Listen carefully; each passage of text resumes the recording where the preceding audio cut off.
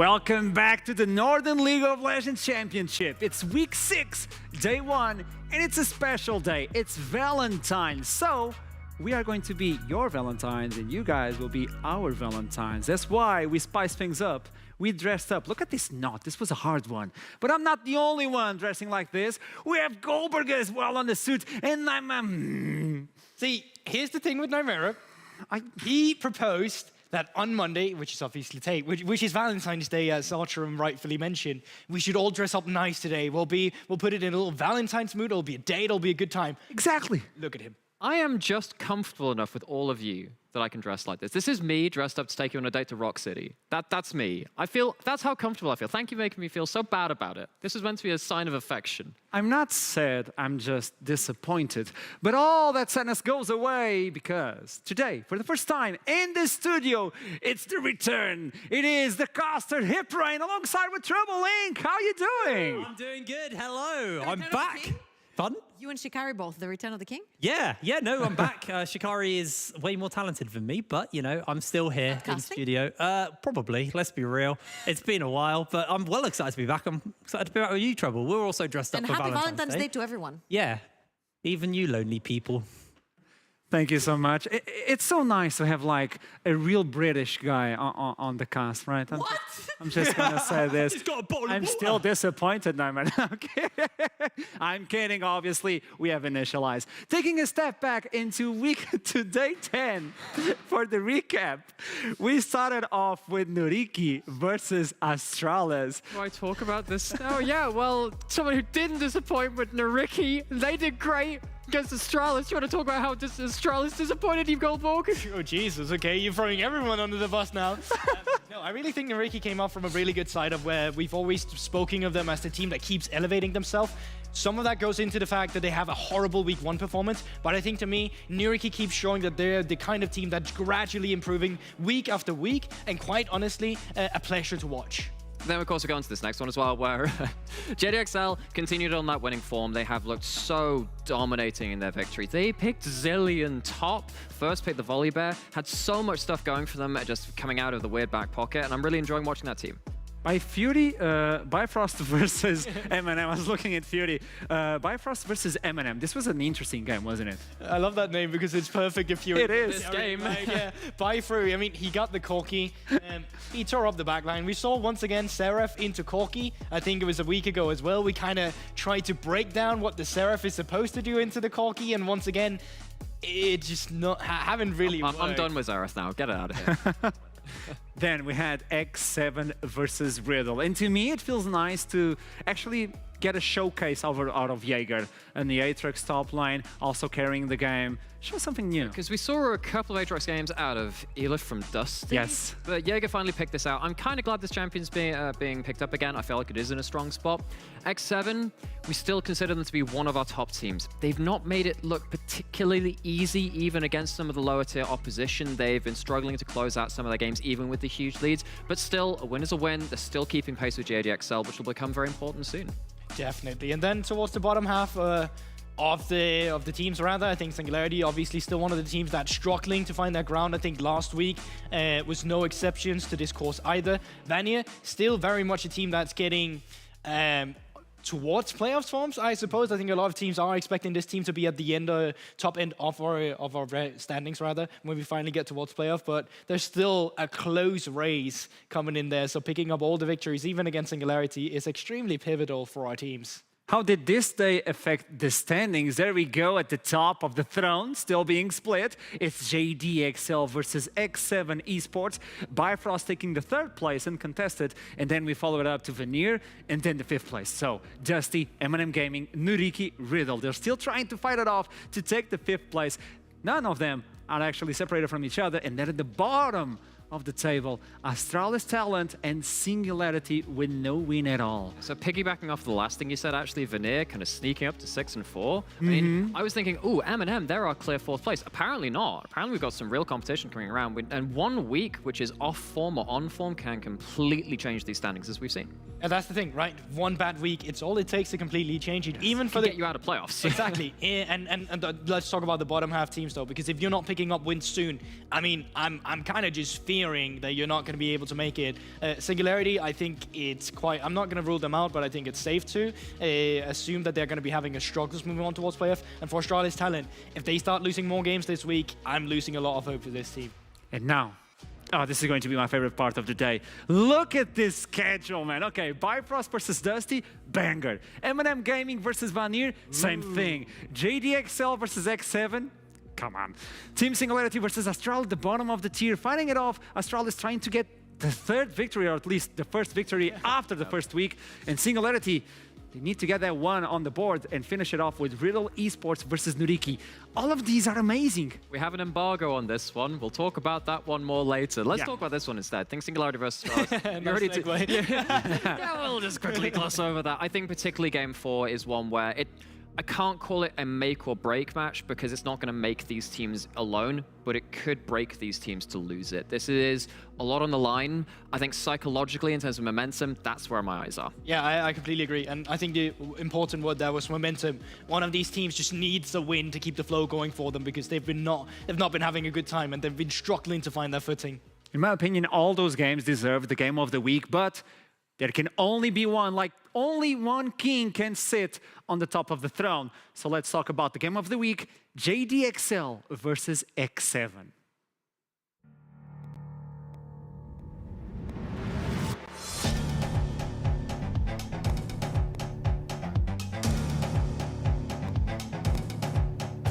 Leading up to the season start, we all thought the arrival of X7 would signify a new dawn for the NLC. Here he goes, that's an onslaught of shadows, but I don't think it's enough. Elif is dead already to tempt the move.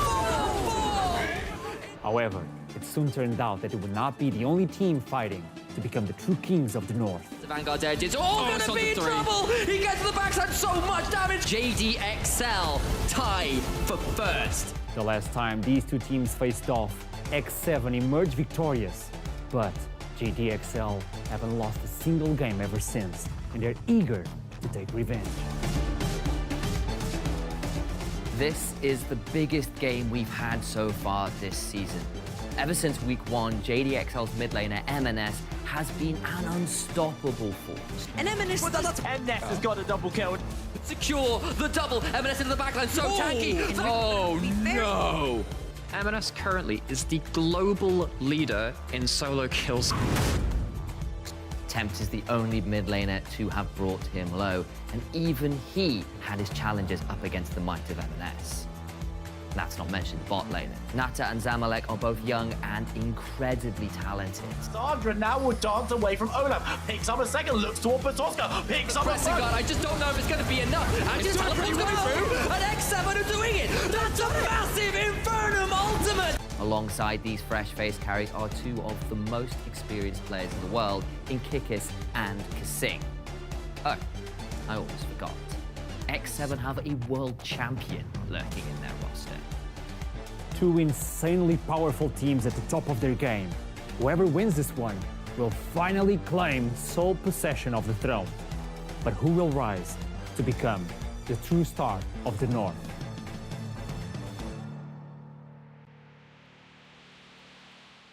JDXL versus X7. How can we talk about this game and not look into the mid lane? Let's level. I mean, it's the mid lane matchup, right? It has to be. I mean, both these players have been taking our league by storm. We're used to having good individual players in the NLC. I don't know if we're used to having good individual players. Not usually from Korea. They're not normally this damn good. But now, let's take a peek at the stats of these teams, because so far, they're not that separated, though. If you could get the stats, look at this. Obviously, JDXL are just running amok with the stats, but X7 are just trying to bite their nails.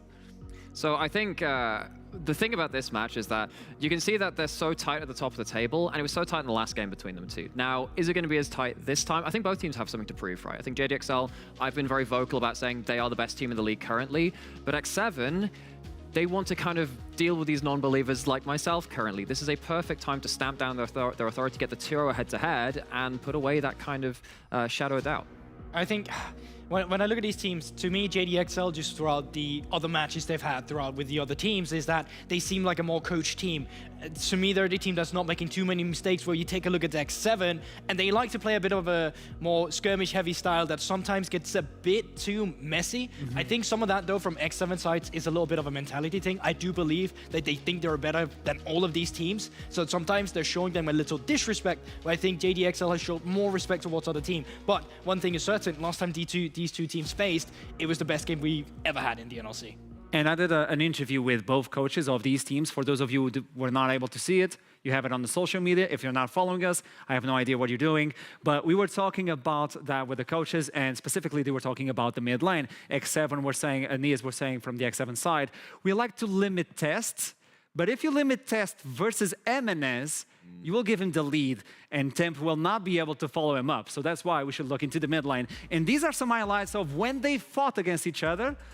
It was a massive game. And this was, because I'm a mid laner myself, I love seeing players play to the absolute limit. And you talk about limit testing, well, that's exactly what both these mid laners did against each other, and they both traded solo kills. This was before M&S kind of went on this unholy rampage across our poor region. You see what happens here, they're both so ready and able to pounce on each other in these kind of situations. It's not only that, this was a perfect game in terms of mechanics and macro from both teams, because you saw them trade objective all the time. You saw this setup for these fights as well, but it's genuinely was also just a hand stiff. Haro and Tem specifically in the reroll we're looking at right now showed up huge in a 2 versus 3, where it's like, this should go in JDXL's favor, but due to the mechanics of Haro and Tem, they're kind of cheating this game a little bit by just being better. They're just really good. Exactly, and it's a pleasure to watch, because quite often these games are defined by macro, but when it comes down to two teams who are both really smart on macro and the individual level gets to shine, that's where I get really excited about these two teams. And the difference is huge in terms of KVA, and you have to think like, okay, the jungler's probably camping the mid lane.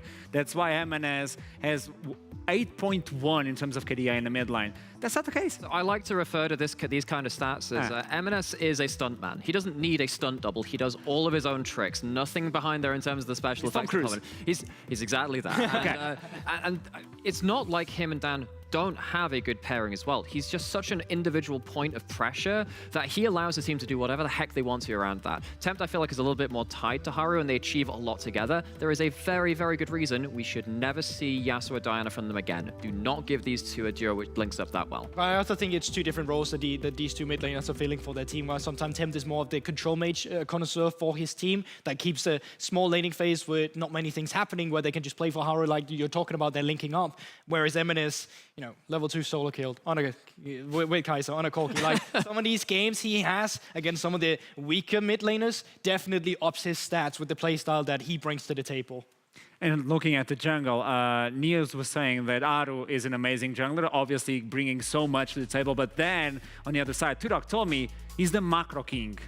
He is, and he's bringing a unique flavor to the NLC as well. We've seen first pick Volibear. Now, there are a lot of junglers which won't achieve that much in the early levels. Dan is not one of those. He's very easily managed to get into a lot of his lanes. See in this game as well with the zillion top, and we're not even talking about the top laners at this point. The strength and depth of the champion pools from everyone involved, very, very hard to plan around, and Dan's jungle pathing, very hard to plan around as well. And that's the thing, because we've always talked about Dan as the most intelligent jungler we've had in LC.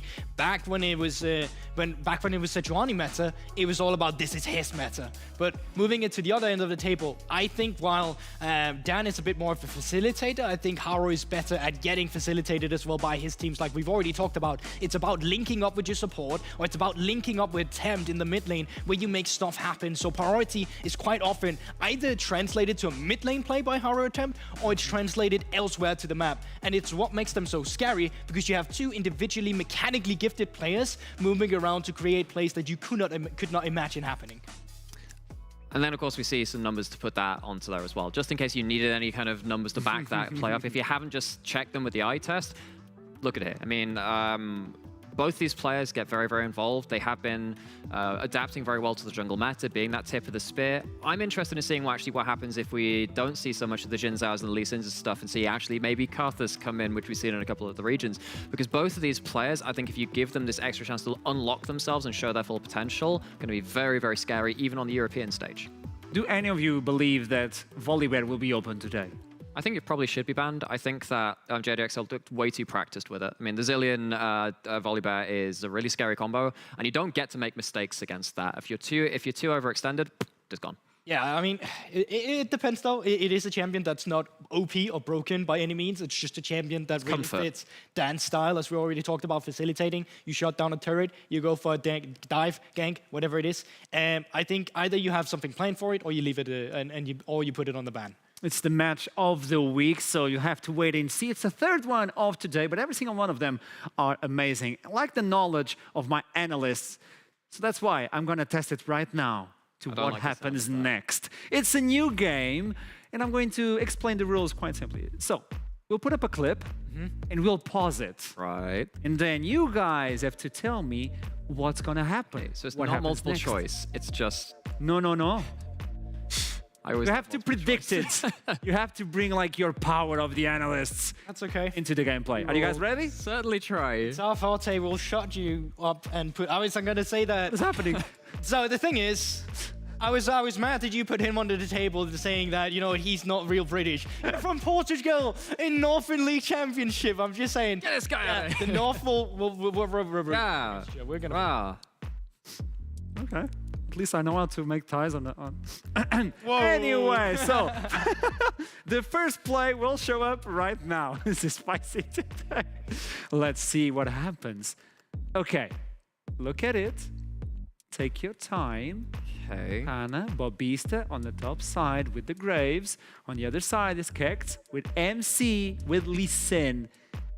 What do you think is going to happen next? Do you have to have an answer from both of us? Or? No, it could be different. We can digest this together. Okay. Yeah. Okay, so First thing I'm looking at is there's no empowered Renekton bar yet. That tends to be the big thing. So it's going to last a little bit longer than you'd normally want. You've got double offs on the Lee.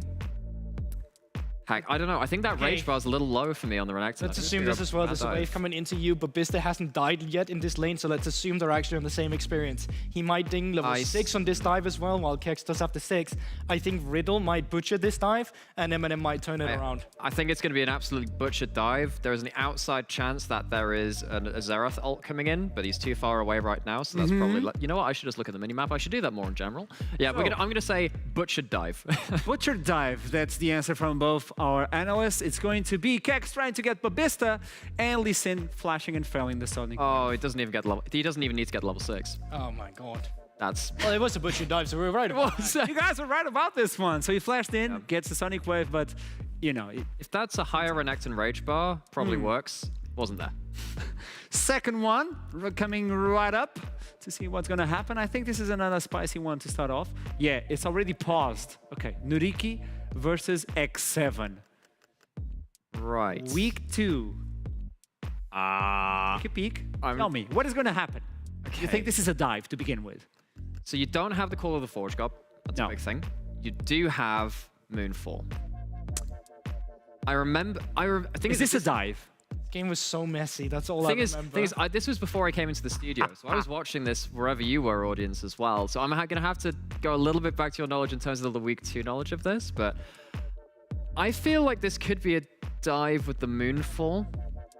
I'm just going to say they're going to fail it. A rocket from Jinx is going to come in and she's going to get a kill. Like, I can't remember this. I'm sorry. See? I'm going to trust him.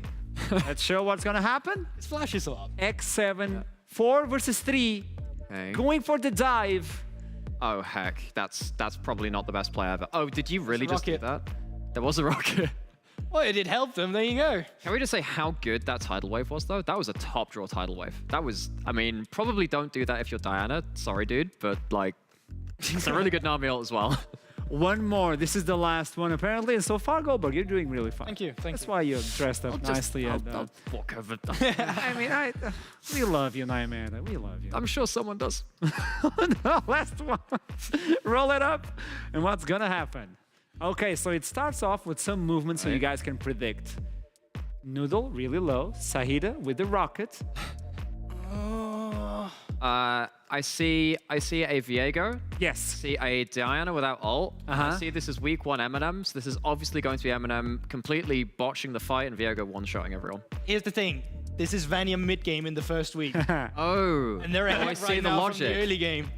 So I think, despite this looking very good, Vanier is somehow going to find a way to make this an unfavorable fight, destroy their mid game a little bit to make it competitive, and then obviously Oh, later this is win the the Ash game. Thresh game. Oh yeah, because I remember the early game being really clean in this now one. he comes in here. Oh, I remember What's this the game answer? because of this That's lane. fine. What is the answer? Final answer. Gonna It's find a Vanir fight. mid game. It's going to be Quicksith getting caught and then everything snowballing off. Oh wait, there's no Vex. You know what? There's There's no ultimate, somehow, like, this- somehow, the thing Vanir is- are going to Roll it up. Not work for him. Let's see what But happens. I'm You sure guys are it is. missing a point. Quickset flashes in, Okay, I didn't gets predict the that. adult. Nothing is happening. Is that it? No, it's not. Quickset tries to get for the sweeper, but puts the herald in the mid lane. Oh, what? Hang on. There's no way you predict this. There's no way you could actually expect us to predict there's going to be a flash for the Herald into forgetting to use the forgetting to use the Herald When I as a saw it sweeper. happen, I was like, oh yeah, that did happen. So I It's one of those moments to show you guys we all make mistakes, but obviously these players are really good. So good that we should actually take a bow for a few of them. I think that's my cue because there are a lot of really, really good players out here, but I want to talk about one specifically because I'm going to take a bow for Noodle from Vanir. We saw them a little bit in that last clip, but this was a little further on because Noodle has been spectacular for his team. While the mid game was a worry for this team for a while, then the early game has never been in doubt because Noodle has always managed to get on the board. Fantastic kill participation, fantastic first blood participation. And though many of our junglers have sometimes found themselves struggling to get on the board, even with these early game picks, Noodle has never had those issues. That continues through into the mid and late game. Noodle has been the tip of the spear, using things like the Crescent Guard very, very well to be that pseudo frontliner, whilst also having really high damage at the same point. He's threaded the needle in so many different ways, and it shows up in the numbers. He gets involved right from the start of the game, continues throughout, and he's going to be pulling a lot of heavy weight in these fights. I think Noodle has been one of these players rather, that hasn't just quietly succeeded, but has been one of the real standard bearers for his team. So for me, I'm taking a buy for this player. What do you think, guys? I don't think it's a bad shout. I think Noodle for sure has showed a lot more promise than I thought initially he would moving into the league as well. Yes. And I mean, honestly, the stats speak for themselves. Honestly, should take a bow for him. But for whom do you take a bow? Well, for that, Oberg? get out of my frame and I'll Okay, talk I'm about sorry, Professor my Heimerborg. career Really for aggressive once. today. As we are moving into the AD carry position, as we got a Jin, I want to take a bow for Odie. And to me, Odie actually has been a guy to look out for even before he joined the league as well. Came from the Ultra League where he also qualified for the European Masters. And as we take a look at the B-roll, I think this meta is perfect for him. This is an AD carry that takes on the responsibility he is given by his team, because this is a role where if you get caught one time in a favorable position, you might throw the entire game. But the space that Odie gets in Bifrost, not only out of his own mechanical positioning, but also in terms of how his teammates are actually providing for him, is part of the success we see from Bifrost. And I think it's this presence of mind that we quite often see from him as well. The fact that he's an AD carry, he's used to getting one-shot by assassins, but he knows what they're looking for. He's in the mind of the enemy as well at a lot of times. And as you can see, just getting a kill as well on an assassin coming to one-shot you. But it is not only just in teamfight that OD is showing up, because his KDA, obviously perfect. Well, it's not perfect, but it's the best of the AD carries. Once you go deathless, once you get a lot of kills, quite often means you get the better KDA. But it's also in the laning phase. The fact that his CS numbers are this high, not only just in terms of how they play the lane, because they're quite flexible. At times, like we saw against X7, they're able to completely take control over the bot lane, get 2v2 kills for themselves. At other instances, we quite often just see them crash on third, let Odie just go for that cheater recall, and then set Jewel out of the map to create options for the team. And then the kill participation. This is not just an AD carry moving around a team fight getting a lot of kill participation. No, this is a team coming together around the AD carry so they can make the plays, which brings us to the damage percentage. 31.3, the second in the league. It's impressive even on an AD carry to get up on the 30%, and this is for sure a meta for Odie, which is why I feel like on in a league where we have JDXL, we have X7, we also have to mention the likes of Odie on teams like Bifrost. So thank you very much. Totally agree. You better. disagree? Oh my god. I think, I mean, actually, I view Odie in a similar way too. The first time we did this segment, I brought up Nata from X7. I was thinking, look, okay, there are some numbers to back it up, but it's really on the eye test. And the big plays, you know, they'll show up. Odie, for me, did that against X7. Did that, and in fact, actually, they won through bot lane effectively. This player has done that against the very best our league has got to offer. Stellar player. And since we are living on one of the most hardest days to predict, we should go into talent predictions to see if, the first one, pretty much everyone follows up with Bifrost, followed up Eminem. There we go. Hip Brain, spicing things up. I am really surprised. was at this. not expecting that. I'm really surprised at this because this is a very close match. Yeah. I know I've been vocal about JDXL being a really good team, but surely there's no way X7 don't step up today. This is Okay. I think we all just think that from what we've seen of recent weeks, the games has been a bit more clean from the side of JDXL, but make So no much more mistake, close than this, this is like completely 50-50, and the prediction just does not show how close of a game this really is when we move forward into it later into the evening. And I believe on the other side, Singularity versus Astralis. Weirdos. People are still believing in Singularity. I'm one of them. But I don't know. Today may be my last day as a believer. I think they have something. On the end, we have Nuriki in trouble. He's the only one believing on Riddle. I think the reason this one is so one-sided is because of that last game from Nuriki. They played that Tryndamere. They made it look so damn good. It's been banned away from them in almost every game. It lets slip through one time. You can see how damn good this team is with it. But I also think Trouble, she's a bit on the nostalgia train when we look at this Riddle matchup, because, I mean, I understand where she's coming from. Okay, she believes in something supremacy. I did not hear what it was. Rumble. There's something about it. No, I cannot hear it. She's saying something in the background. But either way, I think that I think the Riddle has a good core top side that when they are in form can come together and really make this game competitive. But we just really have not seen that yet. And the players are waiting for us on the first game of the day. It is Bifrost versus Dusty. It's going to be a good one, but before we go into the light show, I just wanted to say I hope you guys are having fun on this day. I'd like to say Nightmare is one of the classiest guys I've ever met, and I love him. And now we can go into the light show. What about me?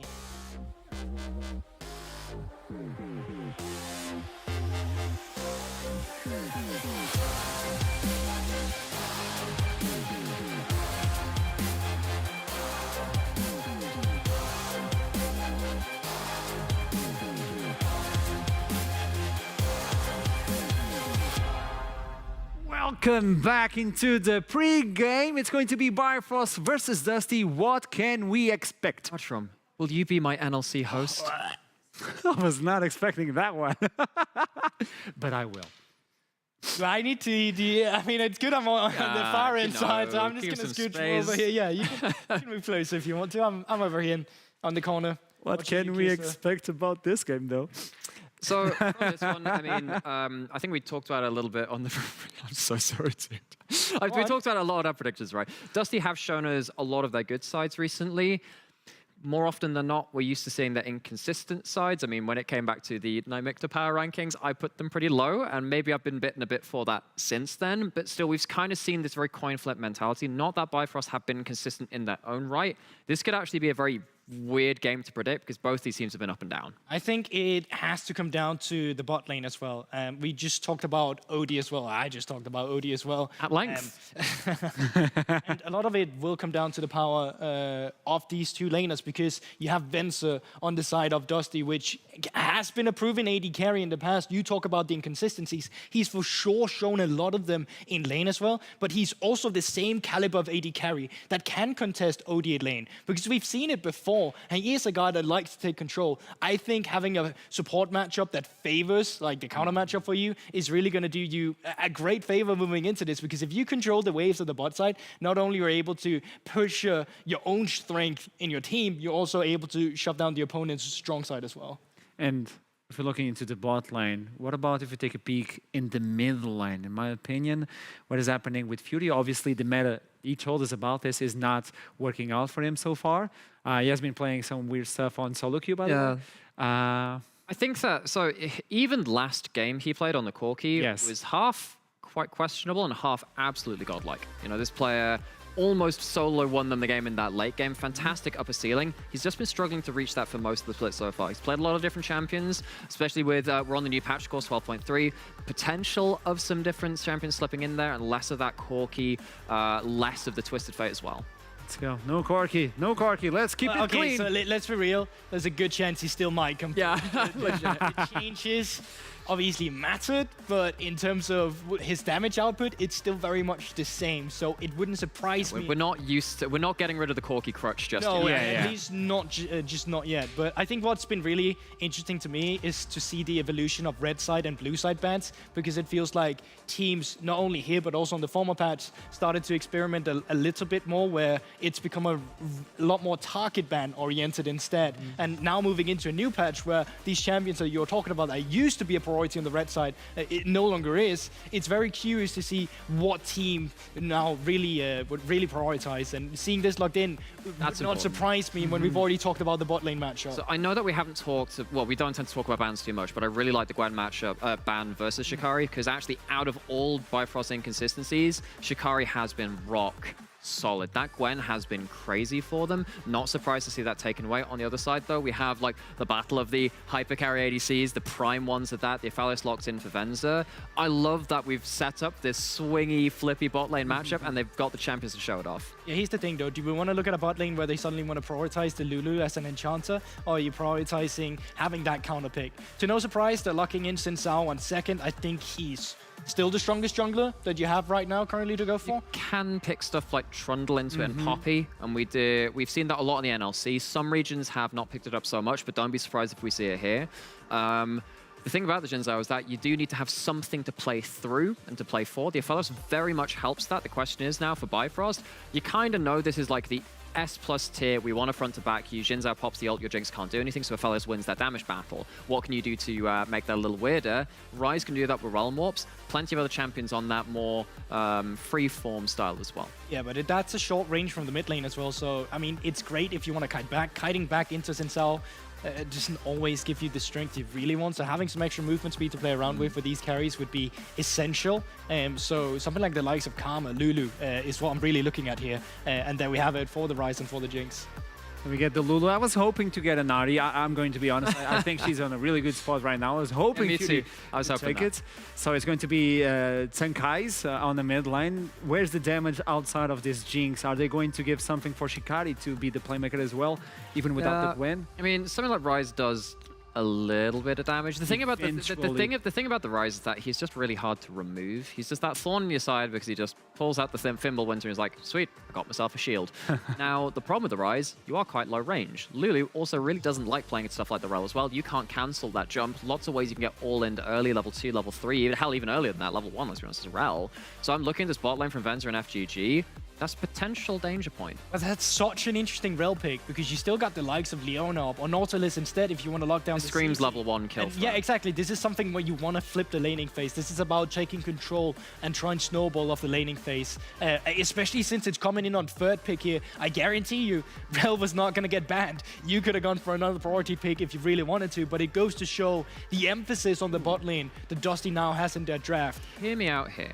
Is there a potential level 1 plan as well, because Rel can hop over a lot of walls very early on? I'm wondering if Dusty have something prepared like that. Okay, I know it's on red side, it's a little bit harder to do that. Plant the seed, definitely here. It is for sure something it's easier to do from blue to red side because you can hop over that bot side wall. Just something to put in your minds there. And we saw a lot of Lulu's top, but there's no possibility that Shikari is going to play a Lulu top. Well, so the PCS and the LGL started up in the last week. They had a Spard mid and a Poppy top, and we've seen lots of the Enchanters top too. Technically, you could play something anywhere.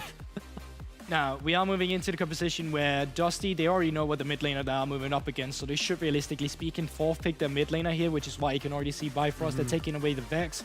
I'm kind of going through my mind right now, thinking what would be great into the Bifrost champions. I honestly think, although it might be a little bit unorthodox, Syndra would be great into what they're trying to achieve as well, because it does create a lot of space for you as well. Orianna would be a great answer as well. Just create extra movement speed, create choke points with the shockwaves as well. We already talked about it. Ryze fairly short range, so I'm expecting a mid laner here for Dusty. It could also be something like, looking at these champions right now, something like Aatrox isn't awful. You have the Ryze, which is already pretty good, and if you do find a good angle onto the Jinx, that's you give Shikari counter pick, because that's the thing. If you fourth pick your top laner here, you are going to give counter pick over. Now, granted, this is a flex, but it would not surprise me to see it go up against the Ryze. Yeah, it could go up against the Ryze. It could also go blind pick top as well. Lots of matchups that's fine into.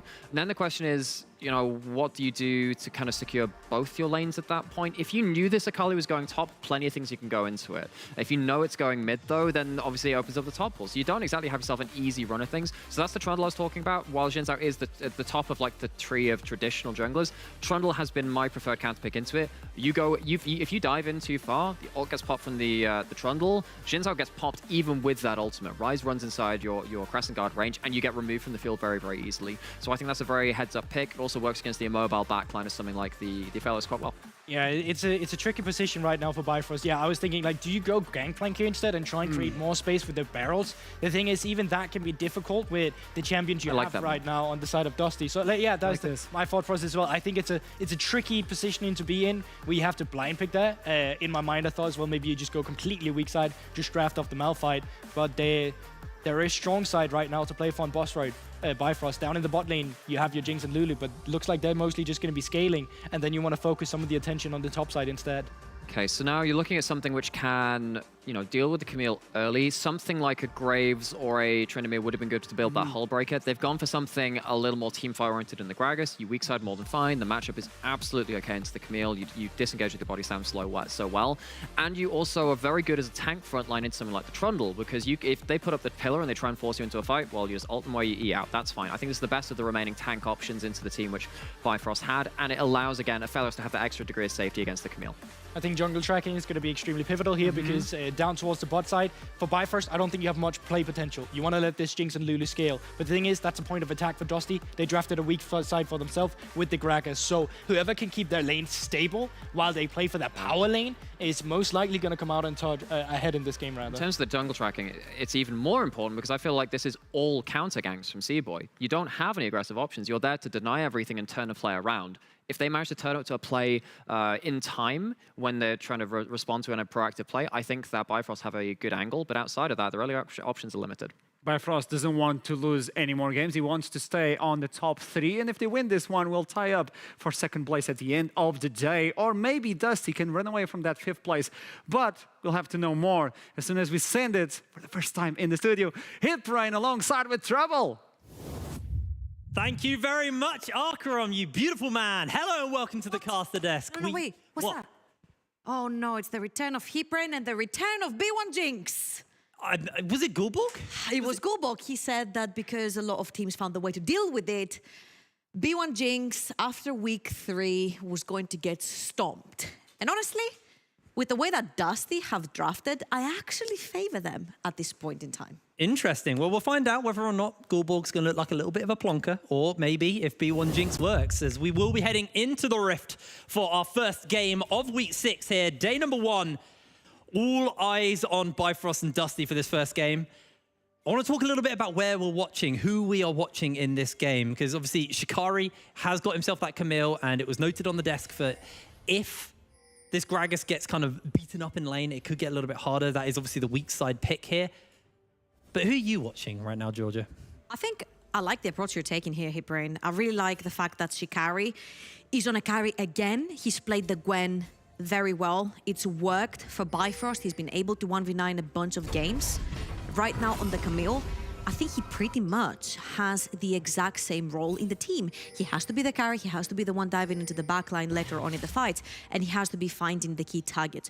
Also, I think he's going to be the one that's going to be on Akali control, because once you lock Akali in, she cannot be dashing in and out to try and get to your backline. So, fortunately for Bifrost, Shikari is on a carry champion like the Camille. He's gone for the Ignite as well, which means that they will want to play towards the tops of the map. Unfortunately, Aelif is a fantastic Gragas player and a fantastic weak side top laner. And personally for me, I just really love Gragas on weak side. You can evade ganks very easily. I mean, we've seen what Wanda can do on a tower dive 1v3, taking two with you. Yeah. I mean, it's one of those things, isn't it, with Gragas, where he's got the mobility, he's got the wave clear, he has sustain built into the kit. He is a good weak sider. Shikari is a player, though, who, you know, I've followed for a very, very long time. Are you the one for the Return of the King? Return of the King. He's just a solid player, man. Like, it doesn't matter whether or not he's on a winning side, a losing side, he's just consistently good. That is the main takeaway I have for this guy, and I'm going to see how he's going to be playing in this one. Lands out early. That's a very long hook shot, but does land it onto Elif. And, you know, I don't expect any kill pressure quite yet, but he does have that ignite, and he will get to that point where Elif will just have to pay the respect. Obviously, he does have that flash on the Gragas, so has a bit of additional mobility. You can see Elif from the summoner choices, not looking to scrap versus Shikari, who has hit level 2 first. You can see Fury getting a nice shove in here into backline, and he's able to just drop a ward down. Keep an eye on where Viking is, because Viking is the person on Dusty we're really tracking, right? I mean, technically speaking, I think Viking is the spear, but also the shield for Dusty. He is the one that's going to get in the aggressive place. He's going to be the one who's the initiator, and he's also going to be the one to defend the team. Now we're talking in the Rift, but also, what's it called? It's like a metaphor as well, because I feel like Dusty lives and dies by Viking's sword. Yeah. By Viking's sword. If Viking does well in a game, Dusty will do well. If Viking does very poorly, Dusty will unfortunately not win. And I think a lot comes down to the synergy as well between Buckland and Viking. When we've seen it being on point in games, then it turns out to be a victory. When we've seen it being a little bit poor and Buckland is being pushed behind in his lane, it doesn't end up being that favorable to Dusty. Shikari might be thinking about this. That hook shot still on cooldown for a long while, so Elif should be A-okay. Takes a swig of the old beer. We're winding this skin, let's be real. And it's just going to return to normal, though. I think once that combo comes back up, he might have this. He's got the ignite. Elif bots him back for a moment. There's the tactical sweep for the slow. The barrel slow comes in. Shikari lobs down the ignite, and Elif is burning, but is he going to burn low enough? Potions ticking, and he's able to heal himself back up. Shikari unable to find that kill. Nah, but look at that. Shikari burned his ignite, and he didn't manage to kill Elif. Now C-Boy over to the bot side of the map takes the flash off of Venza. Now, something that was said on the desk is that Bifrost don't necessarily have the aggro button early on. They're not necessarily going to be looking for ganks. They're going to be looking for counter ganks to Viking. Now, here's my thought process. I feel like pre-6, Akali is pretty gankable, especially when you're playing Ryze. You can camp her underneath her tower, you can pin her in place, and putting down the correct pillar can take her flash really easily. Same for Aphelios, right? Aphelios is a very mobile AD carry. You walk into lane, you put down the pillar, Venza has the flash. That is a flashless AD carry. What does that mean? That means that if Bifrost want to move towards the bot side river and try to contest for a dragon, it will be that much easier to get onto Venza if Dusty want to contest that. So really well done right there by C-Boy, finding his way down the bot lane, taking that flash, meaning that they will most likely be able to take a free first dragon. Actually, I want to take a brief moment and talk a little bit about the jungle mid synergy, because you hit on the fact that, you know, you want to see backline play through Viking, but Fury and C-Boy, who do you think actually has the nicer jungle synergy here? At least jungle mid synergy here early. I'm going to be honest, I think Fury in general has been struggling a lot this split. He said it himself in an interview. He said, I would rather play more of the carry champions. And now here's my question, because a lot of the times we see these carry champions being played. We've seen Sylas, we've seen Akali, heck, we've seen Zed being played in the NLC.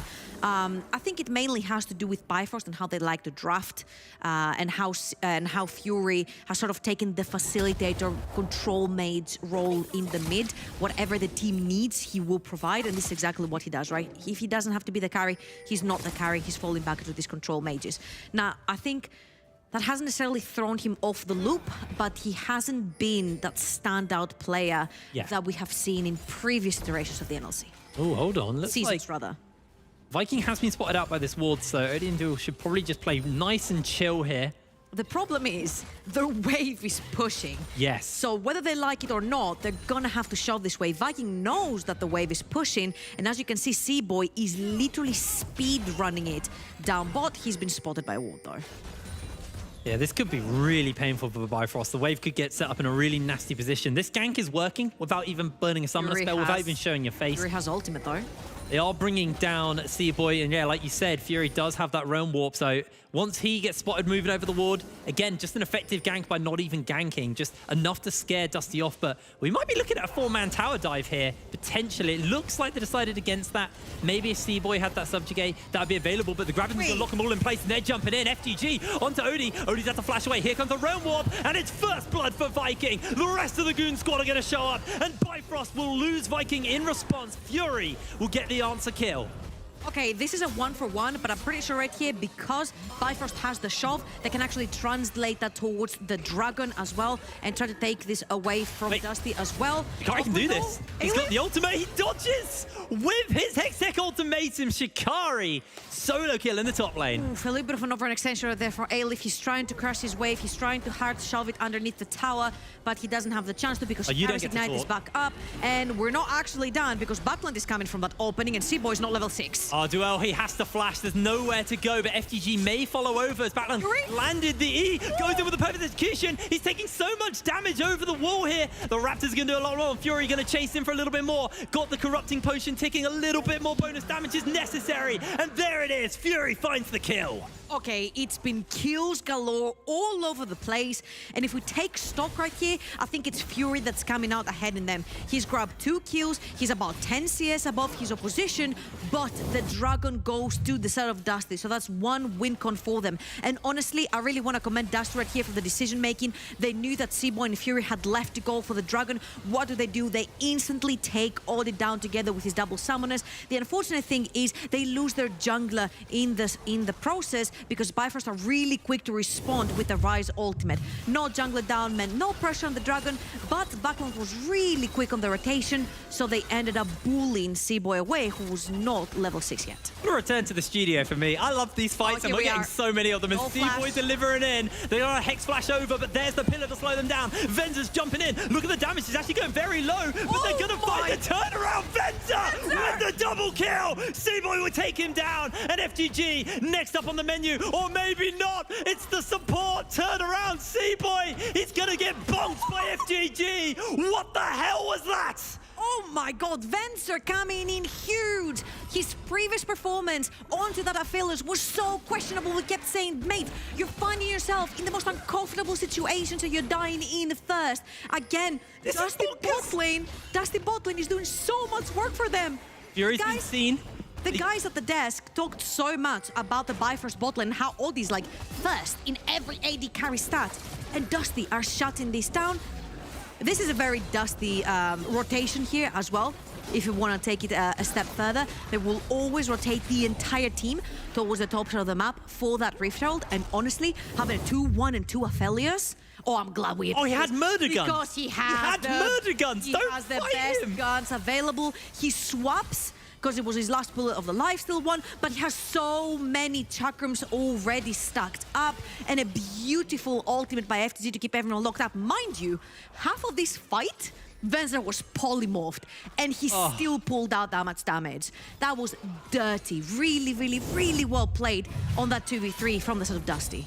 Red and white say goodnight. You don't fight an Aphelios when he's got the item combination, those gun combinations. Okay, in their defense, the red one was like coming off. Anyway, we might have to hold this because Shikari's getting jumped onto, trying to dodge away the Hextech ultimatum. Hook shots away. Shikari's out of there. Yep, very well played. And this is why a lot of the times you see Ignite instead of Flash for the Camille, because she has such an easy way of evading situations. But again, let's take a stock right here because, okay, let's not take a stock yet because I'm smelling another dive and another fight coming by, but that is mad respect from the side of Dusty's bot lane. They know that the jungler was on the other side of the map, so they respected and moved back. Now that Viking is making his way towards the bot side of the map, they're feeling a little bit more safe to push down that lane. Mind you, now Venza's summoners are both back up and available, so that means that maybe they can turn an even easier 2 versus 3 around. Viking's down here. He wants to make this gank work so he can crack open this tower that Rift Herald he's got in his inventory right now. And it looks like they've obviously got the flamethrower gun, so they're able to shove this in with that Infernum on Venza.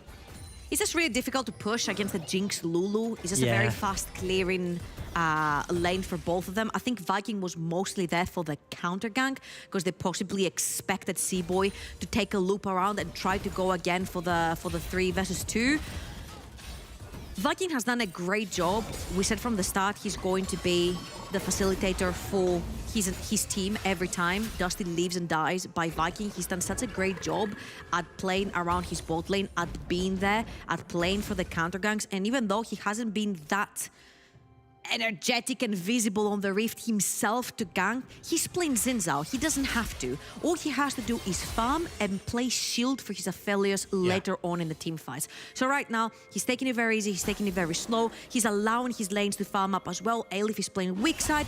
He's even in CS, as you can see, versus Shikari. Viking is ahead right now versus C-Boy. The mid lane for a melee versus control mates matchup.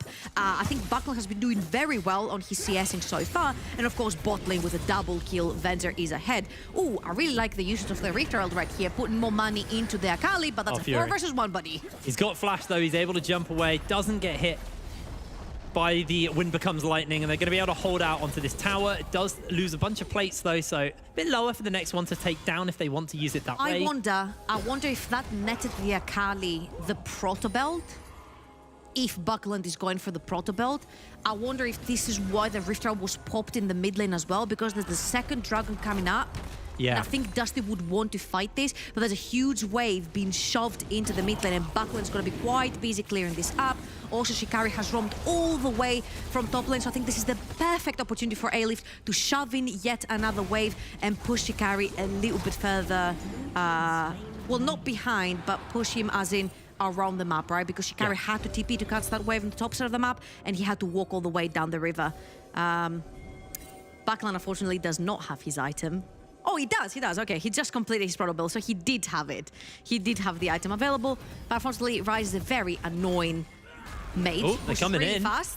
This is a 3v3 though this time. Oh, this could be messy if they want to go for it. Venzer hasn't got the perfect team fighting guns, but does at least have that Infernum. Oh, Fury's there. There's going to be the pillar thrown down onto Venzer. Fury's coming in as well. They're jumping in for the knockup. Venzer's untouched. The Magnus Storm onto free. Into the Moonlight Vigil. C-Boy going to be able to get himself the kill on to FGG. The rest of the team flash away. The rocket comes in. And that's going to be everything for the side of Bifrost. They get their 1 kill. They're happy with that and they'll walk away. Venzer now has to be oh so careful. Couple of plates may just fall here. They haven't really got enough time to fully commit and take the tower with it. But oh, look at Buckland. Look at Buckland. He's on his way top. And Shikari needs to respect the fact that he's playing on the side without his teammates. Really well played this time. C-Boy is level 6.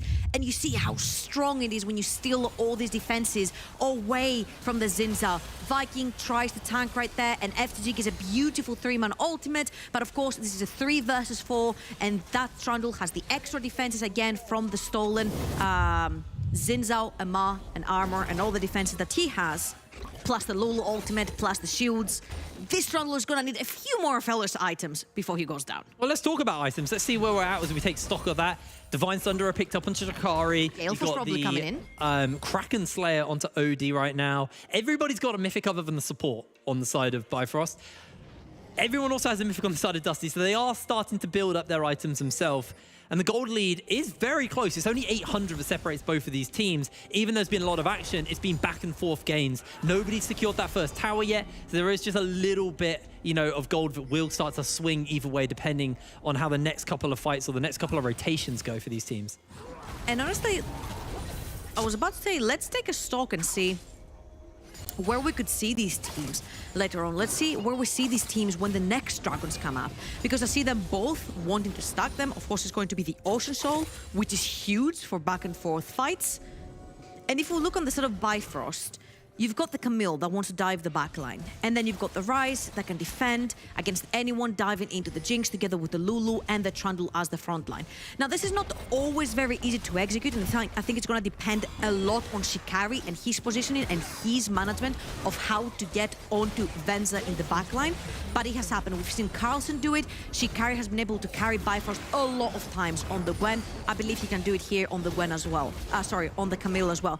On the other side, I think Dusty's composition is just so much easier to play. Oh, no. Venzer might have to blow his flash here, actually. I think he's going to be A-okay, but I almost agreed with you for a moment there. So, going back to Dusty, I think their composition is quite much easier to play when it comes to a front-to-back, right? Wait, hold on. They've got the Magnus Storm. Venzer's got the Murder Guns as well. Odie going to eat that ultimate. There's a lot of Chakrams stacked up. Able to turn it around with the Zap, though. And in comes the backup. The rocket gets flashed away. Venzer holds onto it. Look at that damage onto the Lulu. And Dusty, they've brought a teleport in, but it's a little bit too little. It's a little bit too late. Oh, he just about... I forget the name of the sniper gun every time. Sorry? Calibrum, I believe. Calibrum, okay. Thank you. He had so many chakrams. If he was able to land so he can actually cash all these chakrams in, that would have been great. But He didn't. it's not There you it's go. not going to be the case. But at the end of the day, by having 4 members again down by Bifrost to try and fence off the 2 versus 2 that Dusty is putting against Bifrost's bot lane, netted them a mid lane tier 1, Yeah. which is so important for the fights to come. You want to get into that Dragon Pit area, you want to get into the river in general, having that mid lane tier 1, having that darkness in the mid lane for your opponents where they have to push further in without the security of a tower is just so strong, especially when you have assassins like an Akali that wants to be flanking and playing around Fog of War. Shikari looking for Elif here, has that hook shot, is going to get dodged, the fancy feet. A little bit of help to the phase rush as he jumps out, bots the belly bop for the moment into the Hextech Ultimatum. Elif heals up, knocks him out with the cask, and now he's actually got the cooldown reduction to make this work. So Shikari has to be a little bit careful here. Is just going to call it there, but actually goes for that hook shot. The belly bop comes out once again, and Shikari not going to continue the trade anymore. Back and forth in the top lane is so insane. Whilst Bifrost is actually looking for Here a comes tier Viking. 1 mid lane tower. Backland is all the way in the Wind has bot lane. become though. lightning, not going to go for anything else, and actually he's going to get turned onto. The Crescent Guard comes out defensively to keep him alive.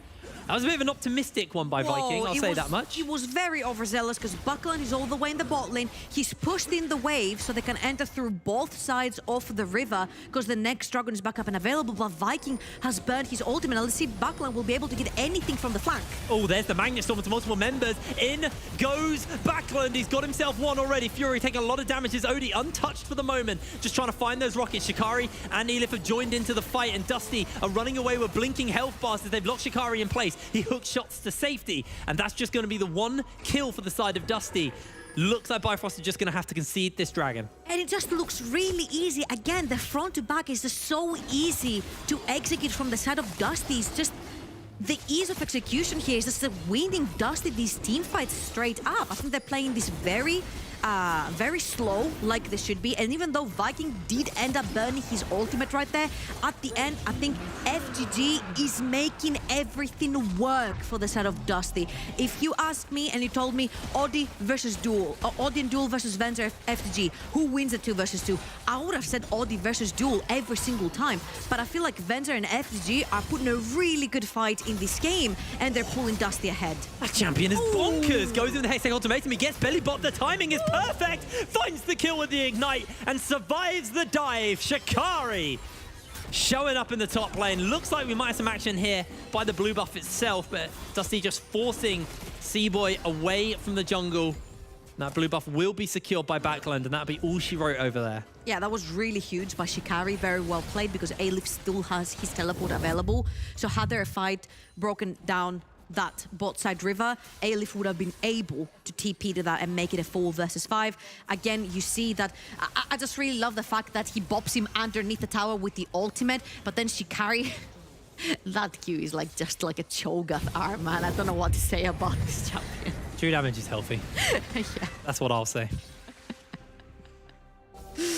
I have to admit, though, Elif did a really good job of timing the... Cho'Gath R in like a few seconds cooldown. Yeah, it's ridiculous. And it gives a shield.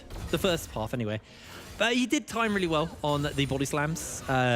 Multiple times in a row, timing it so it would land at the perfect time to see Shikari. It would slow down the damage. It wasn't really enough because he still died, but it was still, you know, impressive stuff from him. Fury, unable to stop the charge from the Herald, is going to see a big chunk taken out of that bot lane tier 1 tower. Gold lead, as I look in right now, is still 800 gold. It is all to play for, but Kari might be looking to extend that gold lead a little bit more with the help of Seaboy. Oh, look at the TP though from Elif's going to Backland. walk away. They've got Backland teleport, and then all of Dusty collapsing. That Lulu's in for a world of hurt because they find the E. Duel able to get away for now, but the rest of the team are up on the backup for Backland. He's got himself his little field to work with as FGG Hex flashes over the wall to make sure the Backland doesn't go down. That'd be a tier 1 falling in the top side. I don't know if that's worth it right here from Dusty, unless they find some kills and turn it into a Baron. down because look at the two carries from the side of Bifrost. They're just shoving wave after wave after wave. They're taking down bot lane tier 2. All these pushing two waves and they're crashing them into tier 2 mid lane tower. And all that Dusty has to show for it is a top lane tier 1. So I would say all in all, this trade benefits Dusty because they managed to get so much solo experience and gold onto their carries. Yeah, they honestly achieved a lot there. C-Boy, not going to interrupt that recall. Just waiting for him to disappear so you can clear the ward out. The funny thing is that these both teams have been looking for picks the entire time. It's been action-packed. It doesn't matter what neutral objective is up or isn't up. They're just looking for blood. And honestly, if I was Bifrost, if I was the on-paper better team that can play with this aggression, I would keep doing that. I would keep pressuring Dusty to possibly allow them to fall into mispositions and mistakes that Bifrost has punished so well in the past. So I really love the fact that Bifrost keeps the pressure up, especially towards the top side of the map. This is your strong side. 3-0 Rise with a defensive second item, which means Akali can no longer side lane. You can no longer kill that Rise on a side lane, and neither can you with Gragas, because Gragas is also AP. Yes. He's not going to be hurting the Rise. Shikari, he's actually level 14. He's a level above both solo laners with also an item and a half. And if he backs very soon, he'll probably have his Hydra completed as well. So you can't match Shikari on a side lane either, especially with the Ignite. And Bifrost can literally go on a 1-3-1 and be unstoppable. Yeah, and the interesting thing is normally it'd be like, yeah, they should keep this aggression up, but they haven't got that much gold, or they haven't got a massive gold lead. The gold is very close between these two teams. But I think that's semi-irrelevant when you look at the comps. Yeah. They're quite happy being even in gold. When you got a Rise, when you got a Jinx, two champions who really hyperscale, you're going to be quite happy to just be even right now. I'd love to picking know up these objectives. If we can click on that Rise, I'd love to know his HP bar, because Akali has 2.1. He has almost 3,000 HP on him. This is massive. Good luck assassinating that. Yeah, I mean, Backland is now not looking to assassinate Fury. That's not his job. That's someone else's. That's someone else's problem. Whoever is stuck against the Rise lane will always have to shove in 1 or 2 waves depending on how many Fury has stacked up. Yes. Which means that Fury gets to roam the map first, which is why it's so important when we mentioned the 1-3-1 and nobody being able to match Rise in a side lane. You see that Buckland doesn't have his teleport up and available. What does Fury do? He shoves in 2 waves underneath the tower. Buckland had to reply the top side, which means that now Buckland and Dusty are late to this objective, which is the next dragon that's coming up. But if they can get it, this will be dragon number 3 for Dusty. They don't have the vision, though. That's the hard thing. They're fighting into basically complete darkness. There's that one ward behind them. Backland's found himself in an okay position. Lands the flip onto C-Boy, who flashes out, secures the dragon for his team. But FGG jumps in. A 3-man Magna Storm. Odie's untouched, though. It's a 1-kill pickup for the side of Dusty. Make it 2. Here comes Shikari. But he's popped by the perfect execution. And the fight is beautiful for the side of Dusty. Bifrost are just knocked out. A triple kill for Backland and a clean ace for Dusty. And they're also beelining for the Baron as well. Screw the Dragons. It's only the second one for Bifrost. Absolutely dismantle them on what this composition was built to do, which was team fights, which was front to back. They cat C-Boy, they punished C-Boy. We mentioned how strong Bifrost is on the side lanes, but then they grouped up to fight, and instead of pulling out, securing the dragon and pulling out, they actually wanted to fight this back. All the oversteps and FTG with another beautiful engage. You see how well this composition is meant to work. Venza untouched. Buckland, nobody can keep him down, especially when the Lulu is the one that dies first, and you can pull him off the Akali, you can use your ultimate on anyone. I think this was so well executed by Dustin. Again, they have the superior teamfight composition. Yeah. You need to use your 1-3-1 if you're Bifrost. Force them in unfavorable fights. Use the strength of your carries. Your Camille is so far ahead, she's so strong. Nobody can stand against her on the side lane. Rise, the same. Use that. It was funny to watch that fight because there's a moment where you could see Odie going, I'm doing it. I'm untouched. I can just rocket spam this fight. Was like, and nope. then Backland just comes in and slaps him like, no, there goes your entire health bar. This is the scary thing about that Akali, and now with 3 kills picked up, Shadow Flame there, teleport coming in. Is Backland going to follow him? No way. No way. He's not doing it. I wish. Well, he didn't know where he was TPing, so he could have been taking him in the entire team, right? The true alpha players to take that. You'll find out where you're going when you get there. Jake, what's your rank? I don't play Akali either, to be honest. cool. There's a reason I don't play All Akali, right. because I would follow that. So, with Burned Up, Team Dusty, of course, have burned up their wave and they're making their way towards that mid lane tier 2. Again, taking mid lane towers is so important because Darkness and Fog of War work so well, especially when you're playing assassins again like Akali that wants to hide around the fog, that wants to hide in the darkness, take you by surprise and assassinate you. And also they're using their waves very well and they're pushing them at the same time to be able to take 2 towers. Now, Buckland's taking a little bit too much damage right there, but he does have the teleport. If Dusty wants to reset right here, because actually they had the perfect wave crashing in the mid lane and they had another wave pushing in the bot lane, they're not going to take this chance order. I think Buckland is going to TP back on that because they have to.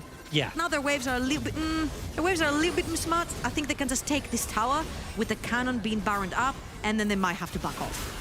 Looks like they're looking for the fight. Viking's been caught. He's Has the popped guns. down the He has ultimate. the guns. There is Venza with the murder guns. Bifrost are being liquefied by him. Elif jumps in, lands himself the barrel, and here comes the carry. Backland is not going to be able to get close enough as Venza now trying to just get a little bit more additional damage into Fury. Not going to be able to quite find it. But he gets himself a killing spree. And Dusty take this tower. They've still got Baron to work with. They've got a second cannon on the way to be Baroned up.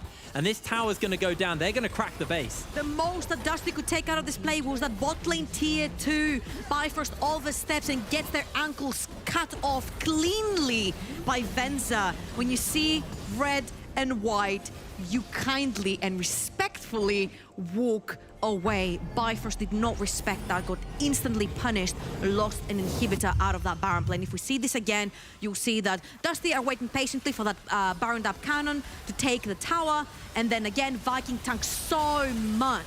You thought it was only Gwen, it's also Zinza with that ultimate, and then Verza absolutely murders them. He's got so many chakrams stacked up there. Red and white means you want to fight close range, and obviously Camille and Trundle are melees, so they do fight you close range. It's really nice to see this version of Dusty as well, because kind of before we got into the show, me and you were talking, and it's something that we hit on as well at the beginning, is, you know, for the side of Dusty, they want to be playing through Viking. Yeah. It's mid-jungle. But yes, Backline is having a great game. And Viking, you know, not a bad KDA, but I don't think he's like the crucial one. Yes. The crucial person is Venza right now. He's been having some amazing fights, and we had some worries about positioning from Venza on this champion. I love this. So, what we mentioned last time Venza had played the Aphelios, I think Golborg said it very well. He's like, he has an assassin emblem on top of his head, like he's playing TFT. He would find himself behind opponent backline, which was crazy how he would find himself there. And yes, his position was very, very, very questionable. That game was very questionable for the side of Venza. This time, they have giga gapped OD and Duel. Yeah. They 2v3'd, they 2v2'd. Every time Venza and FTG would pull the trigger 2 versus 2, 4 members of Bifrost had to reply so that Bifrost's bot lane does not die. And that has been huge by Dusty because it alleviated so much pressure off of Elif, so much pressure off of Backland, who actually suffer in their current matchups. Yeah, it's been Oh my god, look at that, look at that. Elif, don't do it. Oh, no. He's got Backland. Backland's pretty strong. But yeah, they are going to cool it. Everyone's also coming towards the top side of the map. Yeah, they're going to cool it, although, yeah, they are. Okay, they're fine. That was a little bit of a scary moment. Now, if you look at the top left of your screens, you'll see there's still a bit of time until that dragon comes up. But for Dusty, that will be Ocean Soul. So expect it to get hairy down there because Dusty with this Ocean Soul, adding sustain to a team that's able just to sustain fight this well and keeping Backland alive, going to be absolutely huge. But the Baron spawning up even sooner means you can see Dusty leaning up towards this side of the map. And Bifrost, I mean, they can hold the waves. I think this is where Elif's respect came from as well, where he didn't move away from his tower because they knew that Bifrost knew that Dusty wants to play towards the top side of the map. Baron spawns in about 35 seconds. You want to establish a lot of vision onto the top quadrant of Seaboy's jungle, and you want to play towards the top side of the map. And you don't want to allow Bifrost to walk freely into the jungle. What does that mean? You need to push mid, and you need to push top lane, which is exactly what Dusty is doing right now. Put down your vision, reset, and then dive back in with new vision, which is exactly what they're going to do right now. They're going to push both waves. They're going to back, they're going to reset, they're going to buy their items, they're going to buy all control wards, and they're going to walk back. Very crucially, there's 2 stopwatches on the side of Dusty. One on FGG, and one on backland. On backland, fine. But FTG is playing the Rel. And the other person that we've seen that hourglass from was Xing on that Leona. FTG has been the absolute playmaker for Dusty right now. So that hourglass is coming in clutch every single time. Bifrost think they can take him down. That he actually denies the kill, which means that Dusty are able to turn this around. And again, Dusty is forcing Bifrost into a 5v5 that's never favorable for Bifrost. Look at backline, look at FGG, off on the 2 flanks. C-Boy's going to step up, he's going to get belly bopped and locked in place. FGG waiting for the perfect opportunity to jump in, and C-Boy's already chunked. Going to use that stopwatch by FGG, but the chase is on for the side of Dusty. Shikari's being jumped onto by backline. He's still got the second half, the perfect execution. Lands the E, doesn't pull the trigger, and just backs off back towards Baron. Okay. They've still got time before this dragon comes up. We have to look at ultimates. The only ones available is Shikari's from the side of Bifrost. They have none of the other crucial ultimates for the members of Bifrost. Whilst on the other side, we have Moonlight Vigil, we have Rel ult as well. This could be massive for the next fight. All eyes on FTG. Can he actually make this engage work? Because Fury is keeping him away. If they clump, Venza's Infernum ultimate could be absolutely massive. They're jumping in. The fight is on. Shikari's already secured 1 kill. He's pinned in place, and Venza is going to flash forward into his face and secure the kill. But here comes Odie! Oh no, he doesn't! It's turned around! Look at the burst! Look at the damage! Venza's on his lonesome though! He's gonna find a kill! He's gonna go into the stopwatch! Backland can do nothing but watch, but he takes another one on the way out! Venza is a madman! Okay, that was actually huge by Bifrost. All props to Fury right there. We mentioned over and over again. Oh no, it's gone so wrong for Backland! Oh no, it hasn't! What the hell? This is just madness! Okay, so all in all, that is a 3 for 3, if a 4 for 3 at the end of the day, in favor of Bifrost. Because this time Dusty split. Look at Fury. Look at Fury. FTG has been so instrumental for every single one team fight for the side of Dusty. And right now he's been zoned away by Fury, which means he cannot put down that huge engage that has allowed Venza to actually wreak havoc in the backline. You see how much damage he's doing, but his front line is not there. Viking has been shredded to pieces. FTG is dead, so all that this Aphelios can actually do is hope for one last auto attack to kill someone, which was not the case. And right there, Buckland is actually gonna take the bait onto duel. It's a very squishy Lulu, but he ends up giving his life away from it. All in all, Baron is not gonna go down. I think Dusty need to reconsider the way they're team fighting. FTG is very crucial. He needs to be there. Oh, this could be a really big pick. Look at the time. If they kill Viking here, Dragon is secured. But Venza's looking to turn it around. Can't quite find it.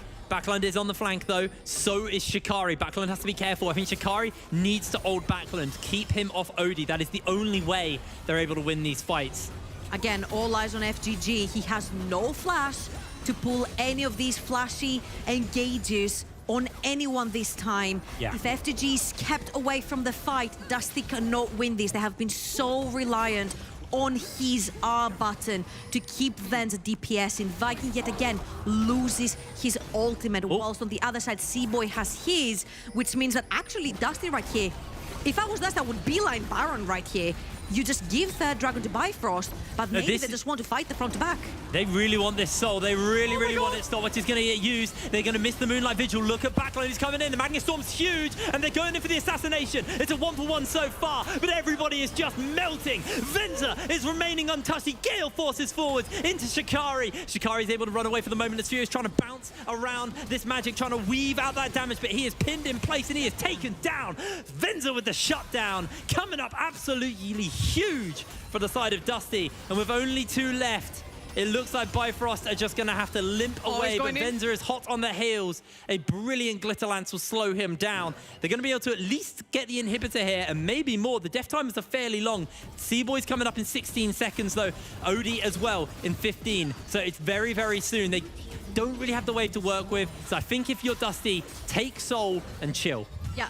Absolutely, you can do that. C-Boy is going to take a while to walk over there. By the time he does, the dragon will be gone. Ocean Soul will be going towards Dusty. To be fair, with the way these fights are going and how explosive they are and how quickly they end, Dusty's not necessarily going to benefit too much from the Ocean, because we don't see a lot of back and forth. It's literally Dusty running Bifrost down. And again, in an ideal 5 versus 5 scenario. Dusty is superior. They've got their front to backs, and now Bifrost, oh no, they're pulling the Dignitas play right here. This is pure panic. This is desperation. FGG can blast cone into the pit. He's got that ultimate as well. Look at the damage coming out from Odie though. They're trying to pin them in place, and a lot of damage coming out from Odie. They're looking for the turnaround. Backlund will take him out. The AD carry is dead. Venza is untouched as he finds himself a kill. And Backline is just running a mockery for everybody. It's the wipe. It's the ace. It's the complete destruction of Bifrost. Dusty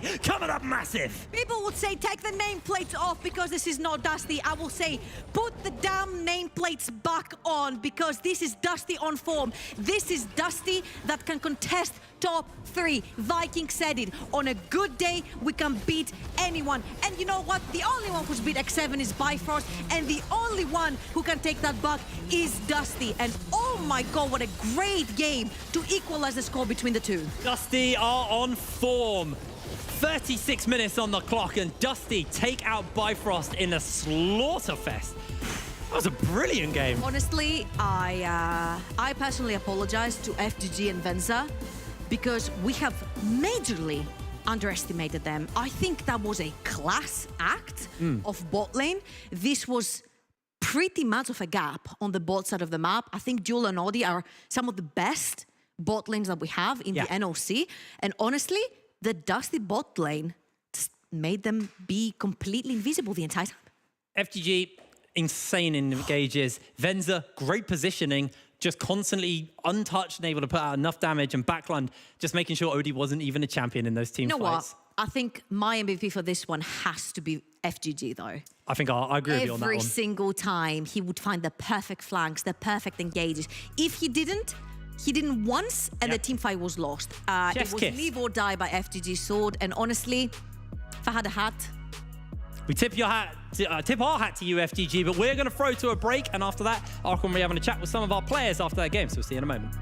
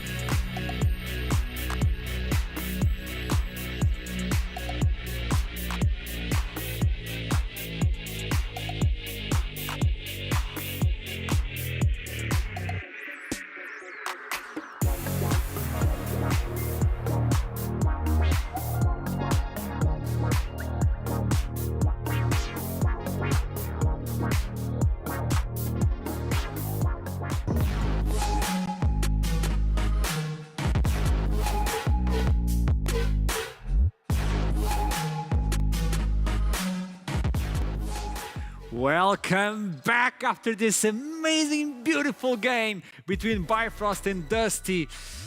Ooh, this one was, I felt this one. Also, it was really good to have Hiprain back with all that energy. It's good to be back. And obviously, it's a good day to start week 6.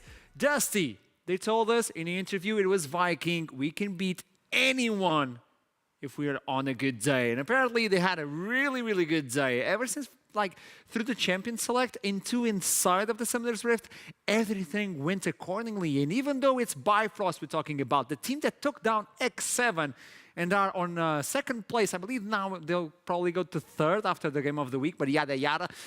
They're still top of the standings, and Dusty are finally trying to get away from the 5th tie where everybody's in the middle of the standings. It's a mess. But now with me on the interview, I have Alif, who played Gragas on the top side. Hello. Hello. I know you're feeling down today, so I'll keep it short, dude, but ooh, that was an awesome game by Dusty. Like, run me through the Champion Select, and obviously the pick for the Gragas on the top side, trying to go for that weak side, let's call it like that, to just tank as much as you can. Yeah, I mean, we wanted like a pretty team fight heavily comp. Like when I saw Camille, I had like a few opportunities like in terms of picks. But I think like Gragas was really good because like he denies her completely in team fights. Like she can't reach the Aphelios for free.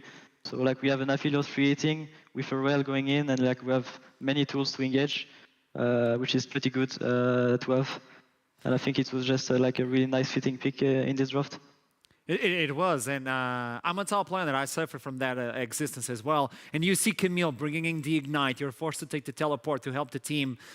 You were capable of going through the entire laning phase without getting killed, without getting the solo.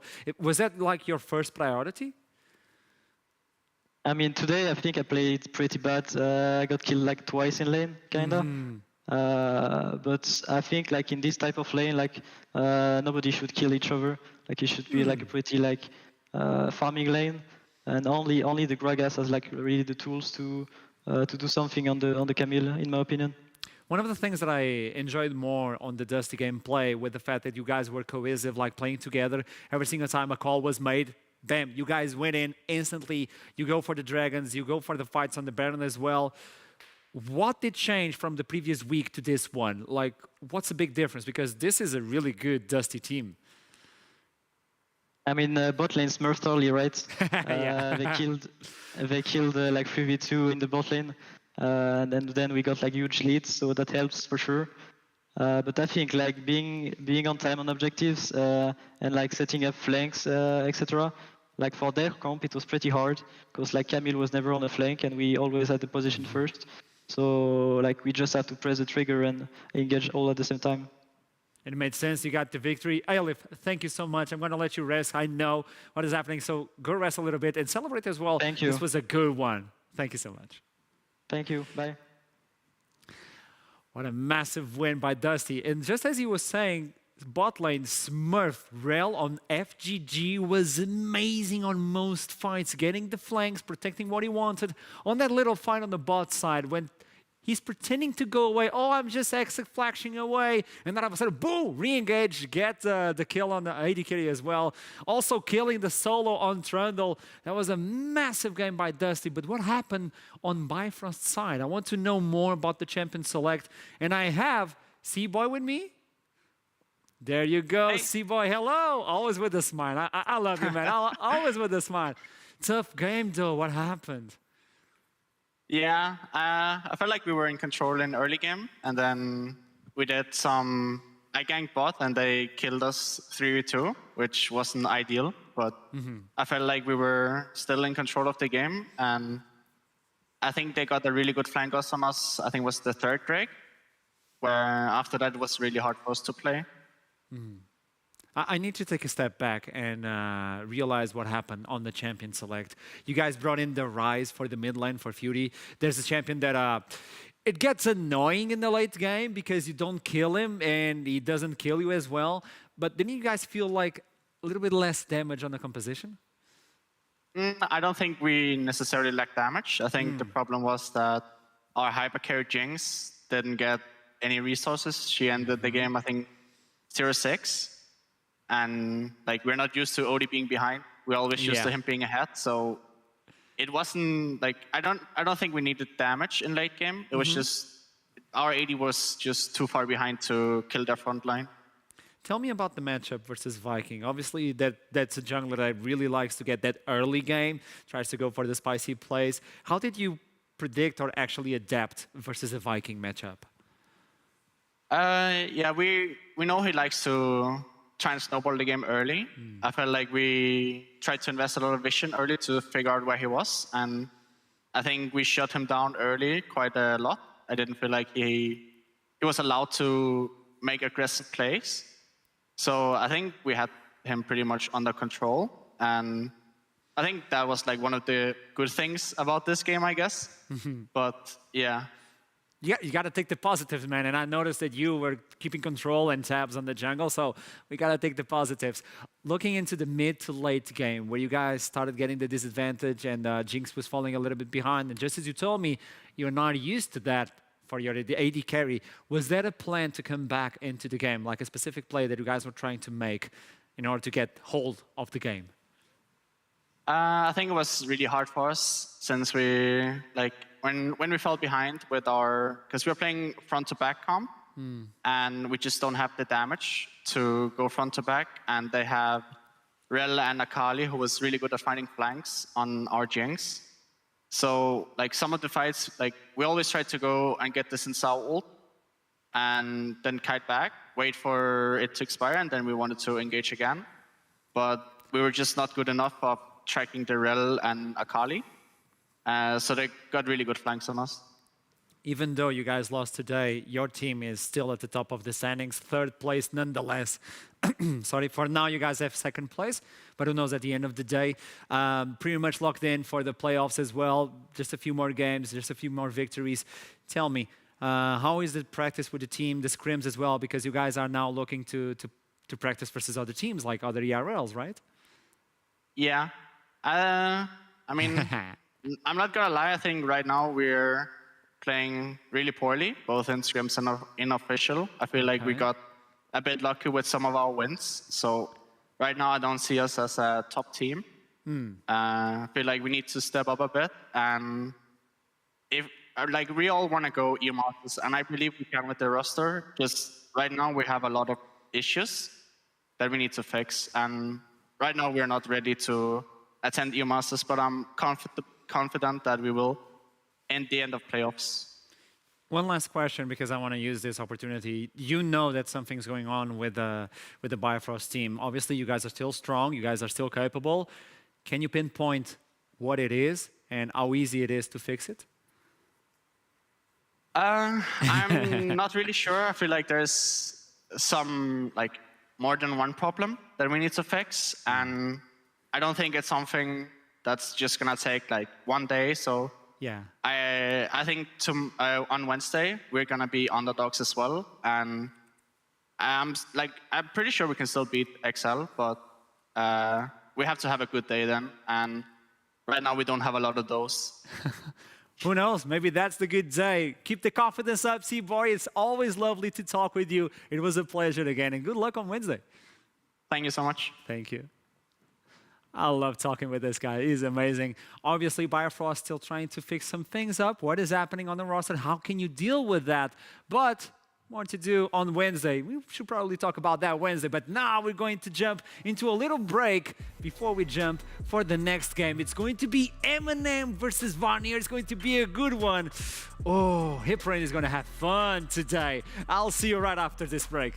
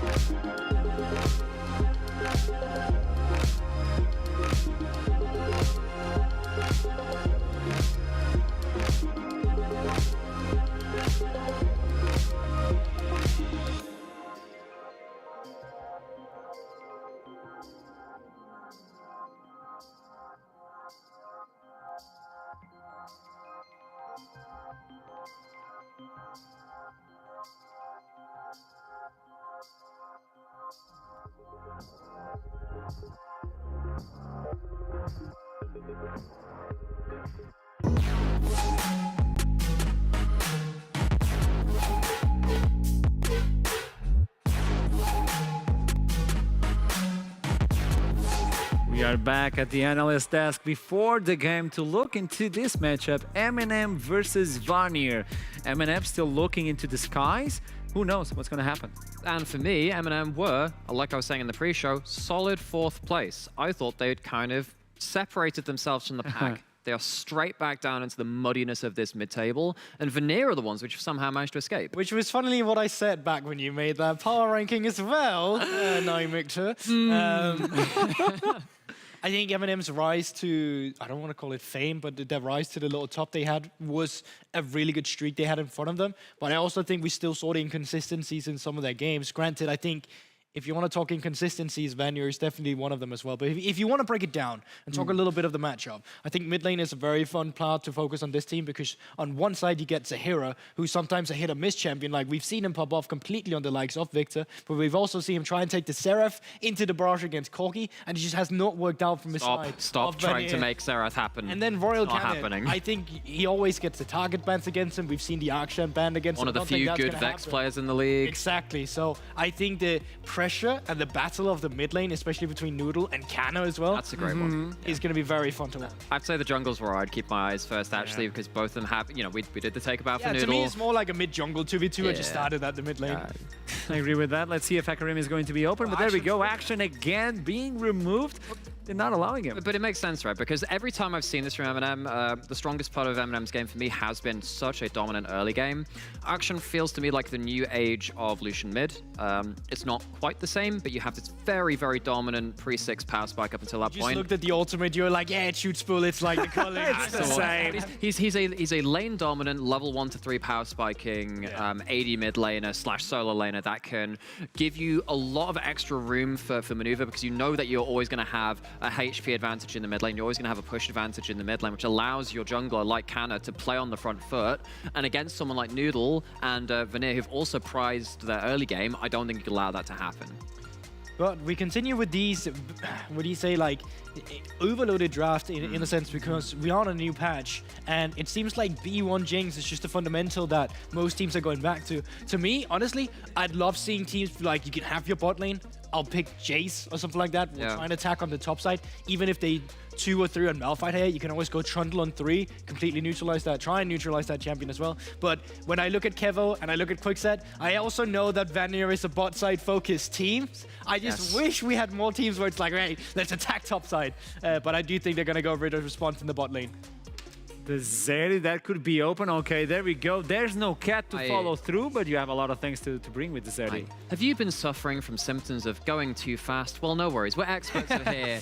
Realizing when people are going too fast. And it looks like Kevo is going to be the one doing that. Of course, you can have Zeri in solo laners. At a push. Rarely do we see it, but the option's there. We've seen a couple of teams play that. The thing about Zeri is that you are not going to want to front to back a Jinx. You want to make sure you can have something like a Rise, have something that can engage around the sides and make sure that you can fight before the fight really builds up in earnest. I think it's fine they secure an Enchanter here now as well, because Lulu is super good with Jinx as well, so if you don't take it now, they would most likely take it themselves as well. On the side of M&M though, Sensao is still available, Hecarim is still available. This backline that we've quite often talked about from M&M is something you can go for, but it looks like they want to go for a pick where they can punish some of these champions in the early game. At least I assume so. It's only going to be early game though. Well, the thing is though, with a Jarvan like that, I think for the first 2 full clears you go for, if you're not successful in finding at least a kill for your team, the pick for me turns kind of useless because it's really relying on getting your laners ahead. We've seen the rise of Jarvan again, like in the early game. I agree with that. For camps, you need something to happen. But also, if Zeri uses the dash before the Cataclysm, you can be really fast, but doesn't matter. You're inside of a ball. It kind of holds him accountable, right? Yeah. And then you have the Vex, which accountable. And who holds Zeri accountable? Apparently it's going to be, of course, this double dive combo. Now, it's not the Hecarim. Hecarim was up and available. That's normally been Kanna's go-to. But having the Jarvan and the Vex, it's something that we've seen a lot from this team. It allows them to play through the mid-jungle. We already kind of painted the nameplates on and said, this is what this team does. Doing it with slightly different champions, same kind of style. And I love Syndra every time into the, like, once I see teams going for a hyper carry, it just screams in me, pick Syndra. I genuinely feel like we don't see this champion enough in terms of creating space with that scatter of the week. It really makes their life difficult, especially when you now also have a Jarvan on the side where you can cancel up the flak and drag. So I think having a champion like Syndra, super nice at just creating some space for your AD carry as well. Flip side of that, you don't outrange a Jinx. No. You can sometimes threaten them if they position badly, definitely. And also, if you lose sight of Jarvan for a second, if he gets into his ult animation, you're not cancelling that. You are still in a mobile carry at that point, and you can be in real big trouble. What is the saving grace, though, is that if you're going onto the Syndra and the Zeri pops off, well, you're still pretty okay at that point. You kind of have this multi-pronged attack, and if one of them goes unchecked, you're still a little bit worried about that. Problem is, again, you got that Jinx on that side, pops off in the same way.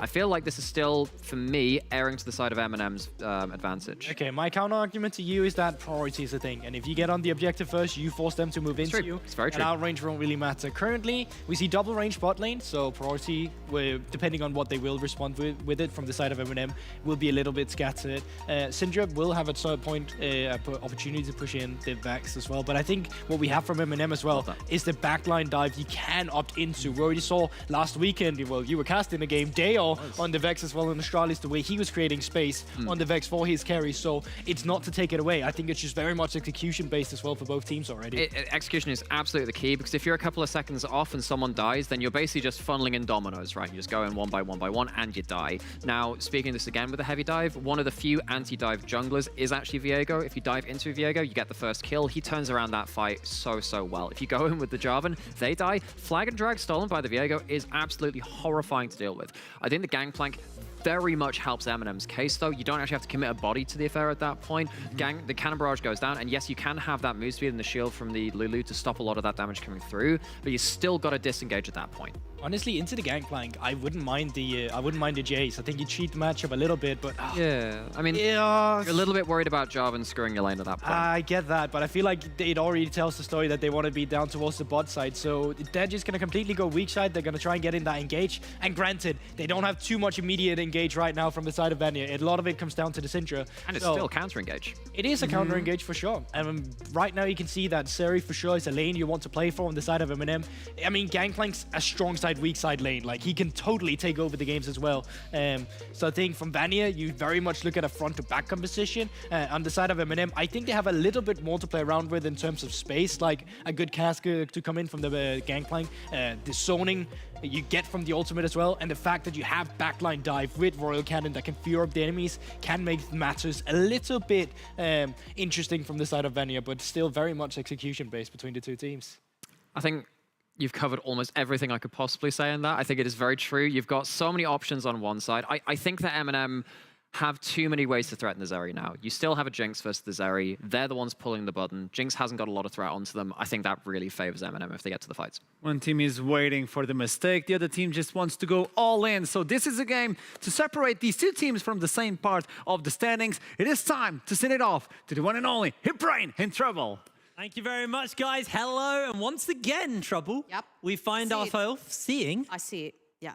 Is that a Jinx? It's the B1 First pick Jinx? Yeah. It's the B1 Jinx coming back, baby. Although, I'm going to say that I do mess with it much more with this composition. I absolutely adore the M&M comp, not just because there's a GP in there. Me and Jamada often rant about this champion on cast, but it's such a good comp. It's just like Dusty. It's just a very traditional front to back with a bunch of security for your Jinx in the backline. You've got Gangplank ultimates in there. You've got walls coming up from the Jarvan.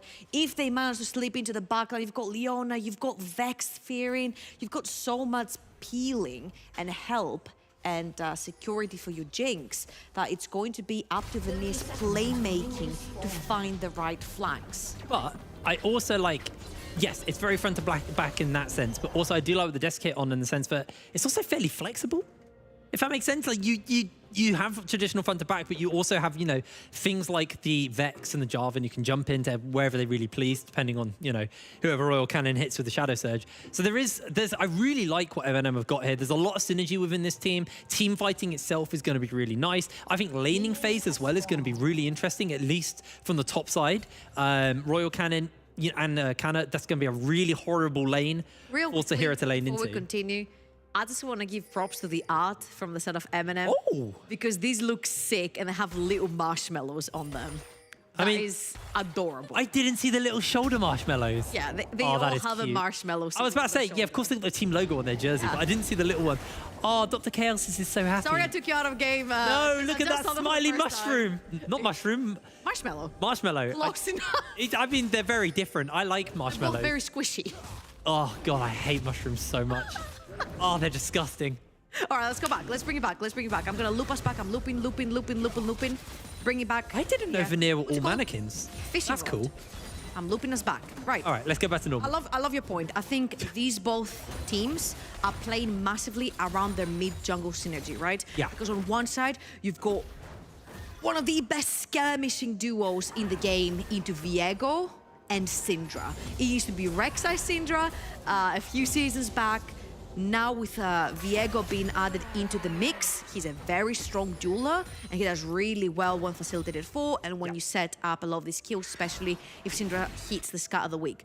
On the other side, the all-in potential by a Vex Jarvan, deadly. Oh, poor Sahira. Does get a nice amount of damage actually with the minions onto Royal Cannon. Honestly, there's not a single game that Sahira has not gotten level 2 ganked. At this point, he must just know it deep inside of him that he's getting level 2 ganked every single game. And he has been an absolute boss at evading most of them. Yep. He managed to evade a Fear knockup by Royal Cannon right there. Doesn't even pull his flash.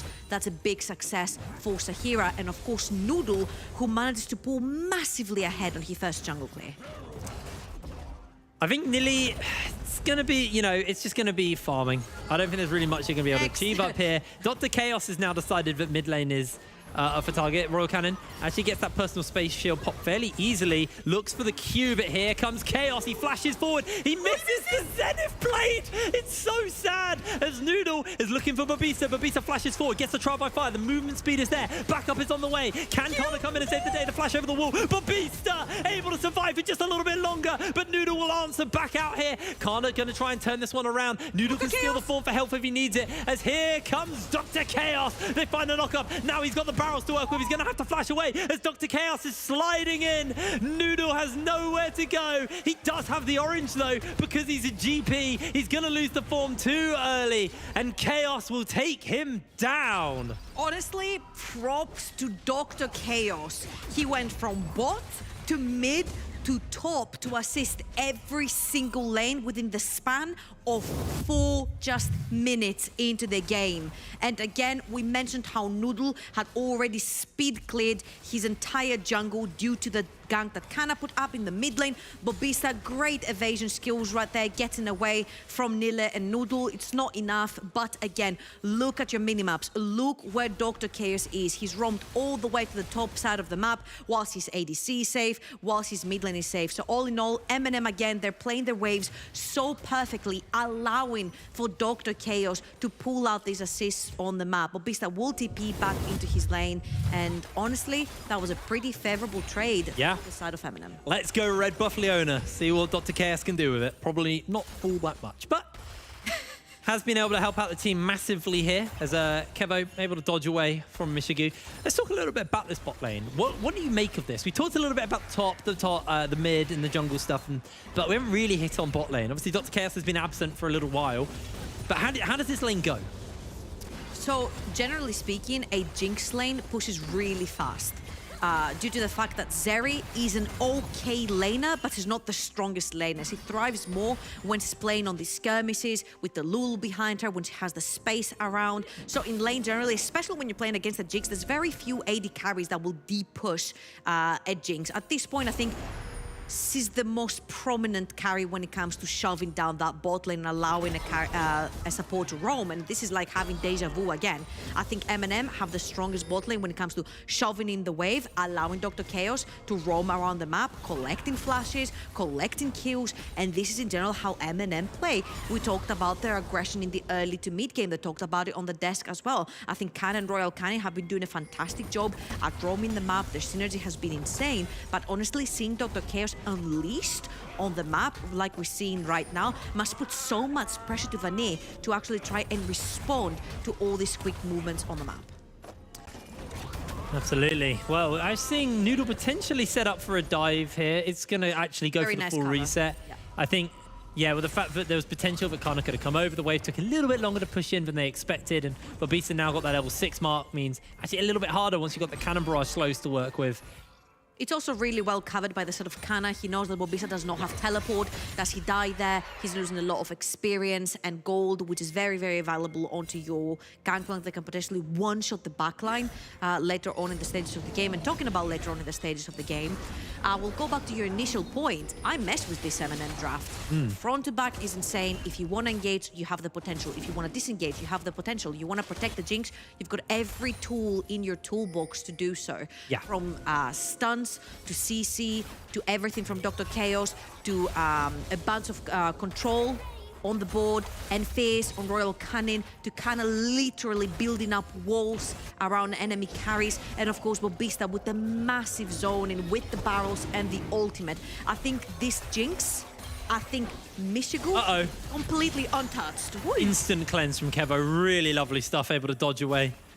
Lots of movement on speed on that champion, so it's quite hard to actually deal with Zeri, but there we go. Dragon number 1 over to the side of Vanir.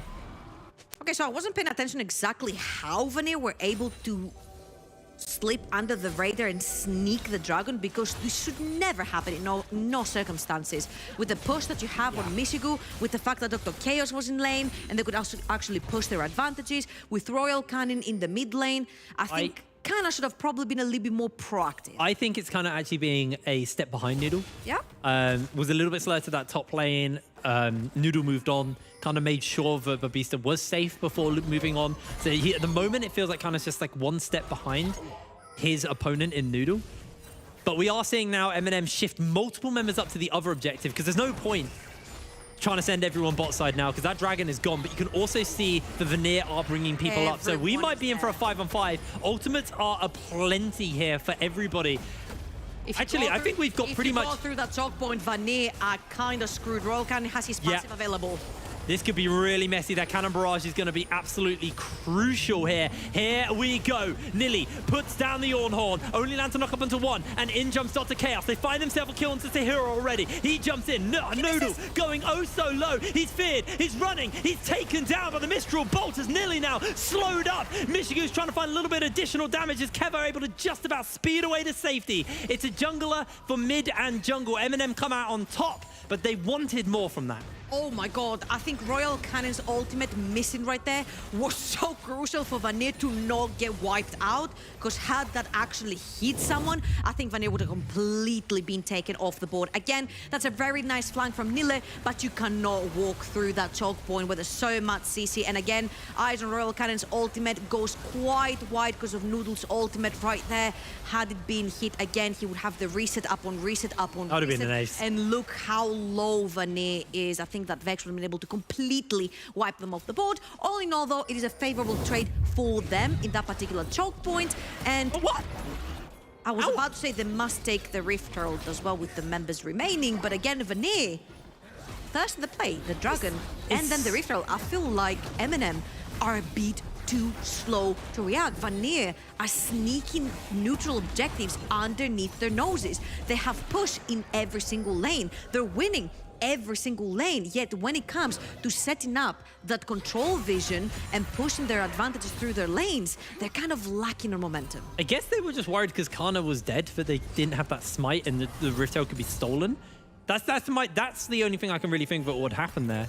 Because it is a bit weird that they just gave up a Rift Herald. And like you said, Vanir have been able to now sneak 2 neutral objectives. They can look to try and push some plates and get some additional gold on the team because they are behind 2,000 gold here to the side of Eminem. So Eminem up in gold, but down in neutral objectives. So I want to see Eminem push this advantage they've got. As Kevo has to be a little bit careful, taking up a lot of damage from Mishigu. And look who's coming. The squad are here.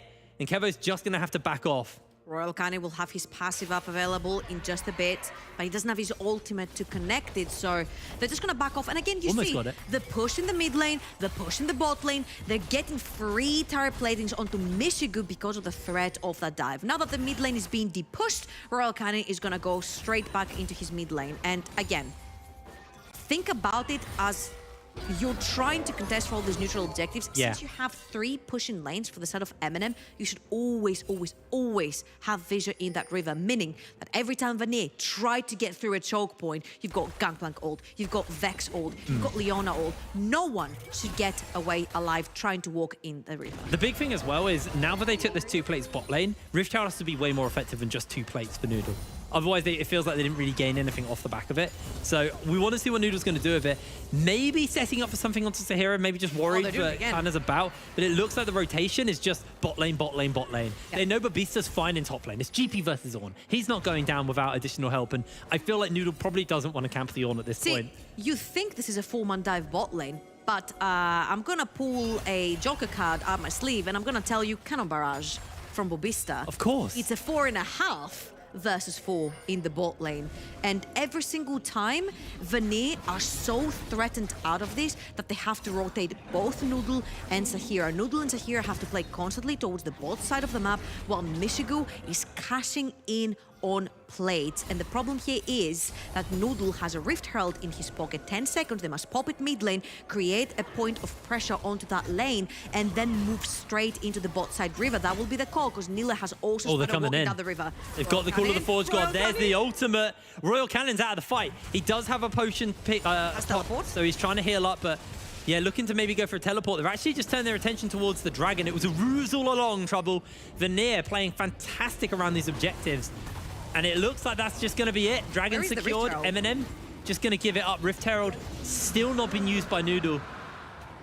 And Royal Cannon's going to be back in mid lane in time, or can teleport if needs be. So the ping's going down. They might actually still look to try and force the plates. They got a minute until they fall off. They're gonna catch them onto the rotation right now. This is a cannon wave pushing. They have 4 members around the mid lane. If they pop the Rift Herald right here, they can cash in and put some money into Sahira's pocket as well. They're going to decline that. There's not a lot of time left. There's less than a quarter, and Noodle is sprinting for his red buff. I'm wondering if this is going to be a last-minute desperation play, because Dr. Chaos has read it. He's roamed all the way mid lane. Noodle has to pop it down mid lane, which means if the Javan is around, if the Leona is around, it's instantly gonna get declined from Sahira.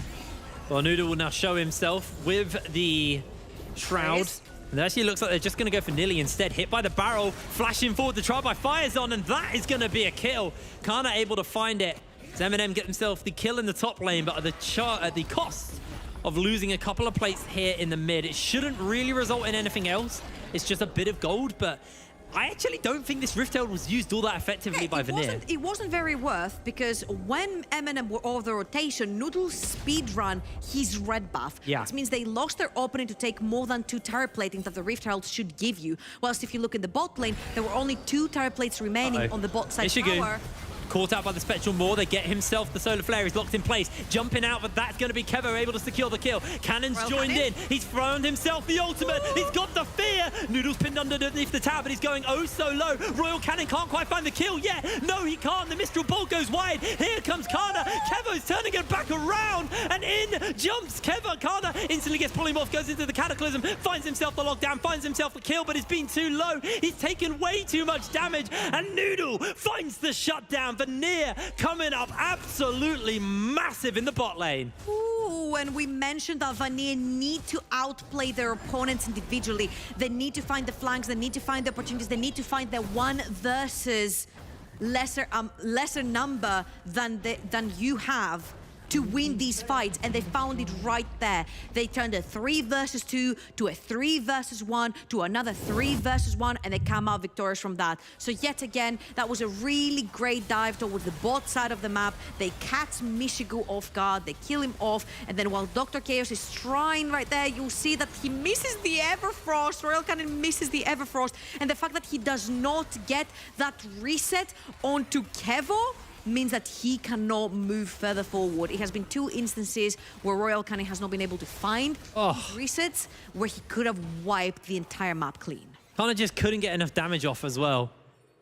That was messy for the side of MNM. Again, considering they had a pretty gold lead, big gold lead. The comp that Vanir is running, the Syndra, the Viego, the Zeri with Lulu, love these skirmishes. Yes. They love the back and forth. They don't necessarily love the 5 versus 5 because if they don't have their own there to tank for them, it becomes a little bit difficult to just push forward because they don't have an actual initiator on their side.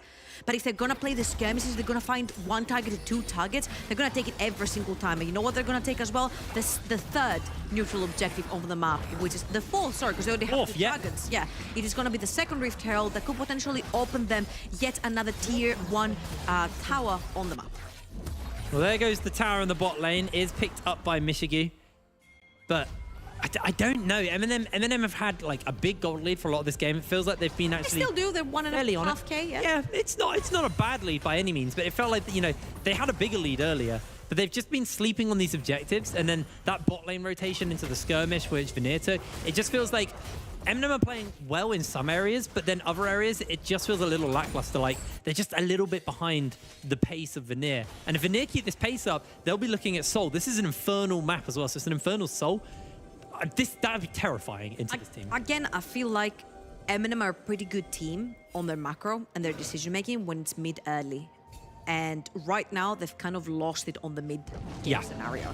I think this is due to the fact that they don't necessarily put down vision on the objectives they want to play towards. Whether it's the Herald or it's the Dragon, they sort of neglect to put down the vision, which means they can't blindly walk into an Ornn. You can't blindly walk into Syndra's face, because this is going to be extremely deadly for you, because your Jarvan is not that tanky yet. But right now, they've understood what the strength of the comp does, is bunching up as a 5-man ball of death and inviting your opponents to come to you if they want to go for that dragon. Oh, Luda's going to pop the Herald, and that's actually going to have to force someone out to deal with it. Unless they just want to give up the charge onto the tower. But Beast setting the barrels up just out of vision.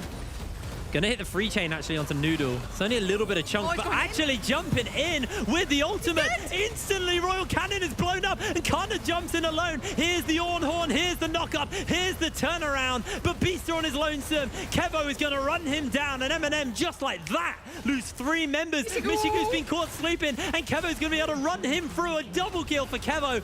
MNM just look scattered. They look lost in that fight. And that was the crucial word. Scattered. They don't want to play the straight up 5v5. At the start of the game, we said it's all going to be about mid-jungle synergy for MNM, Kana and Royal Cannon. Well, guess what? I don't see the synergy at all in all these team fights. You've got the perfect teamfight scenario. They're not using their tools properly to engage as a 5-man. I get it that Kanin sees the opening right there on Noodle, but he gets jumped on instantly. There's no stopwatch to keep him alive. And once everyone focuses away from Kevo, we mentioned Zeri. She just wants to be alone to run around the map, especially when there's no frontliner, because they've all dived in and they've all died. Kevo just gets to free reign the entire map. There's so much crowd control. You can't jump in alone because you just get chained, CC'd, can't move dead. That's literally what it's like jumping in alone to this Veneer comp. It's hard for Eminem here. It's become really difficult because that Zeri has snowballed out of control. Yeah. 5, 1, and 3. 2 items into the bag. Yeah. This is going to be shredding through tanks at this point who have not yet had the chance to build items. I'm looking at you, Javan the 4th. I'm looking at you, Leona, because these are the only 2 tanks that are going to be in the front line. Leona as a support doesn't have the same cash income, which means she's going to be even squishier than the Javan. The Javan doesn't have the Sterax up yet, which means she's going to be even squishier and even more susceptible to dying. Again, Eminem need to get their stuff together. They need to make sure they're diving in all at the same time, or at least bunching up as a ball to protect the Jinx. Because twice now, Mishigu has been left completely alone, and Kevo loves isolated targets on this. Absolutely. And I think that's the weakness, is you can jump in with That's the the Eminem tank, by team. the way. Doesn't mean you have to. Yeah, Kana's, I mean, you say tank, I say 1 item. That's a 1-item Jarvan, let's be real. That is your tank in your team. I'll put it in Quote quotation. unquote tank. Yeah. It's going to be a hard one here for them now. Royal Cannon needs to be a little less itchy on that trigger finger. Yes, he landed the ultimate. That doesn't mean you have to take it. Sometimes it's just best just to be okay, but the Spectrum Maul's going to connect and Royal Cannon's going to lose his entire health bar, flashing away, taken down. They're going to jump in and Noodle has the invincibility. It's already 2 kills for the side of Veneer, and Dr. Chaos is being chased underneath the tower. The slow's going to connect, but they are able to get away. That was so well played by Noodle. Honestly, the second the passive is used for the side of Royal Cannon, you don't have any crowd control, you don't have nothing to protect you. Kana cannot dive in to save you because you're in a numbers disadvantage. Dr. Chaos can't do that either. They end up losing both the mid and the jungle from the side of Eminem. And Veneer, we mentioned how they have to outplay Eminem in the details. They've done this so far. They've split them apart, and you can call it overextending from the side of Eminem. You can call it not coordinating properly with the team fight composition that they have to play as a 5-man. Sure, but Veneer have been so good at capitalizing on every single mistake thrown at them and snowballing ahead. And it's off the back of Noodle. Noodle has been playing incredibly well. Yes, Kevo has a flashy KDA and has been picking up a lot of fights, but Noodle has been so active on the map to enable the team to get to this level. 100% kill participation, and actually Noodle is one of the highest kill participation percentage contenders in NLC overall. Yeah, and you can see, He's the Viking of Veneer. Yeah, I mean, a bit of a funny one when Viking had a pretty good game, but I wouldn't say like a carry game last game. But yeah, I get the point at the least. But yeah, no, I think this is kind of a display of what Kevo does. Noodle does when he's, active on the map, when he is this high kill participation jungler. All of his lanes are enabled. Yeah, Nilly's not enabled, but he just has to press R. That's his job. And he's accepted that because he picked Ornn into GP. But Kevo, he has been heavily enabled here. Zahira, we were worried about playing Syndra into a Vex Jarvan lane.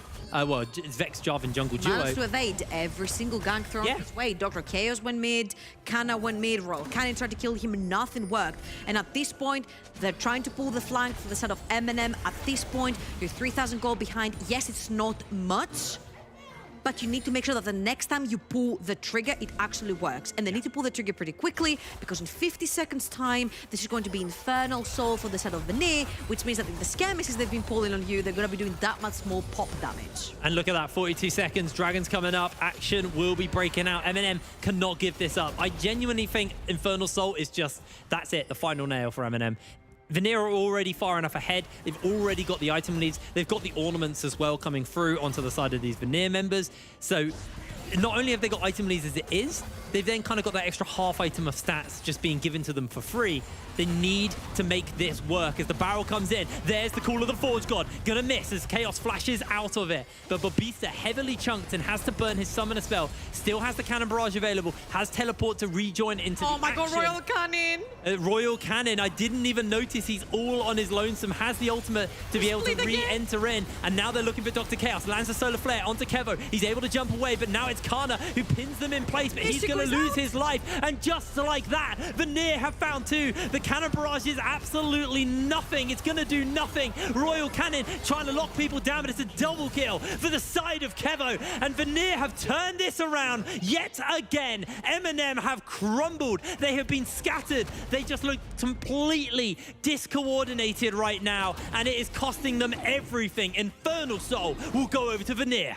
We mentioned every single time, but M&M have to attack as a one-man unit. You either attack as a one-man unit or you defend as a one-man unit. They tried to attack from 3 different directions, and Veneer, yet again, they love to skirmish. They have skirmishing champions. Viego will one-on-one you. Kevo on that Zeri will want to 1v1 you as well. And here you see, you might be wondering why Royal Cannon walks so far out. That's because they don't have vision. They don't know if they're still chasing Royal Cannon towards the top side of the map or they're gonna turn around. M&M are trying to pull the trigger. Royal Cannon is too far out. By the time he's in, Kana has died. Mishigu is out of the picture. Yep. There's just no coordination right there. And again, it all goes down to vision and that last desperation play, because as you mentioned, a Syndra with Infernal Soul, a Zeri with Infernal Soul, where they can proc it as well from so far away. It's going to be so much damage going over towards the M&M members, and most of them are extremely squishy. Yeah, it's a rough one here for the side of M&M. I really loved this comp, and they had an amazing early game. But like you said, mid-game, it just felt like they fell apart. I think, you know, Kana didn't do a particularly amazing job of keeping up with Noodle on the map, and Noodle has just been able to enable this team. And now it's at the point where it's just in Kevo's hands. If Kevo doesn't miss position, which he hasn't done so far, I genuinely don't see a window for M&M to come back. And every time Kevo seems like he's on his own, there's always 1 or 2 people just sitting out of vision, ready to come and turn whatever happens to him. Let's say it as it is. If we take from lane to lane and what these champions provide for their team, Yeah. you will see that at this point, Royal Cannon has fallen off. He's gone more for the anti-shield slash I'm gonna pin you down build, not the pop build, because he can't do that anymore. He's fallen behind, and What is Kana doing? Well, I think this might just be Babista losing his life potentially, although they do use a lot to keep him alive. Barrel's not going to come out from Babista. so going back to my point, this is a Syndra that will one-shot anyone, whilst Royal Cannon is playing crowd control central here, trying to keep a Jinx alive that is not even fed at this point. It's 2.5 items Jinx. This is not there yet, trying to put down the damage. You don't have a steroid support to boost you up like the Lulu. All you have is a bit of CC. Kana! Get out of the bush, bro! What are you doing? Oh, I see what he's doing. Okay. He's camping for the Hail Mary play. 25 seconds for the Baron. I'm starting to like the play from Kana right here, because if he manages to sneak away the Baron, this could potentially give a second life to M&M. Okay. I see it. You know what, Hiprin? I see it. I agree. He's been there for 5 minutes. They don't have any vision of the Baron, so it's a complete guessing game whether or not he goes in. Or even if they start it, yes, Mishigu can maybe give They vision do with the now. ultimate. They're showing Kevo in the mid lane. They do now. Okay, so now they're moving over. So, M&M are going to be aware of Mishigu this. and Royal Cannon have to move a little bit forward. They have to drop their far side alteration, I think it's called, into the pit. They're going to see him. He's wasted all that time. Flag and drag flash. Flag and drag flash. Flag and drag flash. There's a blast cone. I believe. Flag and drag flash. They need to check it out. The Cannon Barrage is actually going to provide vision. Noodle's going to take a lot of damage from the Baron here at the back of the pit. He's going so low. Kana's coming in. He's got the flag. He's got the drag. He's got the blast cone. He's going to flash in. He's going to... Oh, he's not going to steal it. It's Zahira who secures the Baron. And just like that, they find their kill. They find their Baron. M&M So much time wasted in a bush, and they get nothing. You know what? I'll commend him for the play. I have to. They went. We talked about this. He went for the Hail Mary. That was the only way they could potentially stall the game from ending, and it just didn't go their way. That was the last chance they had. Nile stopping all the backs as well. Only Michigu is back in base defense. It's not going to be enough because you're versus 4 members. They're teleporting in. They've got to make this work. Michigu's trying to dodge away. Tower number 1 is going to go down. Bobista is half HP. Solar Flare onto a couple of members, but they don't have any follow-up to work with. Kana's back alive. They've still got this tower. They have ultimates available, but the Cannon Barrage isn't available. The Cataclysm isn't available. Kevo gets chunked, and in they jump. Kevo with a flash. Pops the ultimate to keep himself alive, and that's going to be a kill. On to Noodle for now. But look at the damage coming in from Kevo. He is ripping through everybody. Underneath the tower he goes. Chaos is trying to lock him in place, but the shielding, the healing is just way too much. Veneer coming up absolutely massive, and they will be able to take this game. Only Cannon, only Bobista left. The health bars are low, but they're not low enough. There is no miracle here for the side of M&M. 29 minutes on the clock, and Veneer squash M&M. Veneer once again solidifying themselves on the top 4, top 5 of the standings, showing why, even though most of the times they're not favored by draft, I'm gonna give them that, they managed to pull off the clutch factor, because that's what it was here. You can say M&M underperformed, they overextended, but it takes a really fast and clever team to capitalize, punish mistakes, and also push their advantage forward. And I'm gonna give this one to Veneer. Also, I'm glad you're gonna give it to Veneer. At the end, we saw a glimpse of what the composition of M&M could do. Yes, there was a glimmer, but it was too little. It's a shame it was we too didn't late. see it the entire game here, Frayne. Unlucky. M&M, they had a really, really good start, but it did crumble, and just an amazing read there from Veneer to be able to make that game just go so favorably for them. We're going to throw to a quick break, and when we're back, we'll have Arkaram standing by for some interviews, so we'll see you in a second.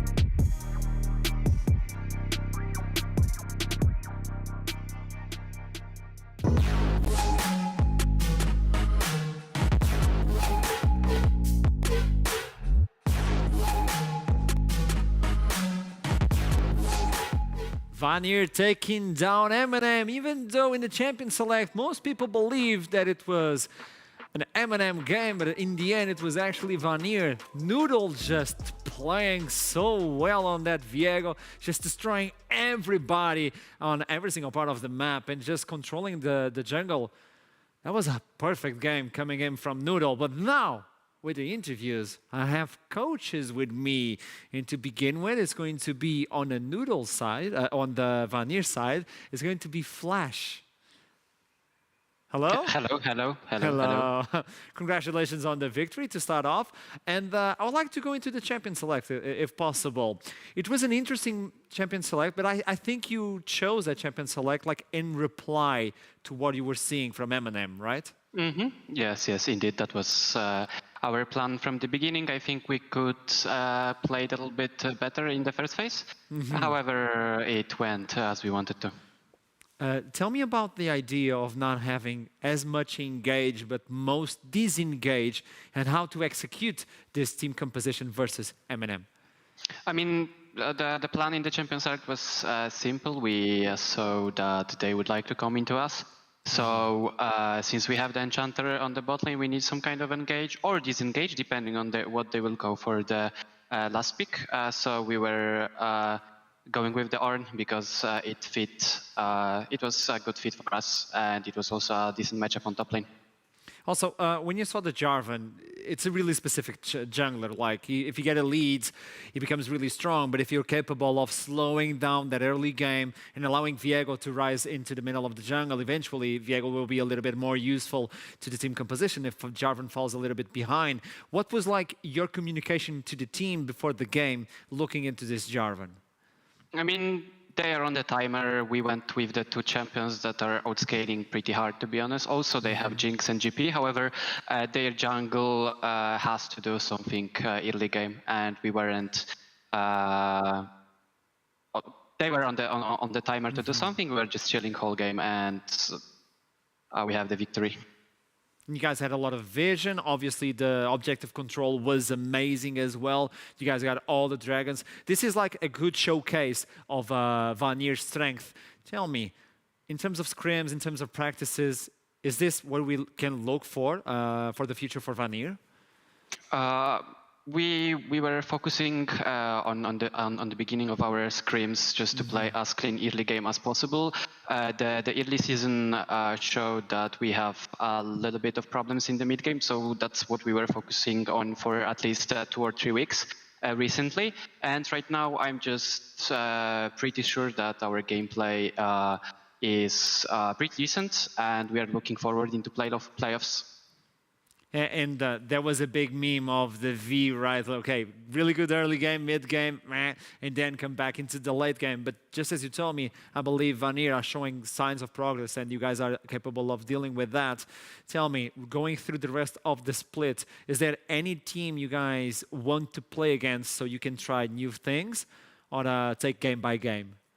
I mean, we are trying to implement new things, obviously, just to prepare for the playoffs. However, we will see how it will go. What we are looking forward to play against, obviously, are Bifrost, X7, and Axel. Also, we would like to beat Riddle because we didn't the last time. We threw a bit, so it's time for a little bit of revenge. I want to pick up on that point of the playoffs because I seem to get the point that you guys are already looking into the playoffs, like you guys are already locked in. Obviously, when you look into the middle of the standings, there's a lot of people fighting off the 4th place until the 6th place. There's a big pack in the middle. How do you feel about that? Is the team afraid of, because if you lose 1 week, like 2 days, you may fall off, but if you win, you may get to the playoffs. It's really tense right now. How do you guys feel about this middle of the pack in the standings? I mean, we are pretty confident at on our gameplay. We know what we have to do. We are not really scared of any of the teams. If mistakes are happening, then it's something to learn from. That's obvious. However, we are not scared of anyone, and we'll try to play as good as possible. I like that. Thank you so much for the interview, Flash, and good luck on the next weekend throughout the split, man. Thank you very much. Have a nice evening. There you go. Vanir are not afraid of anyone so far. They believe the mid game is a little bit soft, so the meme of the V is dying now. And let's see how they fare out throughout the rest of the split. Now, on the other side, M&M showed signs of strength in the beginning of the game. They had a really good composition to get the hard engage on, to get the Jinx ahead as well, and then eventually getting to that late game and just destroying the team of Vanir. But there's something that was missing, which means I'm going to talk with the coach. Ikin, hello. Hello, how are you? Hello, I'm doing fine, man. Pleasure to have you with me again. And I love the champion select that you brought in. A lot of engage, a lot of ideas to get the Jinx ahead. Also with the Royal Cannon on the Vex to try and get to the backside. What do you think happened in the beginning of the game? Because you guys were pulling ahead, but out of nowhere, Vanir got the lead on the game.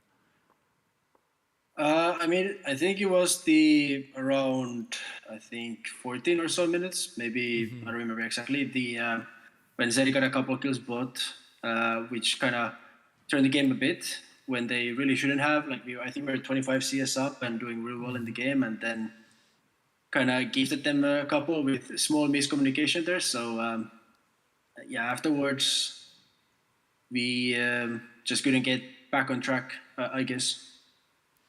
And when we look into Kana with the Ekrim, you can see him on the map. He's always active, trying to get any single sort of burning summoner spells and then going back for the kills, control on the jungle as well. But the Jarvan gameplay is really different from what we usually see from Kana. Do you think that he was not used to this champion? Do you think like it was Noodle stopping him? What do you think happened on the jungle? I think we played Jarvan a bunch in scrims, and it's gone usually pretty well. And I think Kana can definitely play very well. And it's not as different to Hecarim. We can be a bit more primary engaged, but I think it's a good pick for us. We play pretty well, and today we just I think Zeri got a bit too fed off of a couple of fights, and then the Jarvan loses value when you actually don't have the burst to actually burst down anyone with the J4 Vex combo. And that is something that I'm going to ask. What do you feel about the Zeri? Because we're still trying to get customized to what that champion brings into the table. Obviously, the Jinx is still going to be the Jinx, Aphelios as well. But Zeri is coming up with a few good results. I think people are now trying to get to use that champion. How do you feel about that champion specifically?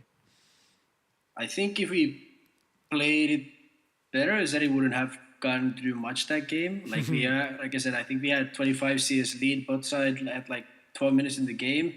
Doing really well. Jinx is pretty good against Zeri because you outrange very easily. But once she gets half an item ahead or something like that, then with an eagle on her side, on Zeri's side, it gets very difficult then to catch her and actually burst her down. So it's a good champion, but I don't think is as broken as some other people maybe think. Yeah, it's not meta decisive. It's cool, it's funny to see as well, but it's not that meta decisive. You know what I say? If you actually go down the stairs, you can go 2 up, and I think M&M is going to do that. Your team is looking wonderful so far, and thank you so much for this interview, man. Thank you. It was a pleasure. And there you go. This is the wrap up for this game. M&M getting close, but Vanir taking the win, which means now it is time for the game of the week, JDXL versus X7. Who's going to be at the top of the standings? The throne is waiting for one king to rule them all. But we have to see after this quick break. I'll see you soon. Don't go anywhere. Game on.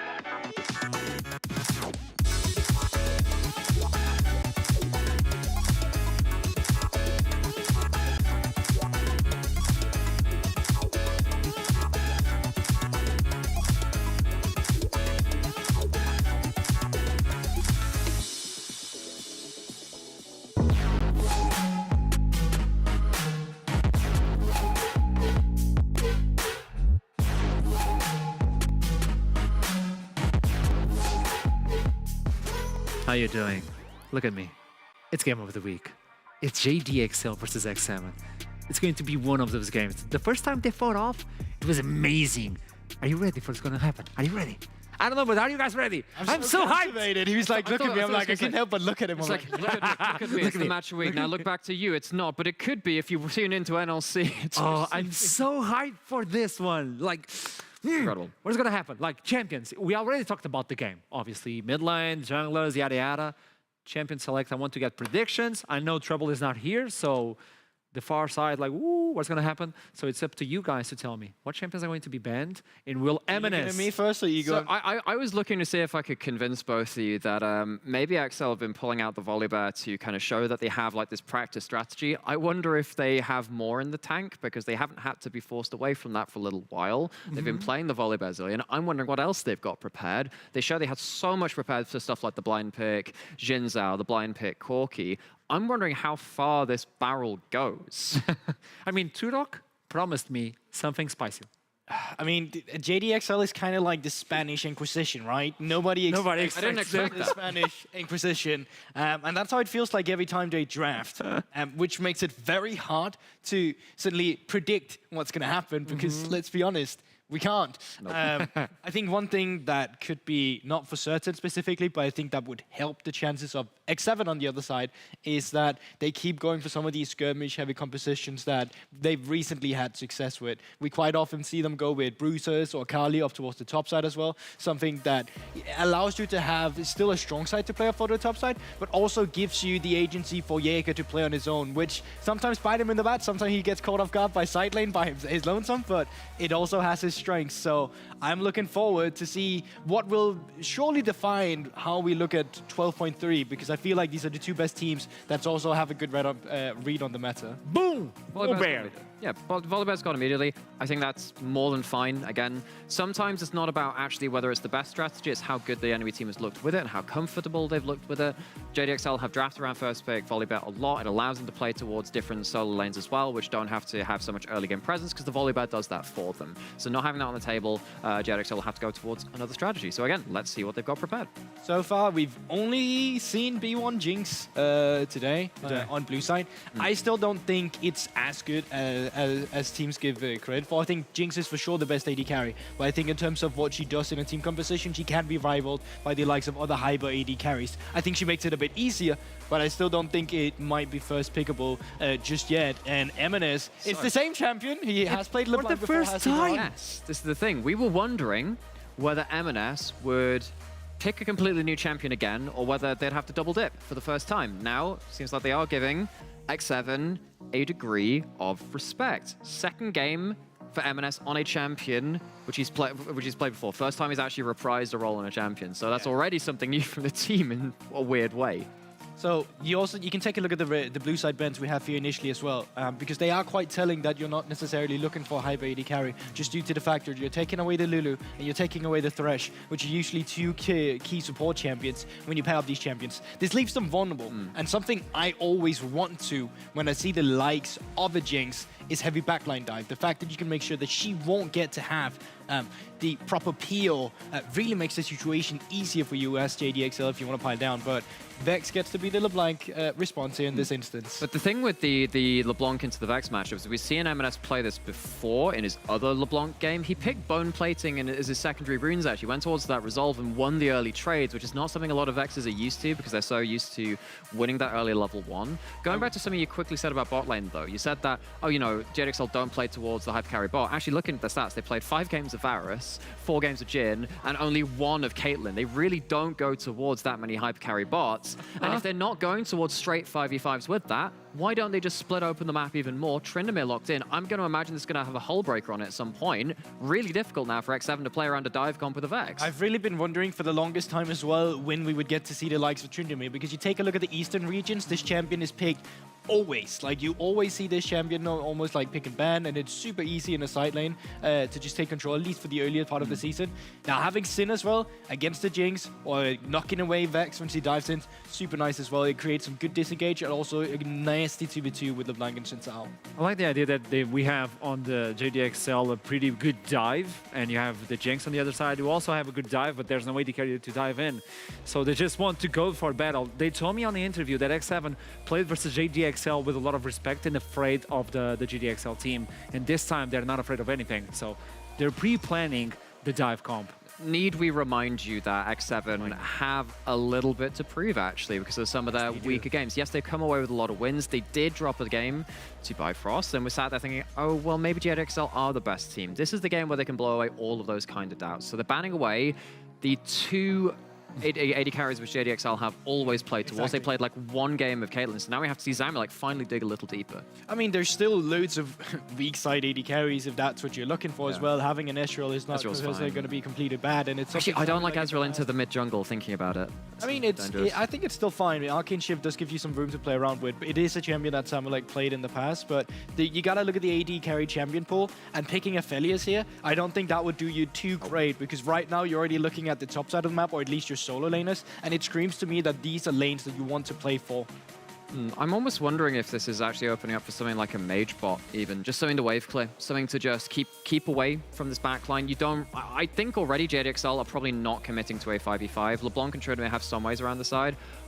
I don't know what I make of Ornn into Tryndamere. I feel like that is going to be... Look, you're going to lose side lanes.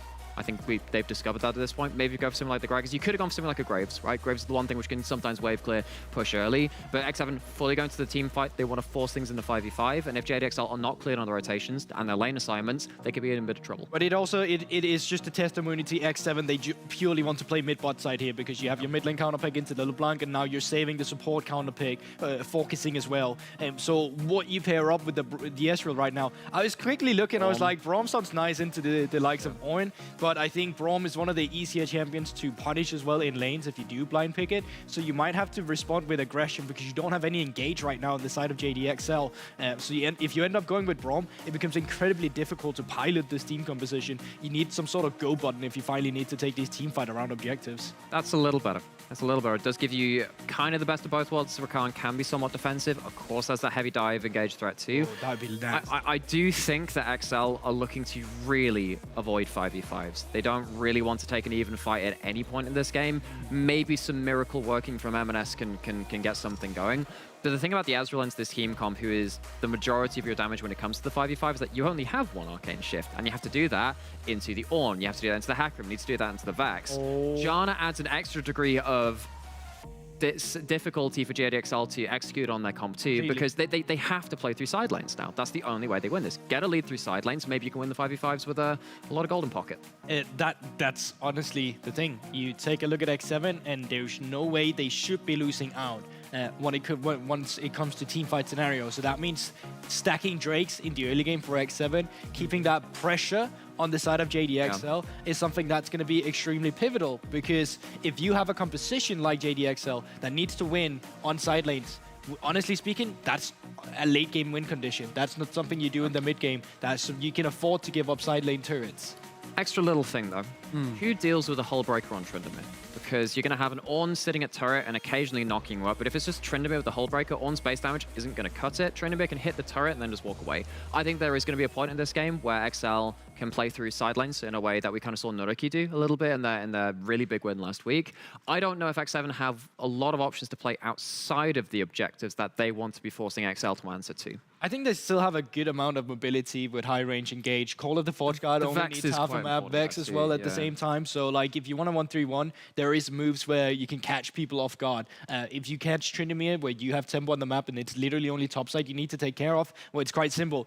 You push in mid lane, you move top, and then all of a sudden, you don't even have to kill him. You just need to stop the split pushing, wait for objectives to arise, and then that's where you start playing for them once again. I will say that I think there's ways for M&S to cheat as well on the LeBlanc, because if you get ahead, and if you get into fog Janna doesn't exist. Exactly, Janna doesn't exist, or Jinx doesn't exist if you find the proper execution. I think Showmaker definitely is one of the best. Chovy as well. Yeah, I think, but Showmaker specifically to me is when I look at him as a LeBlanc outside of lane, is the best is finding pickups through Fog of War, the best of playing how that champion should be played, because it's not just jumping in a team fight, it's trying to prepare the objectives before they happen with Vision and finding yourself in the most annoying spot in terms of how enemies wants to pilot a team fight composition. I always thought Aria was really good at that, you know? Yeah.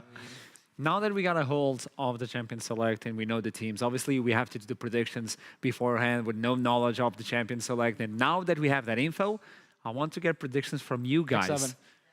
X7? Yeah. That was a solid, fast answer.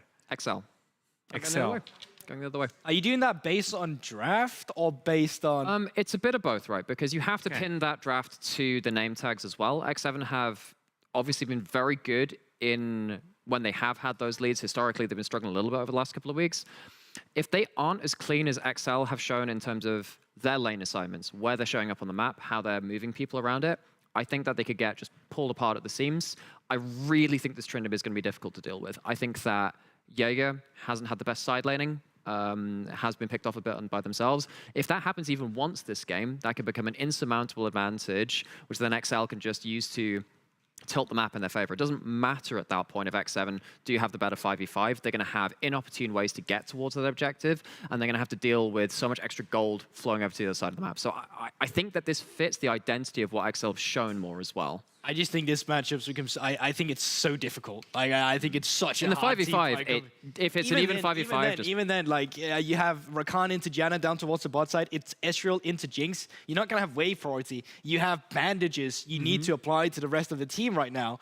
Last time, Eminence did win the LeBlanc into Vex matchup. I don't remember who he played against, but I remember the Vex played the matchup a little bit incorrectly and never saved the fear from when the LeBlanc walked in, because I was losing my mind over it. So I think there's ways for X7 to attack in the early game on other fronts of the map where I feel like it's very singular on the side of JDXL. It's a very slim win condition. Although I will say, if they manage to pull off this, yes, it's hard mode. If they manage to pull off this composition, hands down, best team in our league. We got a mixed prediction on the table. It's game of the week, JDXL versus X7. There's no time to lose because this is going to be the game of the week. How are you doing? Was of Eminence's violence on the LeBlanc versus Vex. Who was it? Slow Q. Oh. From Riddle. Yeah, I mean, as a LeBlanc player, this is a rough matchup. That's disgusting. It is. I know. I know I'm the worst. You know what? I'm the Vex player here, though. Hey. So you're actually worse than me somehow. All right, well, we're taking to the Rift for our biggest game of the week. It's JDXL versus X7. This is the one to play for. Both of these teams right now are 9-1 in the standings. It is so important for them to find this win. And XL, their only loss was to X7. Yep, absolutely. And on the other hand, X7 have only lost to Bifrost. Yes. You can see how this is sort of a circle. It's a tight top lane at the moment. Yep. Sorry, top side of the Rift. I'm in League of Legends mode. But let's talk a little bit about XL's comp in general, because it looks a little bit more less team fighty than we've seen from our winning teams today. This is more split push. I think the big thing that will give you that is the Tryndamere in the top lane. Might give it away a little bit. Just a little bit. Also, the fact that he doesn't have teleport to join his team might also give it away a little bit. Just a tad. He doesn't want to be a team player. So here's the thing.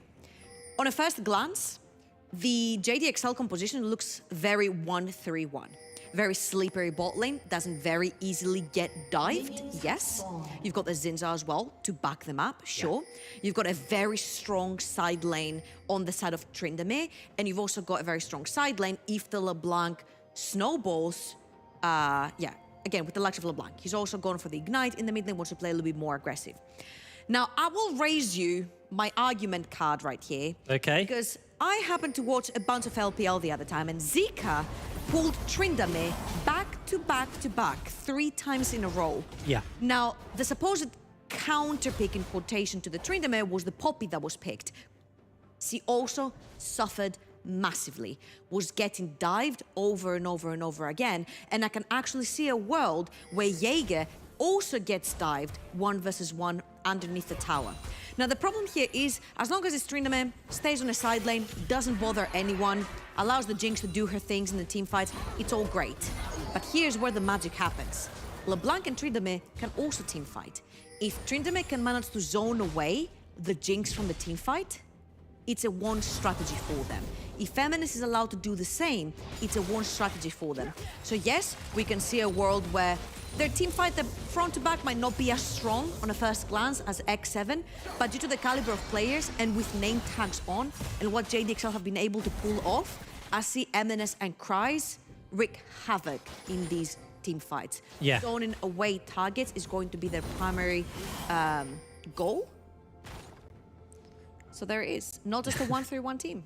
Not just a 1-3-1 team. I think they do still lean fairly heavily towards it, but it is, you know, they have options around it. You know, LeBlanc can blow up a squishy target like Netta. I mean, we look at the first game of the day when we had the Akali just popping the Jinx before she could even play.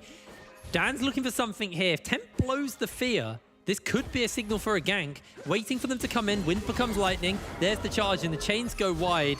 So the gank is just going to be that's dangerous. Wasted. Temp's wave is at a really disadvantageous position. Dan can actually loop around and come again for the counter gank after the Scuttle Crab has been taken. Yeah. And Temp is in a really sticky situation. He has to hard shove that wave, because if he gets stuck right there, that means he's in a very vulnerable position where without his flash, he could end up dying, meaning that all that push that you have, all that pressure that you have onto LeBlanc is being alleviated.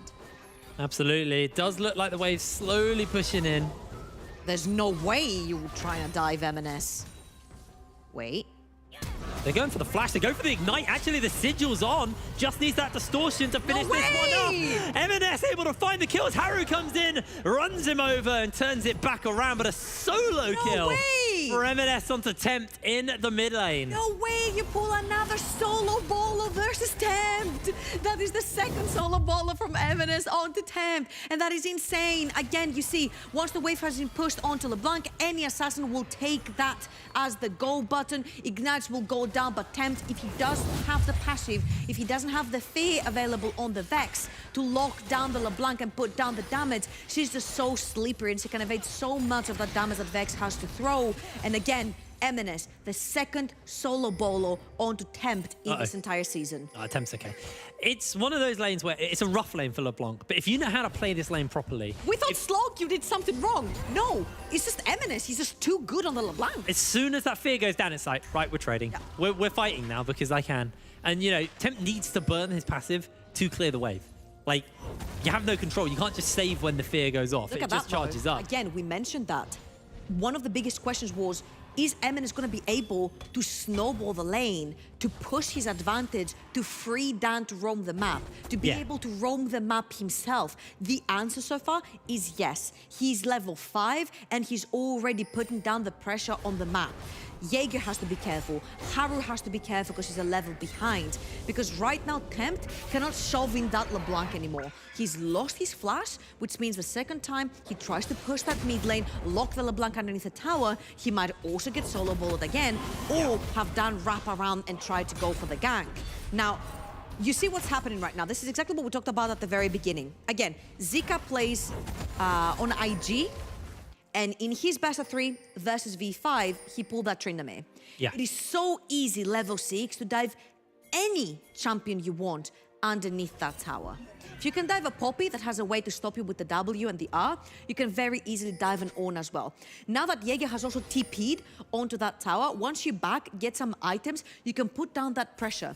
You can start solo killing the Ornn, putting him further and further behind, which pushes you more and more ahead.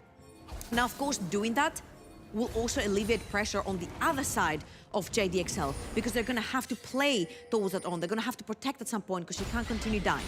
Now, until we're at that point, it's a little while away because you already see Cries. It's about 20 CS ahead, 6 minutes only into the game. Yeah. He hasn't yet back to take the item, but what is very crucial is that he's only got 1 cloth armor in his inventory, Jaeger. He doesn't have the Bramble Vest yet, which means the full healing is gonna go through on the Tryndamere once the dive comes through. Yeah, so it's going to be pretty rough. Cries has that level 6, has the bar charged up as well, so as much crit as possible, and just can heal back up, recharge that the bar back up. Is Rage or is it Fury? I can't actually remember what his resource is called. It's Rage. I think it is Rage. It makes sense for the character. But Cries also got that Ghost as well. Really effective versus, well, anyone when you're tower diving and all that bonus movement speed, especially since the changes they made to Ghost. It was a while back they made it, but in case you haven't seen it or on Ghosts, where have you been? it resets on kills. As Dan's found Jaeger, and Jaeger is just about able to avoid the free Talon strike, but they're chasing in with the Call of the Forge God, and it's a 2 versus 2. Dan's already dead. Kreis has to pop the ultimate as he's trying to turn it back around onto Haru, but he's going to have to flash. He's going to charge over the wall. Can he get the E? Yes, he can. Kreis is the ghost on, but Haru is going to continue to chase him down. Tower shot after tower shot is coming in, and Haru will find his 3rd kill of the game. X7 are accelerated in the jungle. Crucial overextension right there from Dan. He's level 5 and Haru is level 6. You do not want to take these skirmishes when you don't have the Xin Zhao ultimate. Crucial mistake right there from the side of JDXL. They lose the pressure from the Tryndamere. You can see that the CS is almost equalized between the Ornn and the Tryndamere. You lose a bunch of that pressure on the dive in the top lane because you blew Flash and you blew Ghost, which is both the summons that you do need to perform a tower dive on your own, especially versus an Ornn. And very crucially, that Hecarim, 3 kills onto Haru, getting that chem tank really early into the game is going to get him massively tanky. Yeah, he is going to be a real problem. This is always one of those scary things when you're playing into the likes of a Hecarim. They start to pick up those kills. They start to really snowball into an uncomfortable position. Now, XL are first to move over towards this top side of the map and pick up this Herald. There is a Cloud Drake on the other side, so we'll probably see X7 look to maybe answer out down there. Haru's on that side of the map. They've obviously got the lane shoved because it's a Jinx lane, so it looks like they'll probably just answer out with a Dragon on the other side after Haru secures this Crab. Question for me is what is Dan going to do with this Rift Herald? Where is he going to go with it? Is he going to look to go mid and unlock M&S even more and let them roam the map and maybe set up? Or is it really just enable Kreis on the split push? Honestly, I would honestly want to undo the mistake that I made in the top lane. Yeah. I was done right there. Because right now, not only Kreis is not able to tower dive Jaeger is a whole level ahead of Kreis, which sort of defeats the scenario of Tryndamere being so strong onto the side lane. Furthermore, the Steel Cups have been purchased, which means a lot of that auto-attack damage is going to get diminished. You really need to give that Herald towards the top side of the map. You need to give a bit more gold back to Kreis to try and get that Tryndamere going, because if you don't and the Tryndamere never picks up, it's going to be extremely problematic. Haru, though, 2 levels ahead of Dan. That Xin Zhao is going to be massively behind. And even though we're talking about, it's Xin Zhao, he's going to pop ultimate and everything, if we're thinking 1-3-1 scenario, and in that 3-man pack, your tank is massively behind, the 1-3-1 is going to be problematic because the 3 members you've got there are not going to be tanky enough to withstand a 5-man dive. Yeah, it's really, really rough, actually, right now, just off the back of how fed Haru has become. Jaeger can obviously build those items in lane as well, so it feels pretty comfortable to be able to do that. And Kreis is now starting to really feel the hurt from the Brittle from Jaeger. And the question is what can Kreis do? He has still got himself a pretty significant lead in CS over Jaeger, but obviously there was a slight experience deficit over there. Dan's still got that Rift Herald and is round the top side of the map. Curious to see what the game plan is going to be there. If it's Herald time there, or if he's just going to clear this camp and then move towards the bottom side. So I think the fact that you see Haru and Tempt moving towards the bot side of the map needs to give you the answer that Dan needs to sprint it up top lane right now. Try to potentially maybe even get a pick on the Ornn, try to get a dive on the Ornn now that you have a flash, now that you have the ultimate, put down the Rift Herald, alleviate some pressure off of the Tryndamere, because you kind of screwed him over and you left him into his own devices. He needs to pick up, but they're looking to put, to get a pick onto Tempt. Tempt still has his flash available. He's gonna put down the passive right now, which means go button for Excel. Oh, the chains go wide and that's it. Tempt gets an electrocute on him, but that is all she wrote. And now Dan kind of wasting some time with this Rift Herald, not really being able to make it work too much. And Dan just, you know, it's awkward because he's obviously behind just because of how strong Haru's become. But it feels like they're struggling to actually enable him to be able to... If you were in solo queue, somebody would have said, whose fault is that? Yeah, well, that's the classic answer. I don't actually feel this is Dan's fault at all. I don't really want to blame anyone here. I just think Harry's played very well and had a good read on the rotations by XL. But, you know, you've got a LeBlanc, you've got a Xin Zhao. You want those two pairing up. And the Ghost is down. Zambilek's out of mana. They're going to jump underneath the tower. The Charm's going to come in. They're looking for the taunt. They're looking for the CC. A great knock-up. And Harry's taking a lot of tower damage over time. He will slowly go down. No, he won't. The healing is just way too big. A double kill for the pony. 5-0, baby. He's going to be unstoppable, a level above, and even though you're gonna give some money back to MNS, it's not gonna mean at all anything, because the Ezreal's not gonna output enough damage to kill the Hecarim. LeBlanc is a burst assassin, so he's not a mage that continuously puts down damage to hurt the Hecarim. So who in the world do you have to stop the pony? Your only option here is to have him even with the Zinza. Zinza has fallen massively behind, and right here that dive was so perfectly executed because they see that Zamulek is very low on mana.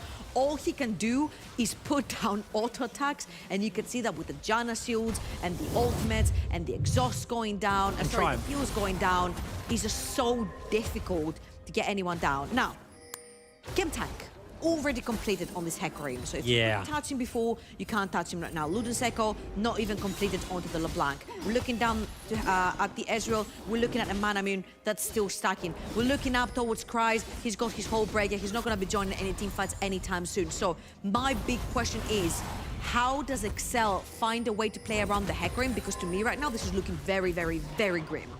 Kryze is trying to get some tower damage, but it's just going to eat a lot of damage on the tail end of that. Does still have the spin, trying to find that tower play before it comes down, as Jaeger's going to find the knock-up. There is an ultimate available to Kryze, and he's just going to use it to escape. Ghost popped as well, a lot used there by Kryze, as he was just greeding for the plate and ended up having to run away to safety. You have to, at this point, you have to use the ultimate in that manner. You need to try and take that top lane tower so you can turn around and go towards the bot side of the map. You need one lane that's constantly pressuring from the side of JDXL. But due to the Tryndamere falling behind from that gank, it's... lovely! Tempt has to flash.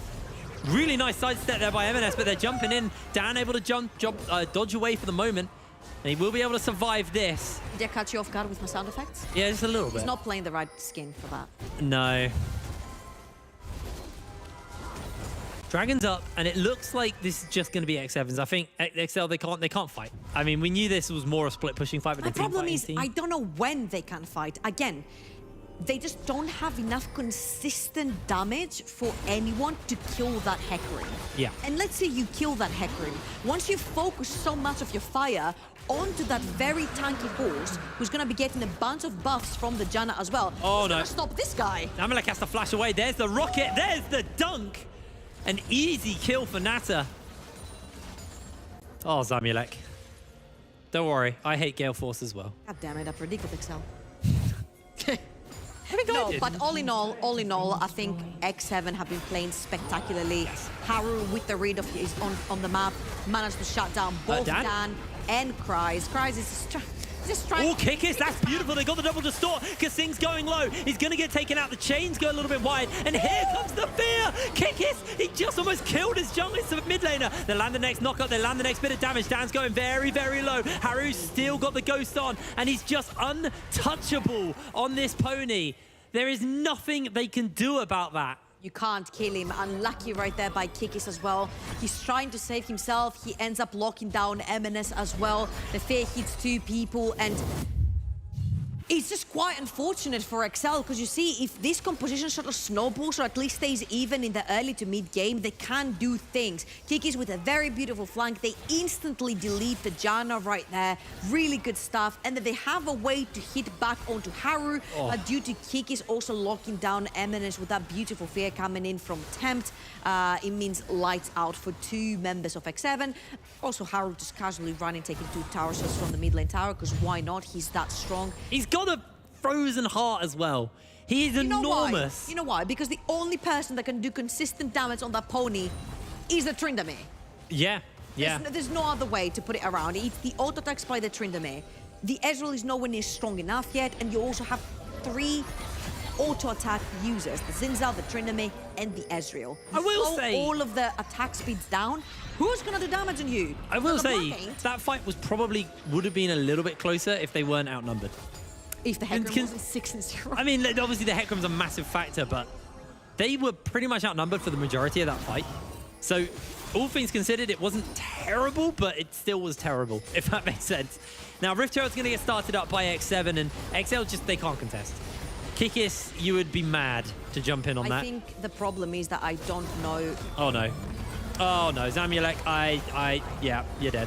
And Kikis. I was about to say, I don't know when JDXL can actually fight, because I don't think they can fight from any point onwards here. I don't think they Jinx can. scales so much harder than Ezreal in later on game fights.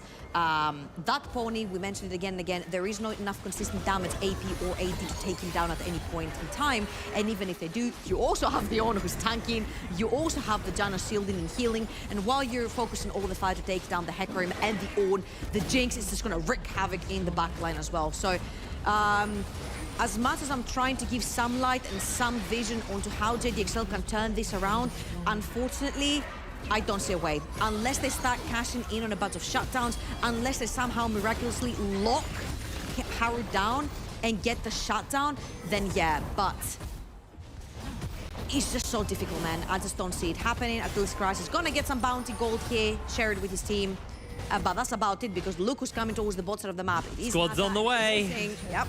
Guys, I don't think you're going to be able to do too much here. Pops the ultimate, pops the ghost, is trying to kill Jaeger, but the shielding is coming in. He's CC'd for days. Unkillable, but the shields are big. The knock-up's even bigger, but they're still able to find the kill. And here comes Zamulek with a true shot barrage. Clips for the kill. Now Dan will fall down. Kasing is very, very low, but Zamulek doesn't want to jump into Nata. Nata is way, way too strong for him to handle. They did also get another tower shutdown in the top side of the map. So at least there was something, but they're looking for Nata. They've got the quickness. They've got the lockdown necessary to deal with him, but they're finding the CC. And Haru's coming in. They need to finish this Jinx in time. They're able to do so, but Zamulek's being chased. He's bopped back. He's trying to kill Kasing in return, but he can't get close enough. The minions are blocking the Q. There is nothing he can do. Haru 7-0-1 right now on the Hecarim. At this point, I think Haru can 1v3. That's how strong he is. 2 items. I'm pretty sure he's close to a 3rd one. And even though I would say this was a pretty favorable trade for XL, because they bank in on that global gold from the bounty on the tower with Cries, and then they also managed to pick up the shutdown later on onto Jaeger. You see how quick X7 is on the rotations right here. And Cries is putting auto attack onto Jaeger, and Jaeger is just not feeling any of that pain. And by the time you try to get onto the Janna, he's got too many shields and peeling do not care about you at all. And yes, Zamulek cashes in on killing Jaeger, and yes, Zamulek and Gigis are gonna get yet another pick onto Nata, but I don't think it really matters. Yes, Zamulek gets 2 shutdowns here, but again, is that Ezreal damage going to be enough to carry you on in later on fights to come? Because that's the only way you can play the game right now with JDXL. When you scatter around the map, you've got LeBlanc on one side, cashing in on bounties, and then you've got Cries on the other side, cashing in on other bounties, and you're trying to pick up all of that gold. But then again, 3 dragons. And it's an Ocean Soul. You were talking about how hard Harry's going to be to kill. Ocean Soul's going to make it infinitely harder. Singularity versus Astralis. Astralis, you're playing really well today, mates. Oh, this is a rough one now for XL. I don't think we should count all their chickens before they hatch. It's a 3,000 gold lead, yes. Haru is very, very fair. I've counted every single chicken. M&S, though, you can see there's some positivity. If we have a look at the build, it's optimism. So the Medjai's onto M&S. That is the optimism build. That is the copium build, as they are looking for this fight. Kikis gonna dodge away on the knockup. The fear lands onto Zamulek, and all of the follow-up will come through. He flashes away from the knockup, but Haru's gonna jump into him. They find the knockup onto him, and they keep Zamulek alive. Haru now being knocked up himself. Cries is trying to jump away as Jaeger jumps over the wall. Dan on his lonesome, running towards Jaeger as in comes M&S. He just pings back out of the fight. Jaeger gonna get knocked up. He has to flash away from this one. Another fear, another knockup coming down as XL on the run, and here is the mop-up. Here comes the damage. They're trying to find a bit of additional follow-up, but they're unable to do so. Dan is on his lonesome versus Haru. He's got a lot of damage to work with, but Haru is just way too big. A zap from Nata will secure the kill, and once again, X7 walk away with this team fight and absolutely crush JDXL, but it's not done yet. Cries has to jump to safety. Teleporting coming in. Baron will go down. XL are crumbled. That was the most scattered fight from X7. That was the only chance probably JDXL are gonna ever get on seeing X7 so scattered. But again, it does not matter. The people who need to be fed are already too far gone, too far accelerated into the game. Level 13 for the jungler. Ezreal is level 11. Dan is level 11 on the Zinzal. He's legitimately running them over right now. Level 9 for Kikis. He's 4 levels behind onto that Rakan, which means the second that Haru touches, you actually go bye-bye. You're watching, what is it, 50s television, like black and white all the way. Oh, and it's like, it's just a hole breaker on Cries. He's got components, but it's not enough. He's not strong. He can't comfortably sit in the side lanes right now without going down, but he's going to have to. It's his only option. They dodge away on that Shadow Surge from Tempt, but this is the Baron Wave pushing in, and XL have a big problem. They have no wave clear. They have no wave clear, they've got no team fighting capabilities right now, and X7 are just tempting fate right now. They're like, sure, you can come at us, we have the team fighting composition, we have the engage tools, we have the disengage tools, whatever we choose to go, whatever we choose to do, we do it. Cries has to recall, I don't know if it's gonna be early enough. I don't know if he's gonna get there in time. Nata loses half his health, that's a lot of damage from him. Tempt eats the chains, they might find the follow-up chains onto Tempt as well. Sigil's gonna pop and he's gonna lose his life. M&S doing a lot of damage. Now they're able to jump away. Nobody's gone down on the side of XL. It's a solid defense from them. They haven't lost their inhibitor towers, and Cries is in the middle of everyone. He is running amok right now, spinning to win. Can he find the win? I don't think he can because he goes down, and Haru almost blows up Kikis. In comes Nata with a double kill. M&S is going to go oh so low. It's a takedown by Haru, and only a couple of members remain. Dan's going to jump in. They find the knock-up, a bit of healing from the fountain as Nata can't die. He just won't fall. XL are trying to hold on to the base. They're trying to hold on to this game, but they're unable to do so. The Nexus has been laid bare as XL will crumble. X7 will take a 2-0 over them in the season. Woo! Major props to X7. That was a clinic. That was so well done from them. Honestly, major props to Haru. Yeah. Shut down Dan very early into the game. Not just Dan, Cries as well. I think that was a big hit on the fact that the Tryndamere did no longer have the capability of diving, did no longer have the capability of being a nuisance on a side lane. Takes so much away that 1-3-1 that we talked about, having the LeBlanc on one side, having the Tryndamere on the other side. When both of your carries do not have kill pressure on their opponents on the side lanes, that just makes it so grim to play the 1-3-1. And also when your 3 core members are just not necessarily the best team fighters, when you've got an Ezreal who's going to take down the Hecarim, I don't think Haru died at all this game. It's the crucial word, isn't it? Or the crucial phrase that we used a lot is ease of execution. That was not an easy comp to pull off for XL. The 1-3-1 comp, the split push comp is very heavy on it. I'm going to tell you one thing, though. Okay. Somebody said on the disc, I don't remember who it was, they're definitely not going to take Diana Yasuo ever again.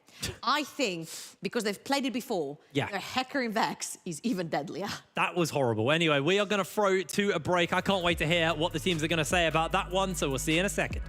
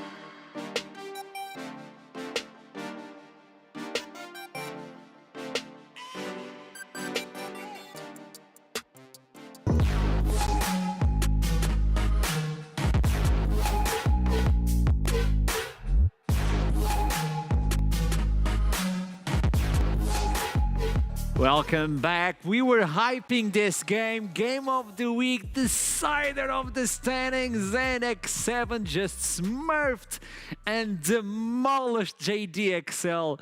I was not expecting that. I gotta be honest. I was one of the hype train for JDXL in terms of predictions. And I got taught a lesson. Obviously, we need to talk with the coaches. I'll have Turok and Nias with me in a few seconds. And oh, there you go. Nias, hello once again. Hello? Are you there? Really? Hello? Oh, there you go. There you go. Now it works. Now it works. Welcome. Thank you, thank you. How are you doing? Pretty good. It's expected victory, so it was good. Expected victory. Yeah, because when I did the interview with you, you were talking like so flamboyant, like you were going to win this easy peasy, and you got it easy peasy. Like, okay, let's take it back to the Champion Select because I'm still baffled by that. So let's jump into the Champion Select. You see the Tryndamere to the top side really early into the Champion Select. Why did you adapt the team the way you did? I mean, they have a Tryndamere, right? So they can't team fight, and they just line picked their solo lanes really early on blue side and gave us counter pick support. I don't know, it's mind blowing, I guess. I mean, yeah. And there's no real comments to be made. I don't know what to say, man. Like, Jesus Christ. Yeah, no comment. So do you believe this was a Champion Select difference? No, it was a complete jungle diff. Didn't you see the game? I don't know how we just face rolled then.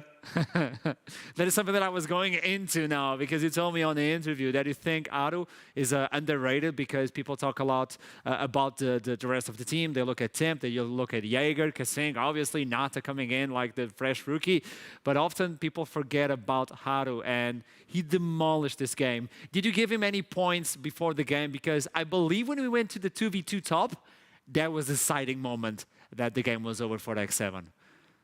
I mean, I didn't really give him pointers. I think Haru just did his thing and he kind of just made Dan look like a diamond player. So yeah, GG's to him.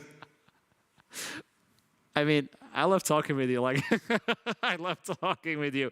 Okay, regarding the rest of the game, at any time on the game, did you think Eminez would be relevant to the result of the game? Because I think Haru played on every single part of the map. And then he saved for last the mid lane because I believe he believed Temp would be able to hold down the LeBlanc. I mean, LeBlanc uses her flash level 4 and doesn't do anything with it. Like, I mean, sure, he got a solo kill, but he flashes forward and uses both sums when his lane is in a bad state and he doesn't know where Hecarim is. No, that's crazy, man. I mean, if he didn't use his flash, he was about to get dove, I guess, so fair play to him, but it's obviously really bad to use his flash there, and I don't know. Hecarim gets a kill, gets Tabis off first base, the game is just GG. Like, the moment Eminez flashes forward, the game is just over. Like, there's no coming back. I love that you were so vocal on the interview, and you are still so vocal, so you are so sure of your team. And the team is looking solid, by the way. This time, I didn't feel anything about X7. It was a great game. Thank you for the interview, and thank you for the show as well, man. Good job. No worries. See you next week. See you, Nias. There we go. Last words from Nias, just saying that they demolished JDXL with no remorse at all. It was a fast game as well. And I would like to know more about this from the JDXL side. I believe it's going to be Turok with us on the interview because there are a lot of things that I want to talk about, specifically the Champion Select, and then inside of the game to understand what happened on the jungle as well. Like Dan versus Hano, to me, was like the most important factor on the game. Obviously, the mid lane is really important, but I wanted to see more on the jungle. And Turok is with us already. Hello, Turok. Hello, hello. Turok, we talked about this on the interview. You told me this was going to be an easy win. Well, we had a few mishaps happen. Okay, right? a few mishaps. There were a few problems. Okay, tell me about that them. snowballed into very big problems. Yeah. And that very big problem resulted in like a big loss, right? So, yeah. I like it. Okay, going into the Champion Select, you got the Tryndamere, and then I don't even want to talk about the Tryndamere. It's self-explanatory why you picked him. You wanted to go for the split push. You wanted to use the sidelines. What I want to talk about more is the Ezreal pick. Why did you take so long to pick the AD carry, and then you had to fall over to the Ezreal? Yeah, so we tried to do something a little bit different today in draft. We wanted to try and challenge, use the Tryndamere, use the fact they left LeBlanc open to really go out there and fight X7. The way this game should operate is we really want to be up in their face 24/7, the way we like to play. And obviously, when we're up in their face, we're challenging them. Hopefully, we can extract leads through like some nice jungle fights, some good plays that happen. Unfortunately, there was some issues with how the game played out, so we traded some of our jungle time basically for Dan to come mid-level 3. Take a flash, and whilst he's sort of taking that time back by taking his jungle camps and getting back together, there was obviously the event that happened on mid lane, which is really unfortunate for the game overall, because even though it's a solo kill for Eminez, it's a kill over Hecarim, and that makes jungle very difficult. So it actually made us making continuous aggressive plays very hard. And you'll see, for example, the play that happened on top side ended up not really working out because of that, because we're like, okay, well, Hecarim's going to be 6 here, he's got extra XP, he's got extra gold, and really we shouldn't be fighting, but we tried to flip it anyway, and we lost. So really, I think the Ezreal is more of a byproduct of the fact that we want to challenge on top side. We don't really mind what AD carry we have. And if the top side played out as we'd hoped, then we'd be, applying a lot more pressure in the game, and Ezreal might look a lot better. Okay, obviously this was a big match looking into the top of the standings, JDXL versus X7. You guys lost the first game, you guys lost the second one. What does this loss mean to the team of JDXL? Well, it shows we have to be better, right? I think at the end of the day, we have a really talented team in X7 we're playing against. And when we face them in hopefully playoffs and hopefully in the finals, right, then we're going to be able to give them a really good game. I think this isn't really the level that we have showed over the NLC, that we ended up showing today, because just so many things went wrong early game. But assuming that we managed to get off to a good start, the way we usually do, the way we usually get to play the game, I think, give more improvement, give us some more time, and, we'll make it really exciting. Okay, I would like to see this game, but on the best of 3 scenario, by the way. That would be a lovely game to see. Thank you so much for the interview, Tudok. I would talk to you like 10, 15 minutes just about this game. It's lovely to have you on the interviews, and I'll see you next time. Thank you so much. That's brilliant. Can I say one thing? Yes. Is that allowed? Brilliant. So today, as you know, is Valentine's Day, but it is also my mum's birthday, and she's been supporting me in this for the last couple of years, helping with university school and then going into esports as well. So I just want to say a big happy birthday to my mum, because I know she's watching tonight, and I wish her a really awesome day. Moms are the best, man. Congratulations and happy birthday to the mom. Let's go. Thank you so much, dude. I have a nice one. Okay, after this game, I have a special one. It is Nymera. Welcome to the interviews. No. But what? I love my mum too, by the way. We should. Moms are the best. Thank you. So okay, I got a voice from the heaven.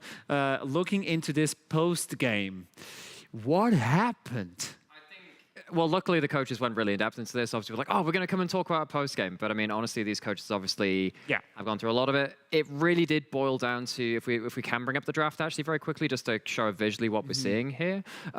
We knew that X7 were going to have absolute smash-your-face dive. When it came to the 5v5s, very difficult for the Tryndamere team fights. I mentioned that. A lot of them mentioned that as well. But I think both coaches ended up bringing that up. So what that means is that you need to fight really dirty. You can't have a lot of these straight up fights coming in. This was the really big moment for the jungle matchup. This led to Haru getting extra XP, allows him to pull off so many fights around the place.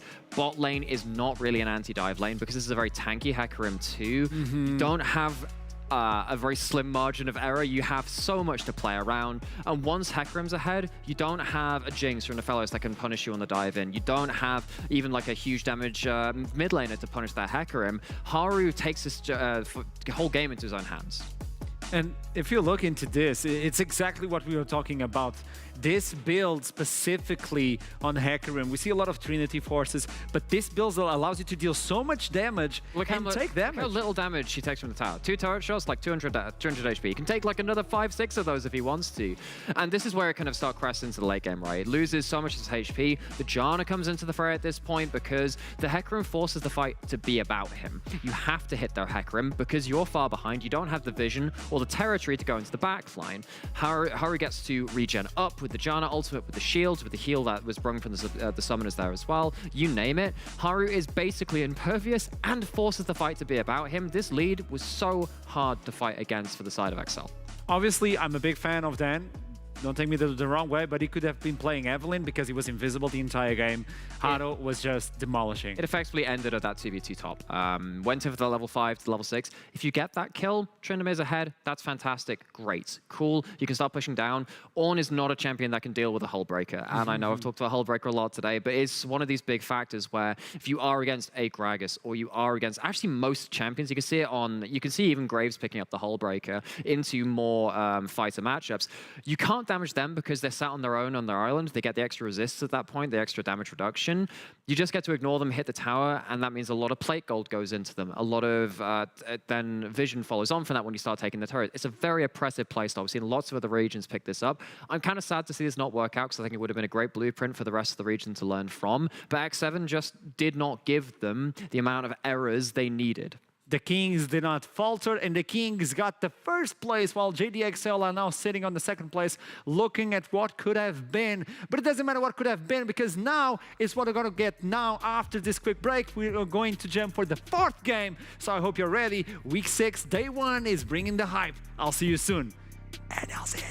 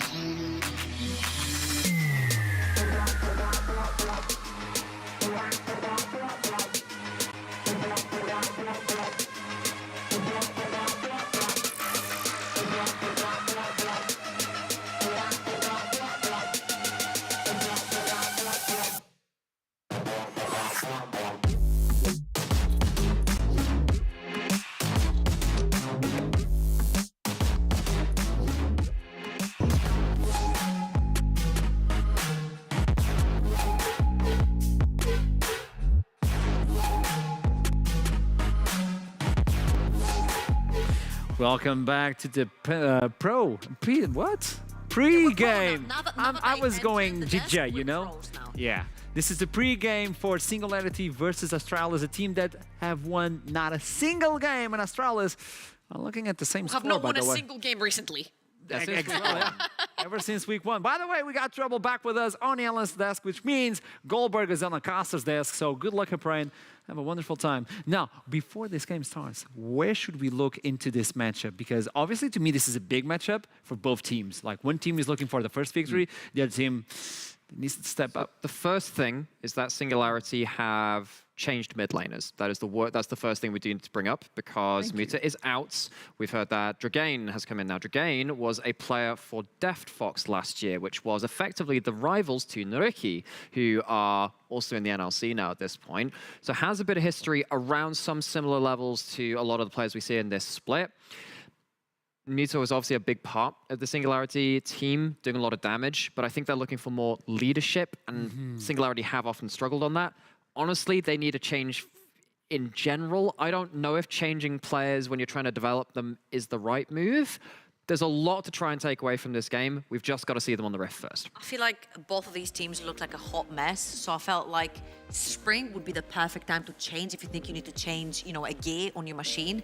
Now, if you ask me, I felt like Muta was one of the strongest gears in the machine that Singularity is, but obviously, you know, the interior knows better. Well, this is the thing. We don't necessarily know, because let's be honest, I mean, all of the players. He was the strongest, but then again, they have 0 wins, so you never know what's going on inside the team. We can't know what's happening. So I can't wait to see, you know, the new Singularity. I can't wait to see the mid jungle synergy. I'd like to see Pop a little bit facilitated for. Maybe somebody who pushes the mid lane. Cress has not had the best performances either. So I feel like once you shut down Cress, then you immediately shut down Taxa as well, because I feel like the synergy in the whole Astralis lineup has been lacking, but particularly when I see Taxa trying to pull off moves in the early game, but then no one follows up, especially the mid lane duo, and it gets kind of shaky there. I'm like, this is your chance, Pop. This is your chance to shine. You know, shut down Taxa, take the first W. So, speaking of early game moves, though, most of the early game jungles are removed in terms of the Xin Zhao and the Lee Sin. Those are the 2 primary ones. You have stuff like the Trundle left. That could potentially be an option. But we're going straight down towards the bot lane, going to set up our team fight AD carries first. It's the Zeri, it's the Aphelios, but then looking towards... Okay, look, I like Viego as a champion in specific instances. I don't like it all the time. Astralis have already very, very telegraphed said, we want you to dive into us. If you start picking very long-range champions now from the side of Singularity, we should keep a hand off. I worry for Astralis this first round here. And we've seen them play their long-range capability. Obviously, the mid laner is a little bit different. Like, we don't know what to expect from them on this split. So at least they have the Zeri. There's a Yuumi still available. So, Porp has always been a Nidalee player. Has always been a Nidalee player. Now, also, if we're talking about like the Viego and the Aphelios, struggle with a bit of range, Nidalee Spears can help with that. If you're going to lock in something like a Jace later on, potentially go for double poke options, I don't mind that. But this requires really high synergy and coordination early on, something which Singularity have struggled with. And now, because you haven't locked in something like a Renekton already, I know that's I think they could really struggle with this. That's my brain right now. Yeah. That was the inside of my brain right there. Okay, so first thing that I already dislike is the fact that you take the Thresh away. I understand how big of a takeaway the Thresh is from the Aphelios, but then all in all, you know that the Aphelios composition, especially since they have the Viego, they're expecting you to dive them. Yep. So do it. Take a Lulu right next to your Zeri. Take a Yuumi right next to your Zeri. You're locking in the Nidalee. Lock in the Nidalee Renekton. You know, you need a more aggressive lane to play towards, because I feel like here, Astralis will either ban the Renekton or they will first pick it on the second rotation for Carlson, which is something it's his best champion, yeah. So, obviously, you've been playing a lot of the Camille as well. What this does, if we think back to the dreaded Master Yi draft, which didn't go so well, the reasoning for it was often reading the enemy team, right? And starting to say, oh, we think the enemy team plays like this, not necessarily the draft. I wonder if the Nidalee is actually trying to read into Carlson and saying, Carlson didn't do very well on weak side. If you just keep permadiving top, maybe the Nidalee is the right answer into the player Carlson rather than the draft. That's what I'm trying to step into their shoes and see what they're thinking. That's what's coming up for me right now. I'm just really worried for the ease of execution, right? You've got a Zeri who wants to have zoomies, but doesn't have zoomies to boost her in the likes of, like, again, a Yuumi, a Janna, a Lulu. You have a Thresh, which is a very conditional engagement tool, and it's also a very good disengage tool as well. And then you've got Nidalee, who pretty much doesn't offer necessarily too much in a team. She's just the worst iteration of a Graves when it comes to damage. We know what you think about Graves. Thank you very much. So There you go. That was the obvious one. We called that. You called that. huge boo-boo right here. I think I've locked in the Renekton instead of the Thresh, and then you've got plenty of supports that you can put right next to Zeri that will complement your entire team. Because had it been a Lulu next to the Renekton, I think that works too as well. And now the problem is everything that you would want to play in the Renekton doesn't really work with the rest of your team. Because I was thinking, oh, maybe you can pick something like a Volley Bear or a Set. Maybe They've been Set, yeah. typically been the better lane matchups. Graves is Okay, this is... Mic drop. Where can I drop my microphone? Okay. I would give you one, but I don't Sorry, want. but you cannot pull Graves and Nidalee in the same game. That's illegal. This is similar to actually one of the VCS teams, which has historically been really strong, is GARM. They've historically been very, very good, and they've played around Nidalee plus Jace, Nidalee plus Tristana, Nidalee plus Graves with the spear and the ult. I can understand the long range follow-up damage trying to burst out a single target. This is very hard to play from Singularity. I just this don't is understand. very difficult. There is no identity. I can understand the very slim win condition at just being like, you are short range, we blow you up with our skill shots. But if you slip up once or you just miss all your skill shots, your composition is very bad. And if you fall behind, how can you use like long range? I just feel like, especially when you haven't gotten a makes it win even together, worse. when you haven't figured out how to win a game, putting yourself into such a position where you have to execute to perfection, you have to outplay your opponents, no matter if your opponents right now are Astralis, who are also struggling.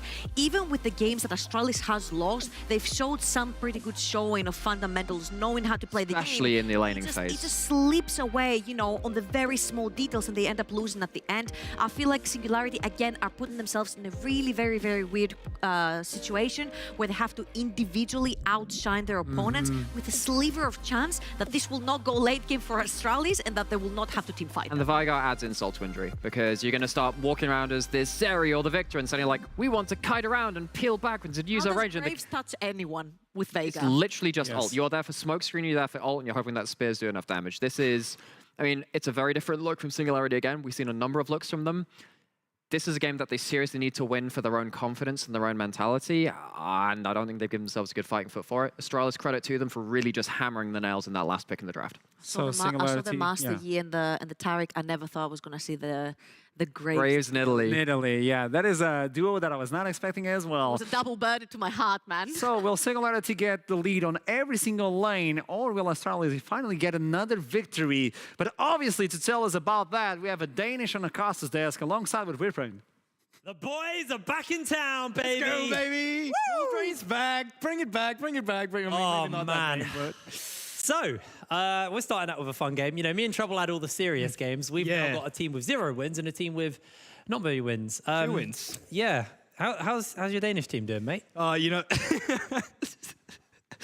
it's been an uphill battle for the Danes. I feel like it's been a downhill battle because they've been sliding down pretty much all season long. Yeah, I mean, the Danish stocks are not in a very good position right now. It's been a horrible economy to be a Dane in, but it goes for both, because both organizations here are actually Danish, so it's not a good look, but I kind of want to take up from where the Geek Desk left it, and let's just say that, yes, the composition right now to play for Singularity is very difficult. It reminds you a little bit of a solo queue composition because it's hard to find one direct lane to play for. If I would pick one, it would be the bot side. Traditionally, with Graves towards the top side, you just leave him alone. Oh no. Oh, Jeppe, not like this. He's hooked.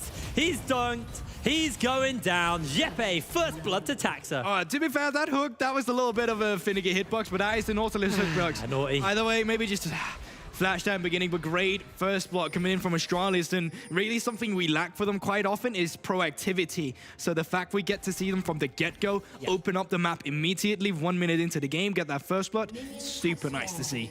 In a way, I feel like this is the backs to the wall. Just play like a, you know, play like a cornered rat and just go absolutely crazy. So how does the cornered rat play it? Well, they first of all go bot lane with a Nautilus and find a hook, as we'll see here. Yeah, let's have a look at it once again then. It's a good dodge. Well, it's not a good dodge because he does get hooked, but like you can see the tendency of what he was going for, just curve it back a little bit. But I mean, honestly speaking, that Nautilus hook box on the hook is just so big that it's not a dodge you can afford yourself. You just need to flash it as soon as that comes out. The hook is as big as Singularity's loss streak, let's be real. Oh my god, and it's going to get even bigger if it continues like that, but taking a look at lane stock as well, Looks like they'll be able to get the bot lane priority from the side of Astralis. In the mid lane with Cress and Dragain, it's mostly just going to be a scaling option for both mid laners here. They don't really want to do too much in lane. They can try and contest it for the wave priority, but all in all, you get more value out of these picks when you get out of the laning phase. And then up towards the top side,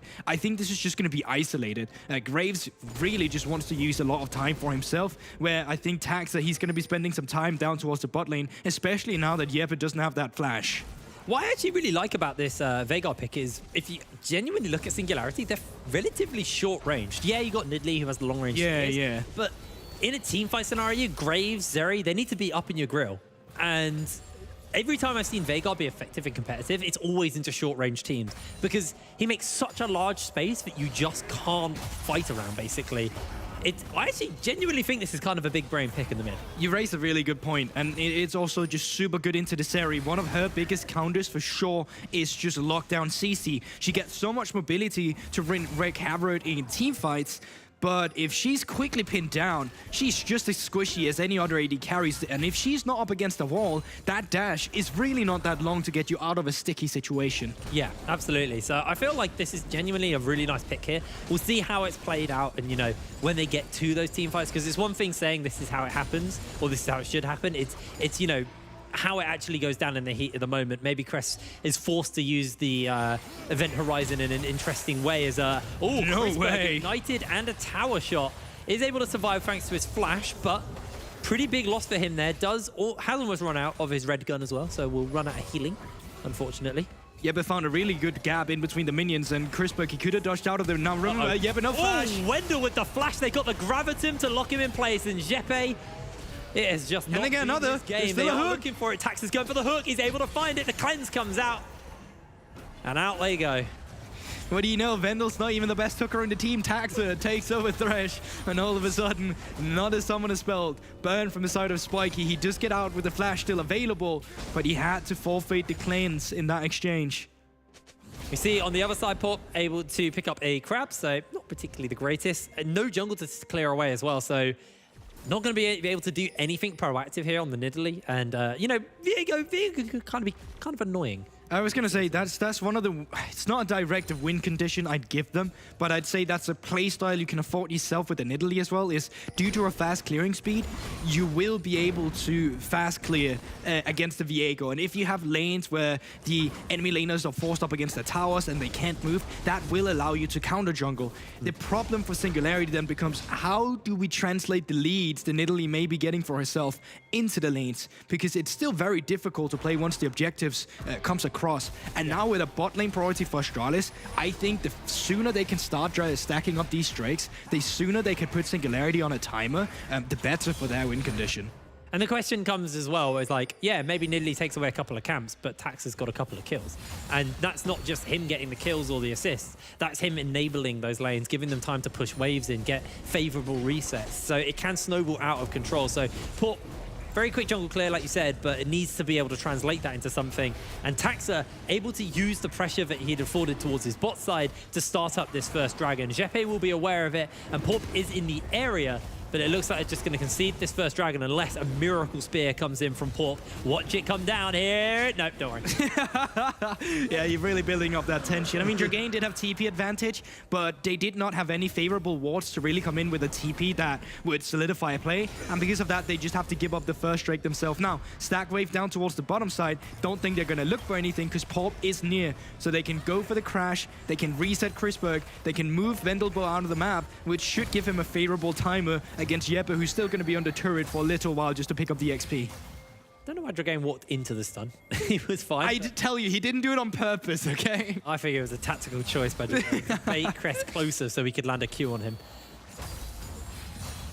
And either way, now Vendel out of the... Sorry, I had nothing to follow up that conversation with. I'm sorry. There really wasn't anything for me there. Vendel out on the map earlier, but like, once again, there's not really too many lanes to play for. You can see Astralis, they're moving at their pieces around, but no reason to go up towards the top side. Tattoo, he's recalling, but Dragain does have flash, but if he gets caught here...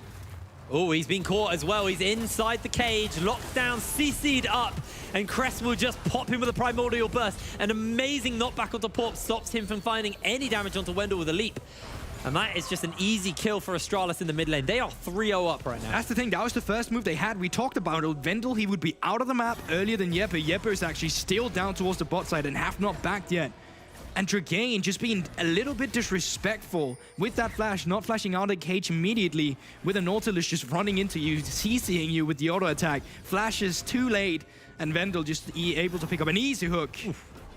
It's really nice as well because the big criticism you had for Astralis is they're playing slow, they're playing passive. This is a much more aggressive and much more decisive Astralis. Yes, it's not craziness, they're not constantly tower diving. They're just making good reads on the map and good rotations and just translating it into little wins. And these little wins add up because they've now got themselves a 1,000 gold lead at 7 minutes. They've got themselves that first dragon. And if they want, they can look to turn their attention towards the Rift Herald, which is just about to spawn up. And if you look at the map, both junglers are up here. So it looks like that might just be where the attention goes. I completely agree. With the bot lane, you just crash in this wave, you move Vendel up towards the top side, you don't have to move Chrisberg if you don't want to, but you just need to gain yourself a man advantage. In Singularity, they're posturing to start up this Rift Herald, but let's be real.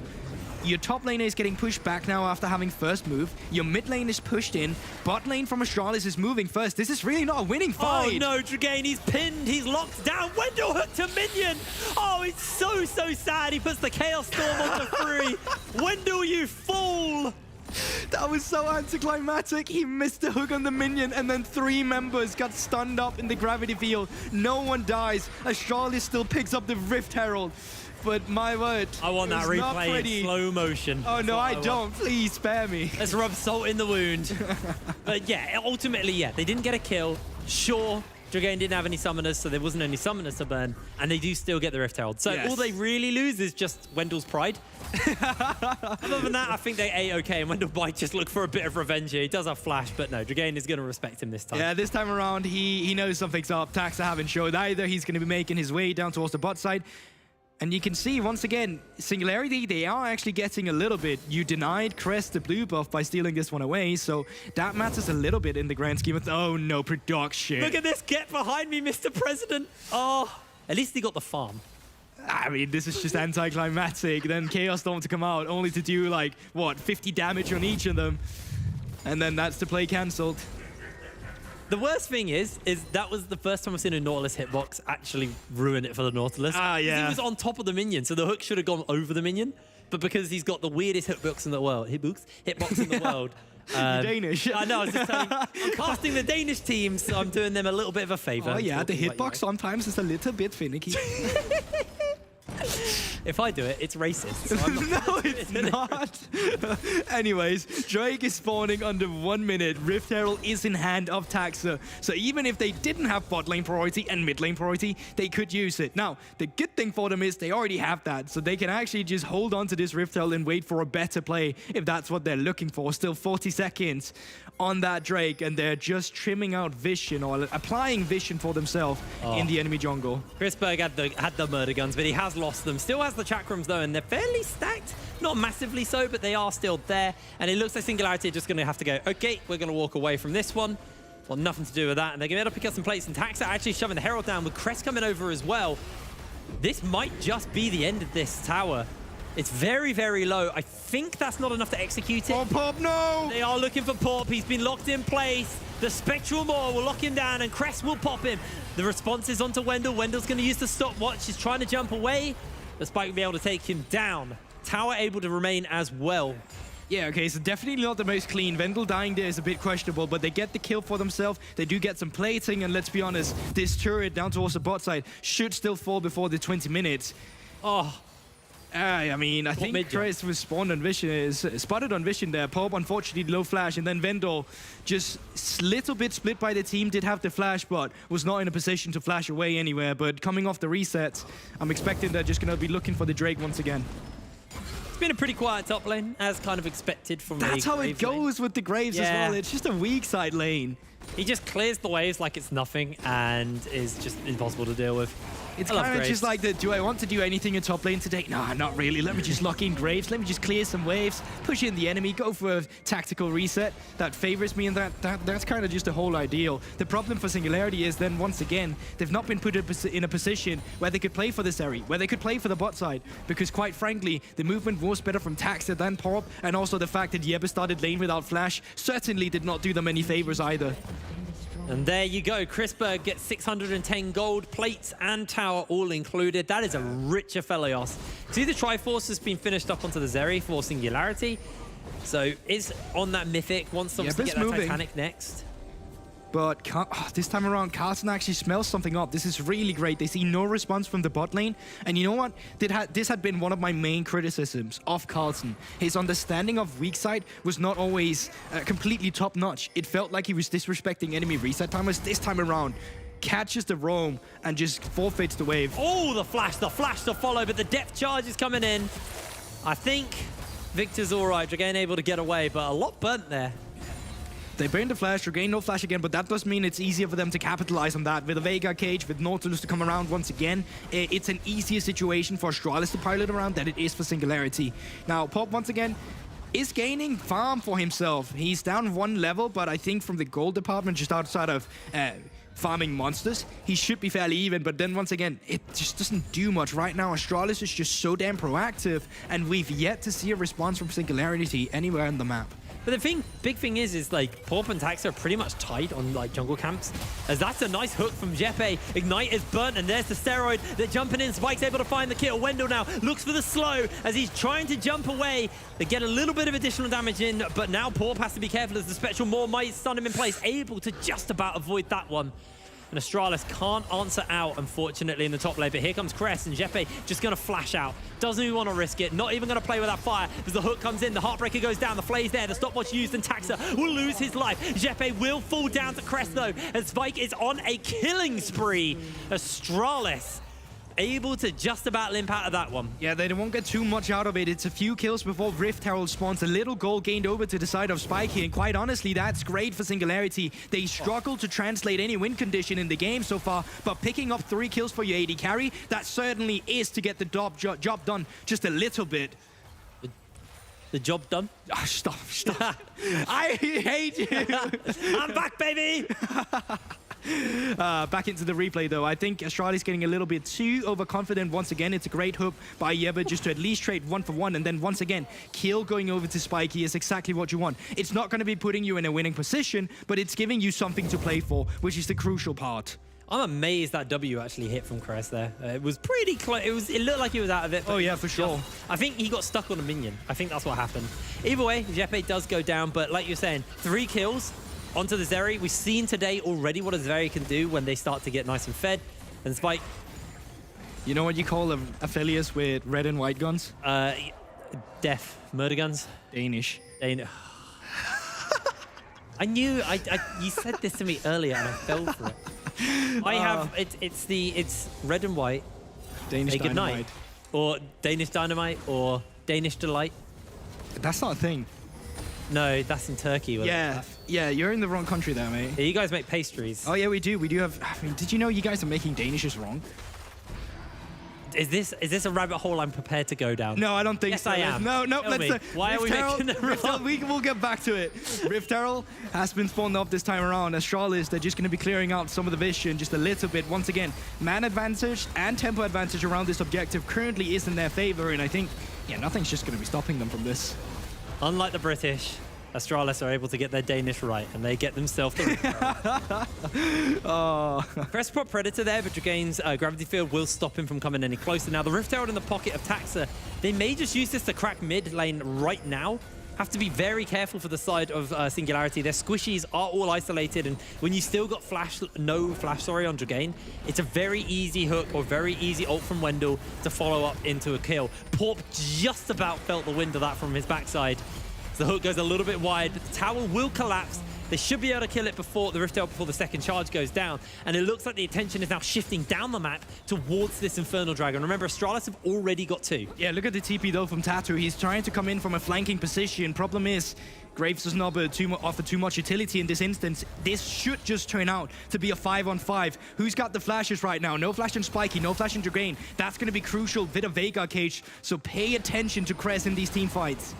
All right, we'll keep our eyes on him. He doesn't have his summoners like you were saying. Jeppe looks at the hook. It goes wide. Now we're seeing the Great Blind come down to stop Wendell from being able to do anything. He's already found the chunk. The ultimate goes down. Dragon is there. Chrisberg is under fire right now, and Dragain will take him down. Singularity find themselves a kill. They don't secure the Dragon. Astralis has got their third, and now it's all on Taxa. It's actually, yeah, it's Taxa. I'm just following this fight. It's going absolutely crazy.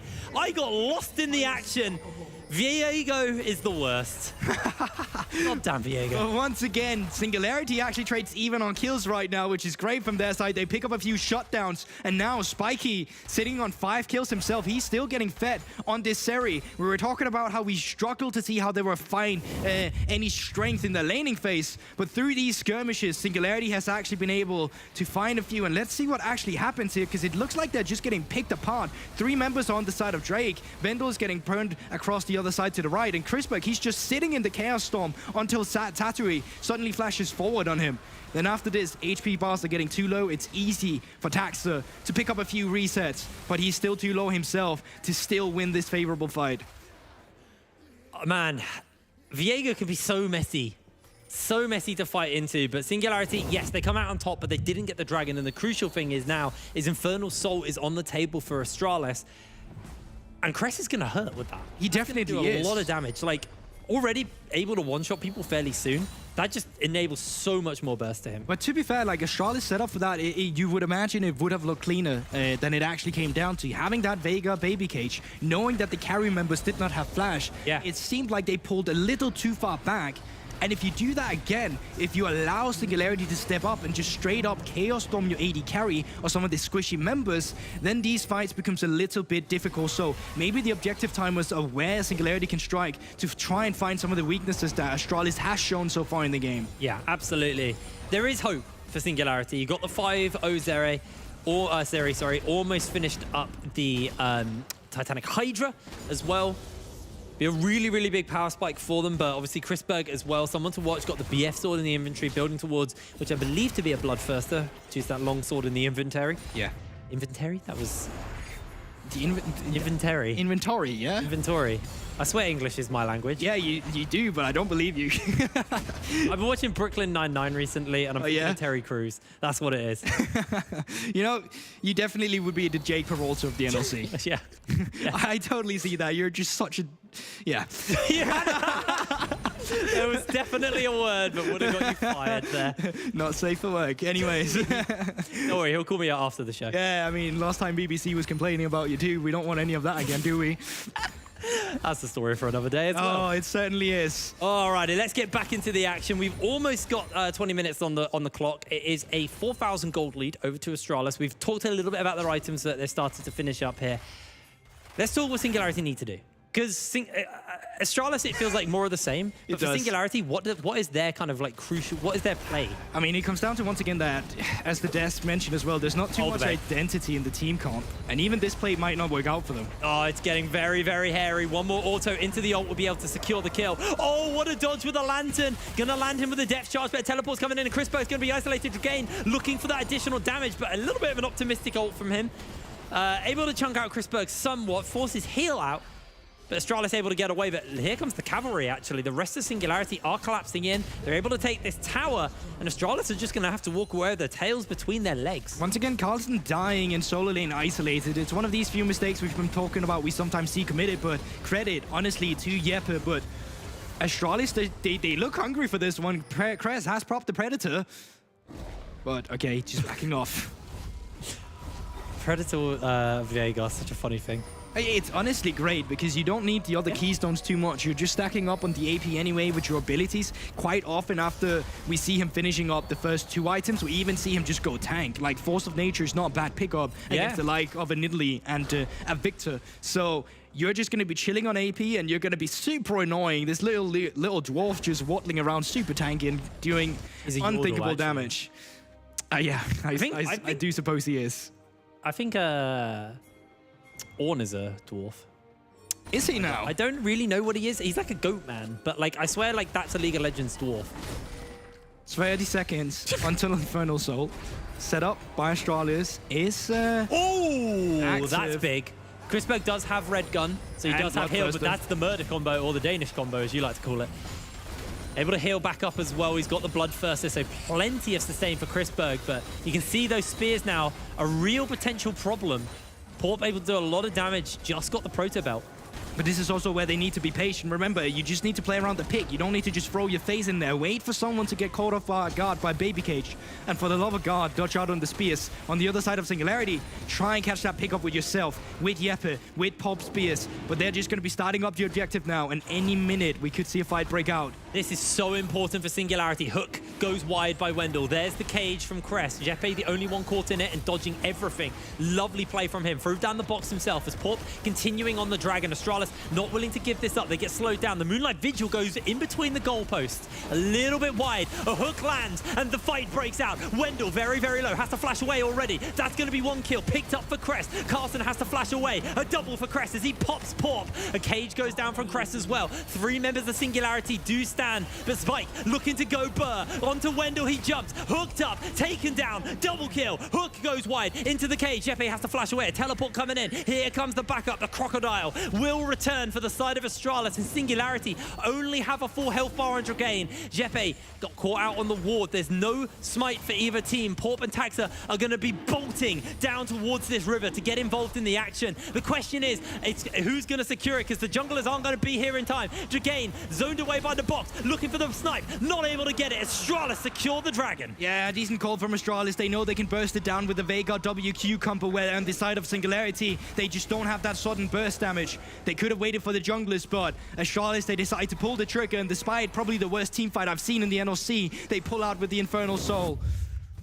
And let's have a look at how this. Okay, so it's not the quiet before the storm, because we saw the box from Thresh miss, we saw the hook from Vendelbow miss, we saw the Moonlight Vigil from Crestberg miss, until finally we saw a team fight kick it all off. And it is still messy around it. You can see Pop completely gets blown up by Crest, and they don't want to play around the cages. They want to play around the TP Tyner of Carlson, but Spiky, he finds Chrisberg, forces the flash away, and then isolates Vendelbow. Jeppe with the Mercury Treads is able to get out of the baby cage with the flash, but when Carlson joins the fight, you know how the story goes. They just burst down the Drake for themselves and take the Infernal Soul. It was very close. It was a solid attempt from Singularity, but now they're fighting into that Infernal Soul, and life is going to get so hard. We were talking about how Crest basically gets enough damage as it is now from this build. He can go tank at this point if he wants, because let's be real, Infernal Soul, he's going to have 3 damage items. He's going to have that stacking damage. He's got the Predator for a bit of bonus damage. Also, the movement speed is very nice. Oh, yeah. So he's pretty strong right now. Jeppe no flash. In the cage, able to dodge these before that minion just saved Chrisberg, who used the Gale Force as well to get behind it. And life is getting real hard for Astralis at this point. I mean, more like for Singularity. Astralis chilling with an Infernal Soul, so I think they're quite being chilling with this one. But with I hate you so much. With Veigar You did this. I did. With Veigar as well, Predator Boots will be something to take into account. And with no flash in Jeppe, no flash in Spiky, it's just about playing. Oh, there's the hook. I don't know. This might just be it. Jeppe gets heartbroken onto, taken down by Taxa. Carson's made his way over, but a little bit too late for that one. And here's the thing, if you go into this pit, then Singularity can start playing around the spears from Nidalee. They can try and play around the lasers from Dragain. But all in all, this should be in favor of Astralis. Remember, they still have the turn potential. Wendell. The big thing is their peel is dead. That's what the Fresh was providing them. Wendell gonna jump in forward, going very low. Zvike able to find the kill. It's 1-for-1 so far. But Zvike untouched, dodging away on a lot of this damage.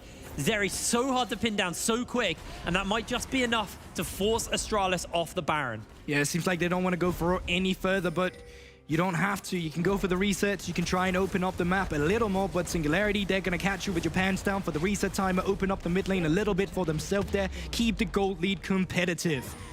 But it's very competitive. It is. Genuinely, we're 25 minutes in, it's only a 2,000 gold lead. Yes, there is the soul, which is kind of a little bit of gold, like invisible gold, on the side of Astralis.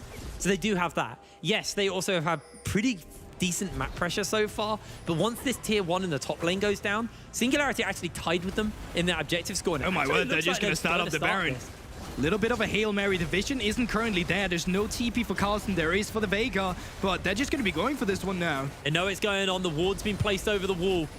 Going to try and take this ward out in time, but it looks like they may just call this one off, stepping away from it. Crest has put the Nikes on, gone for a quick job, but the Predator's going to wear out.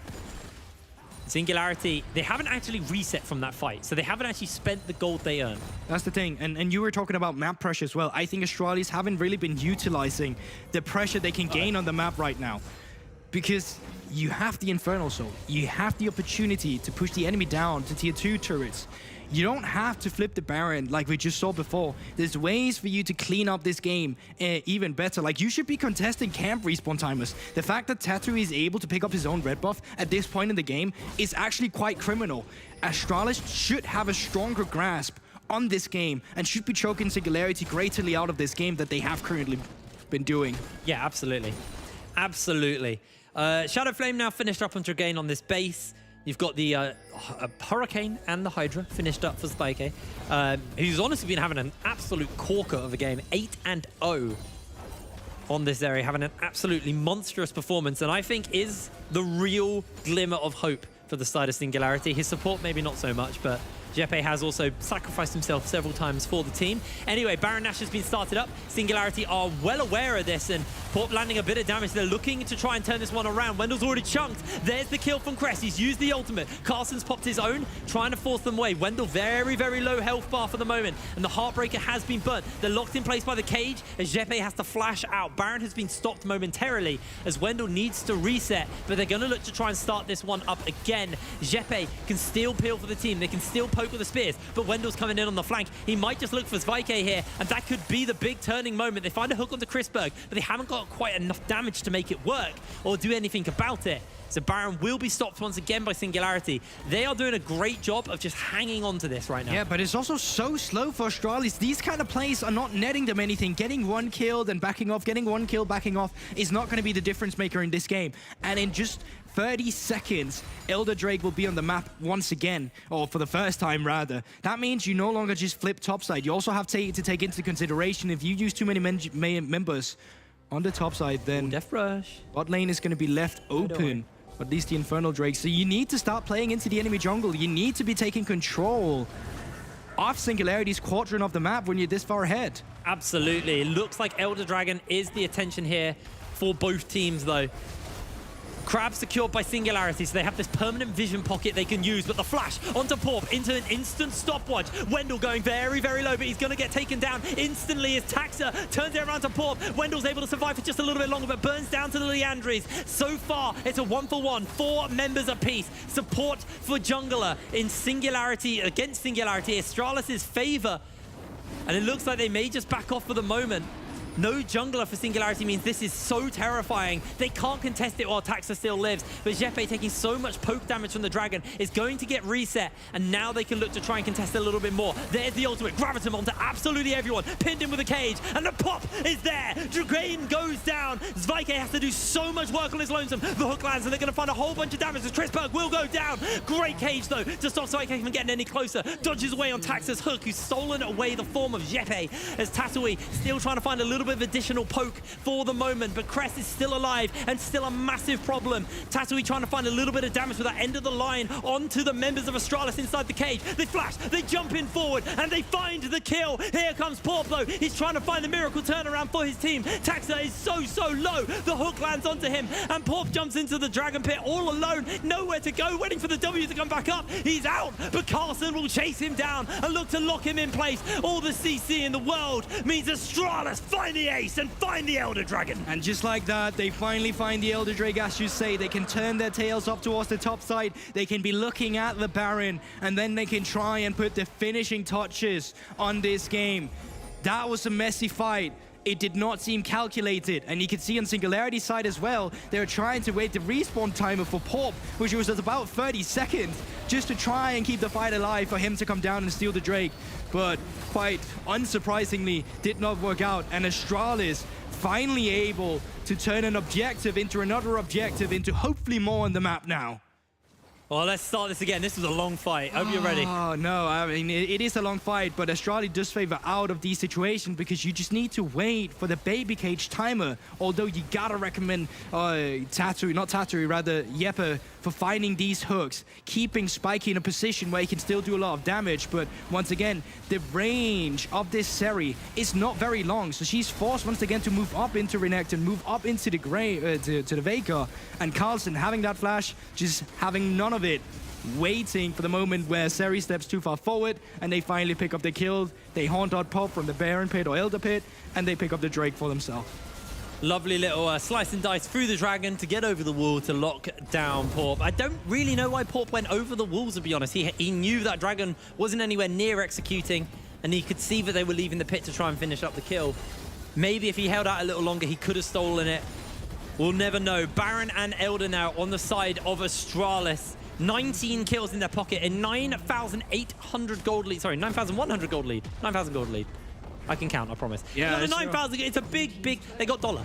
And they're definitely just looking to play down 2 lanes here. Wave's not fully synced, but when you have an Infernal Soul with Elder Drake and with Baron up minions, nothing should be stopping you for just forcing down a lane, which is why you can see the confidence they're currently having. They can just use all their force down towards the bot side, move back after they've gotten the bot lane inhibitor, and look towards getting the mid lane, but it looks like they're just going to keep going. They want to go for the end. Remember, that cage is just so strong at stopping the Zeri from getting even anywhere near. They are going to take this mid lane turret, but they're going to follow up with a hook. Jeppe is popped with the gift of the Elder. This is going to be it for Astralis. It has to go catastrophically wrong for them to lose here. Chrisberg secures himself a double kill, but Zeri goes burr, and Zeri goes by. Astralis taken out free like it's nothing. They're onto the Nexus towers. They don't have anyone who can stop them now, as the Nexus will be laid bare, and Astralis will just look to pad the KDAs a little bit more. 33 minutes on the clock, and it has been a whitewash for Astralis.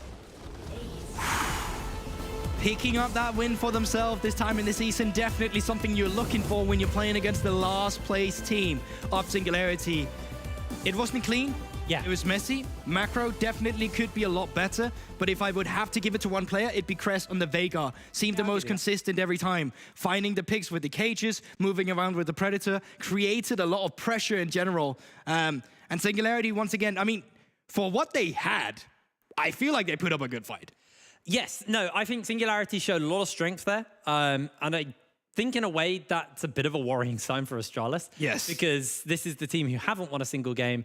You're trying to make a kind of a miracle run back through towards the end of the season, and dropping that game there is, well, sorry, winning that game in that fashion isn't overly convincing, right? Just pick up the win, build on the foundation you now have, and just have a look at what we need to improve. It's way nicer VOD reviewing a victory than it is VOD reviewing a defeat. Absolutely, and I think there's a lot to learn from that. A fantastic win for Astralis. Still got a long ways to go, though. We're going to throw to a break, and when we're back, we'll have Arkaram standing by for some interviews, so we'll see you in a moment.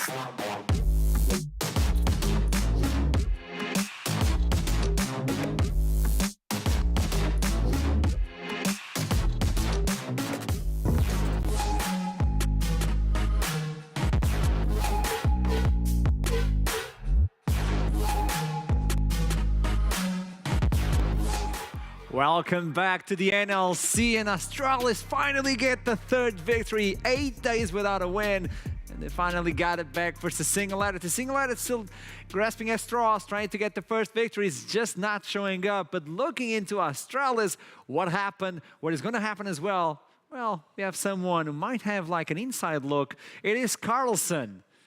Hello. Hello. Hey. You got the W. You got the W. Okay. How do you feel? Finally. Okay, you got the Renekton as well, like such a good champion for you. Were you feeling comfortable after the champion select? Yeah, for sure.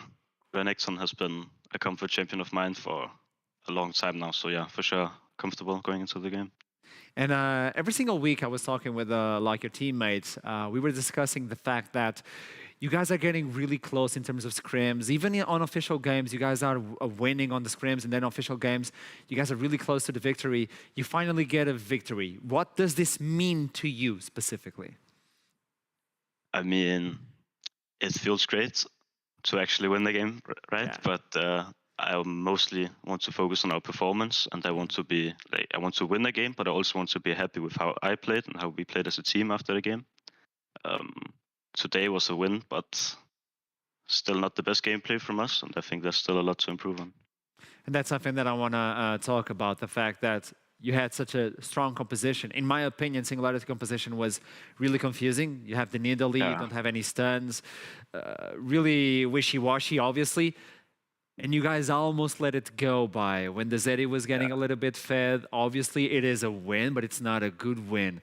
What, in your opinion, has to change in terms of Astralis gameplay? Because I'm going to be honest, the last 3 days you guys played were much cleaner than this, and you guys lost, but this time it's a victory. What do you feel that you need to change in order to get the Astralis back?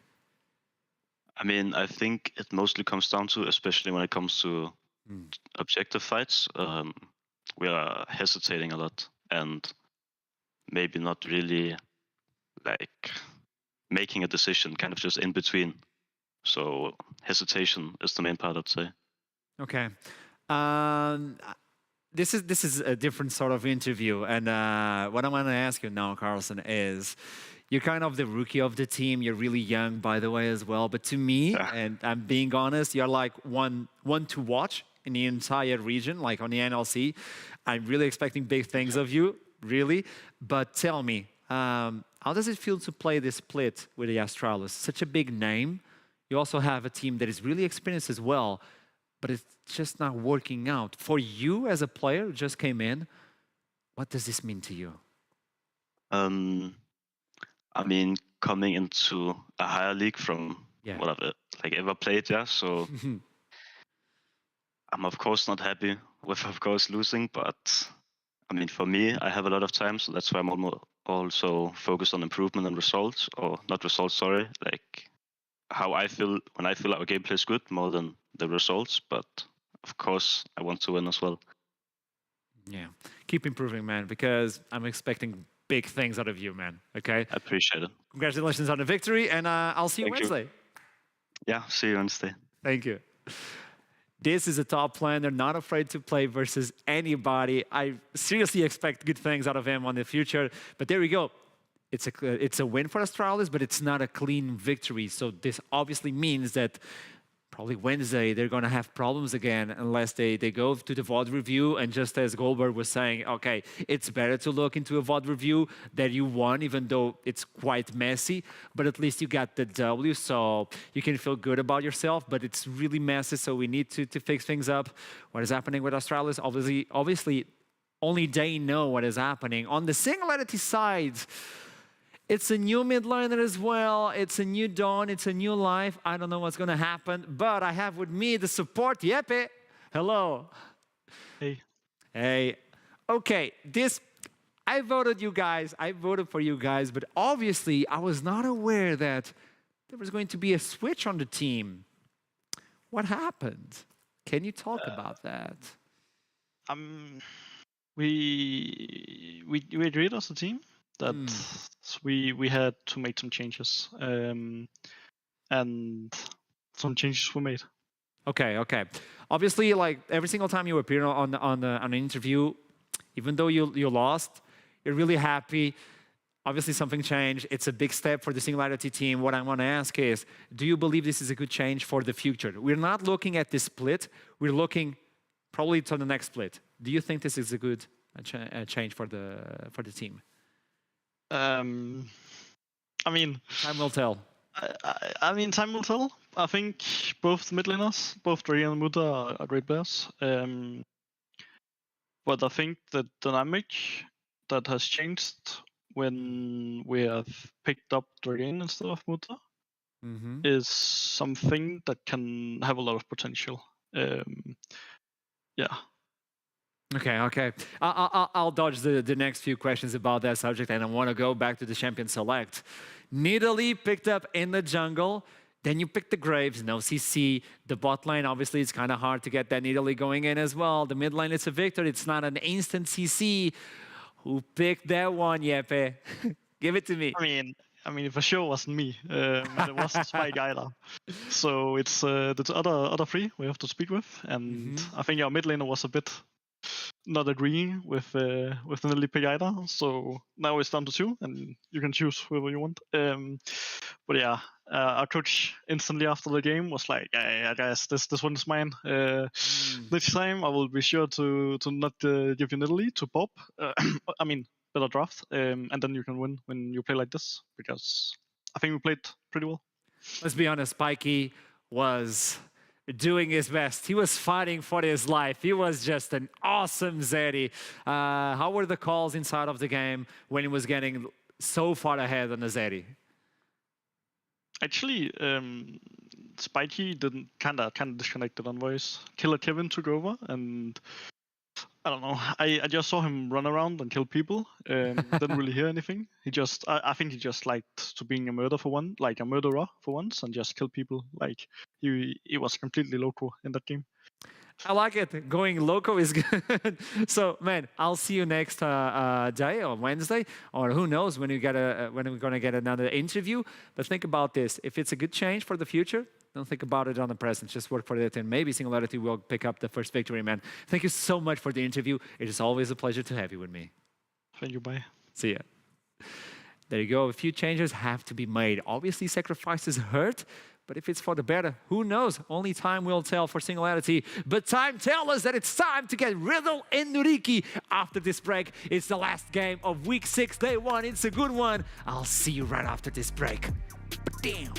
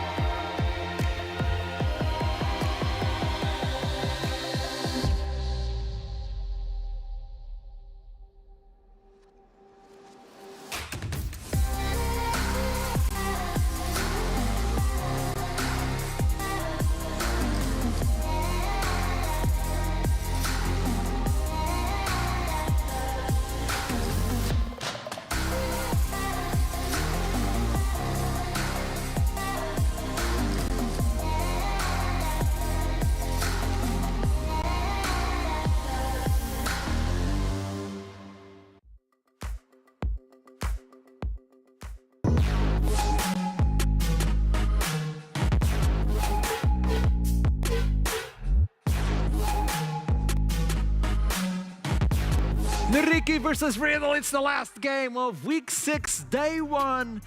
It's going to be a spicy one. Welcome back, everyone. How you doing? Doing good. Yeah. We've had some League of Legends today. Yes, we did. That last game was frantic.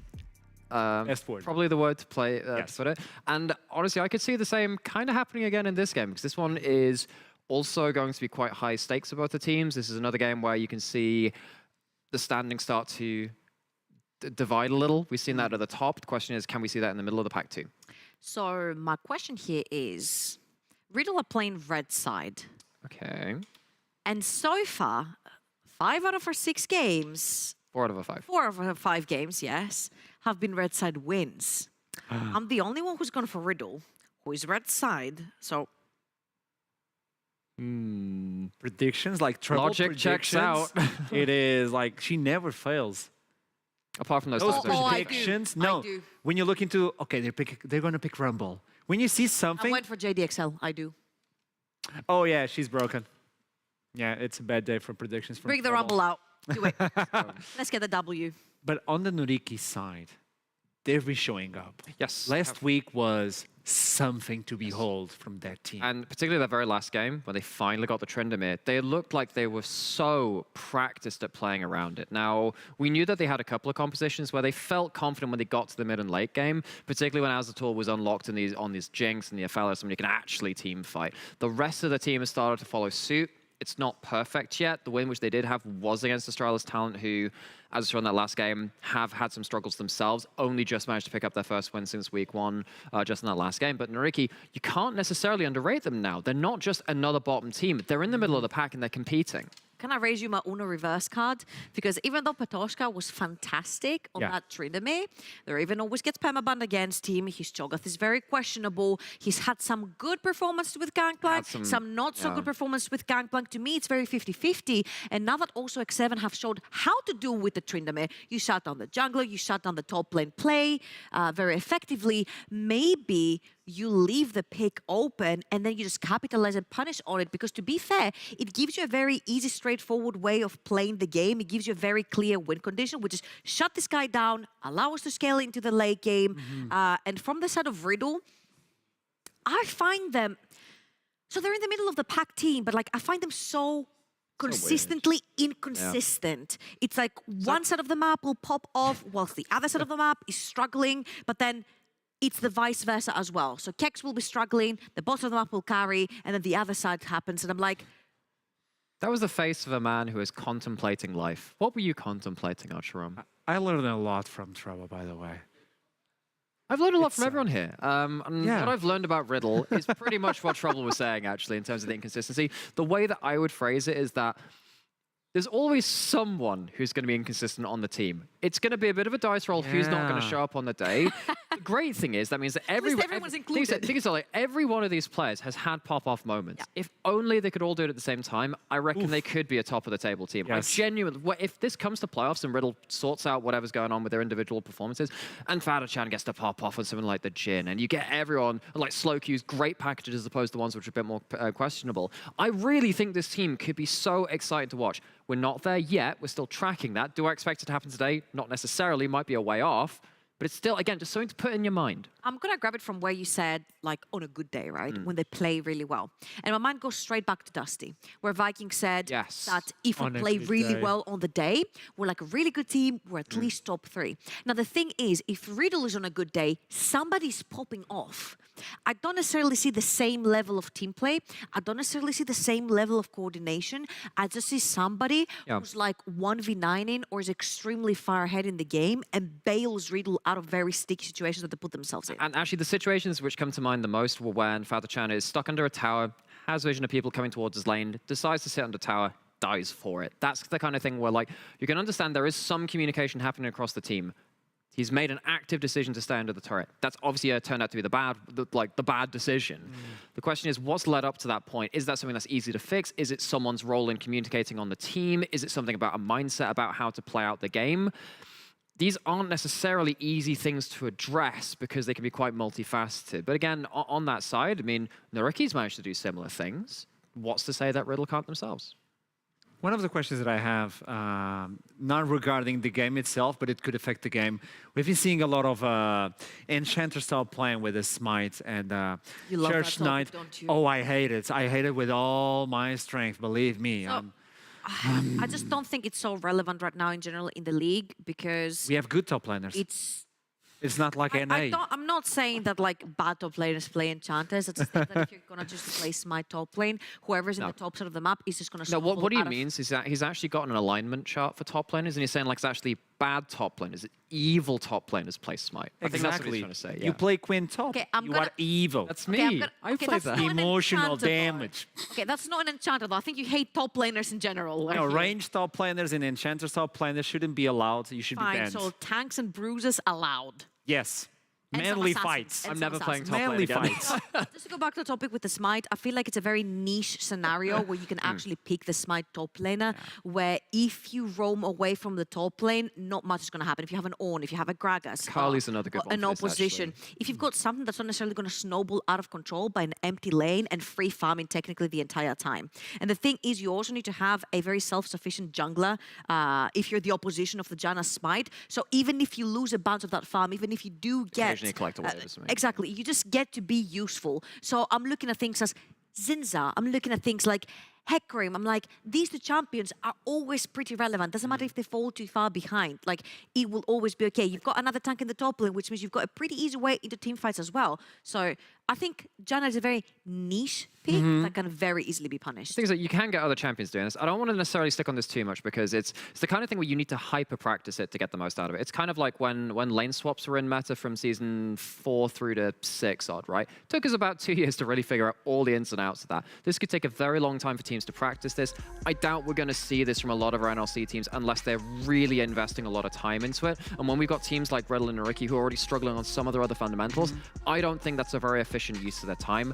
I'm hoping that they can clean up against some of those communication structures which have led to them having maybe some iffy early games, some iffy decisions about where they are on the map and who's getting punished in certain situations. I feel blessed by not having that on these games as well. And also, you have good carries on the top side. I mean, you got to use them. Obviously, Riven is going to be removed because Petoska is alive. Thresh is going to be removed as well. Akali also. And what can we expect more? I love Goldberg. I got to say, I love Goldberg, but having you on the champion select, you can predict things. So what are you feeling? Like, what is the spice? Give me the salt. Give me the pepper. Cried out in anger over Okay, the that. thing that I haven't care, seen we don't care. yet is a Nidalee ban towards MC. I'm assuming this is going to be the last ban from the side of Nariki. There's no way MC Nidalee goes through, because if it does go through, I'm pretty sure it's going to get first pick. I mean, insta-locked. Yeah. I don't understand why you don't first ban it every time, because at that point you can kind of hide the rest of your bans. This is kind of the problem on red side though, where so the way that obviously Goldbug's been phrasing it, and I very much agree, is overloaded drafts, where you have to ban so many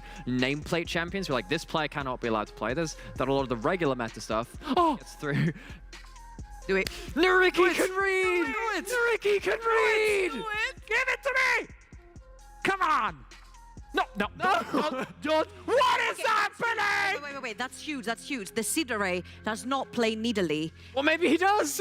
And the thing is, Petoska's gonna have to lock something in like a Camille, which is not the case. So they're gonna go with the Gwen, they're gonna go with the Ryze, and this is most likely going to be MC locking his own Nidalee.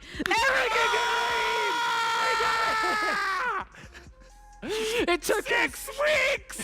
Where's my riddle prediction? Bring the riddle prediction.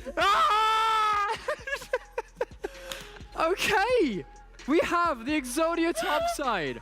Kex on his best performing champion.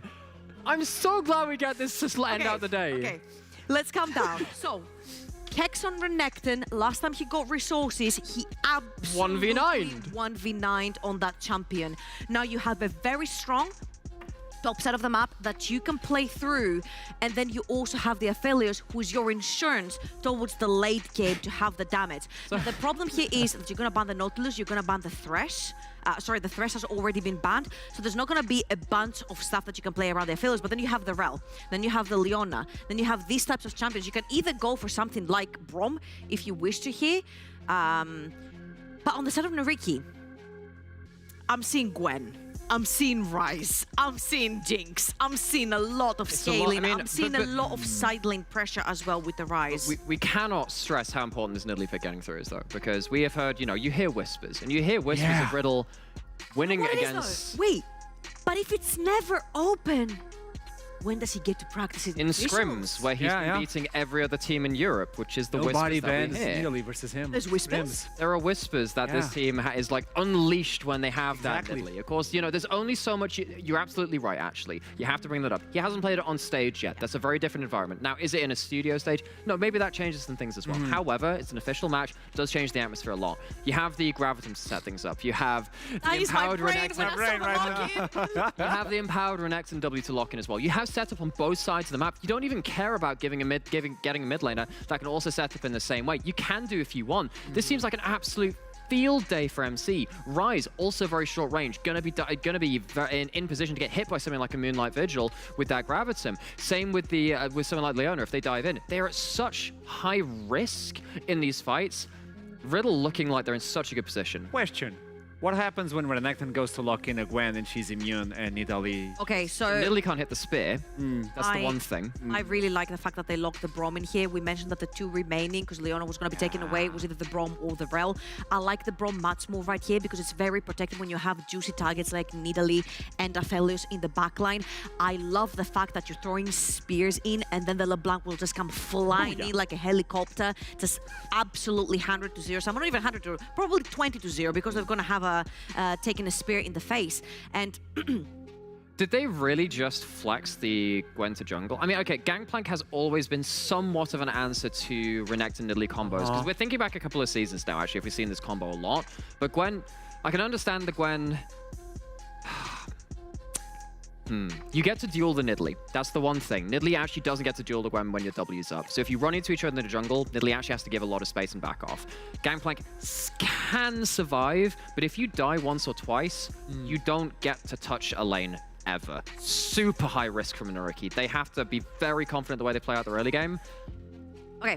Looking at the draft, I think MC is under a lot of pressure. He has to make the Nidalee work. It is his pocket. He has a lot of setup. It's the first time that chains, the pick has actually... it's the first time that actually the pick is available to him. So I think a lot of the pressure is going to go to him to perform. That is his pick. It's up and available. The first pick, the Renekton for that Nidalee. So everything needs to fall into space. If I look on the other side of the rift, though, scaling, upon scaling, upon If you flop scaling, the early game. upon scaling. If somehow you manage to get into that late game, I think it's going to be quite impossible for Riddle to win that late game. But MC never misses spear, so... 6 weeks until we got this Nidalee. We only needed 1 day with Hiprain to get Nidalee on MC. It is the final day of this, the final game of the day. Riddle versus Nuriki. Hiprain, tell me about this. We got it! Nidalee for MC. I thought you were going to join me. No, man, I only told you that. I'm not going to do that. Threw me under the bus. Lovely, I'm glad. Also, why is it only about you? Why is it just Hiprain? Why isn't it? Because we've had 6 weeks of you. We're bored of you, frankly, mate. I'm joining us here.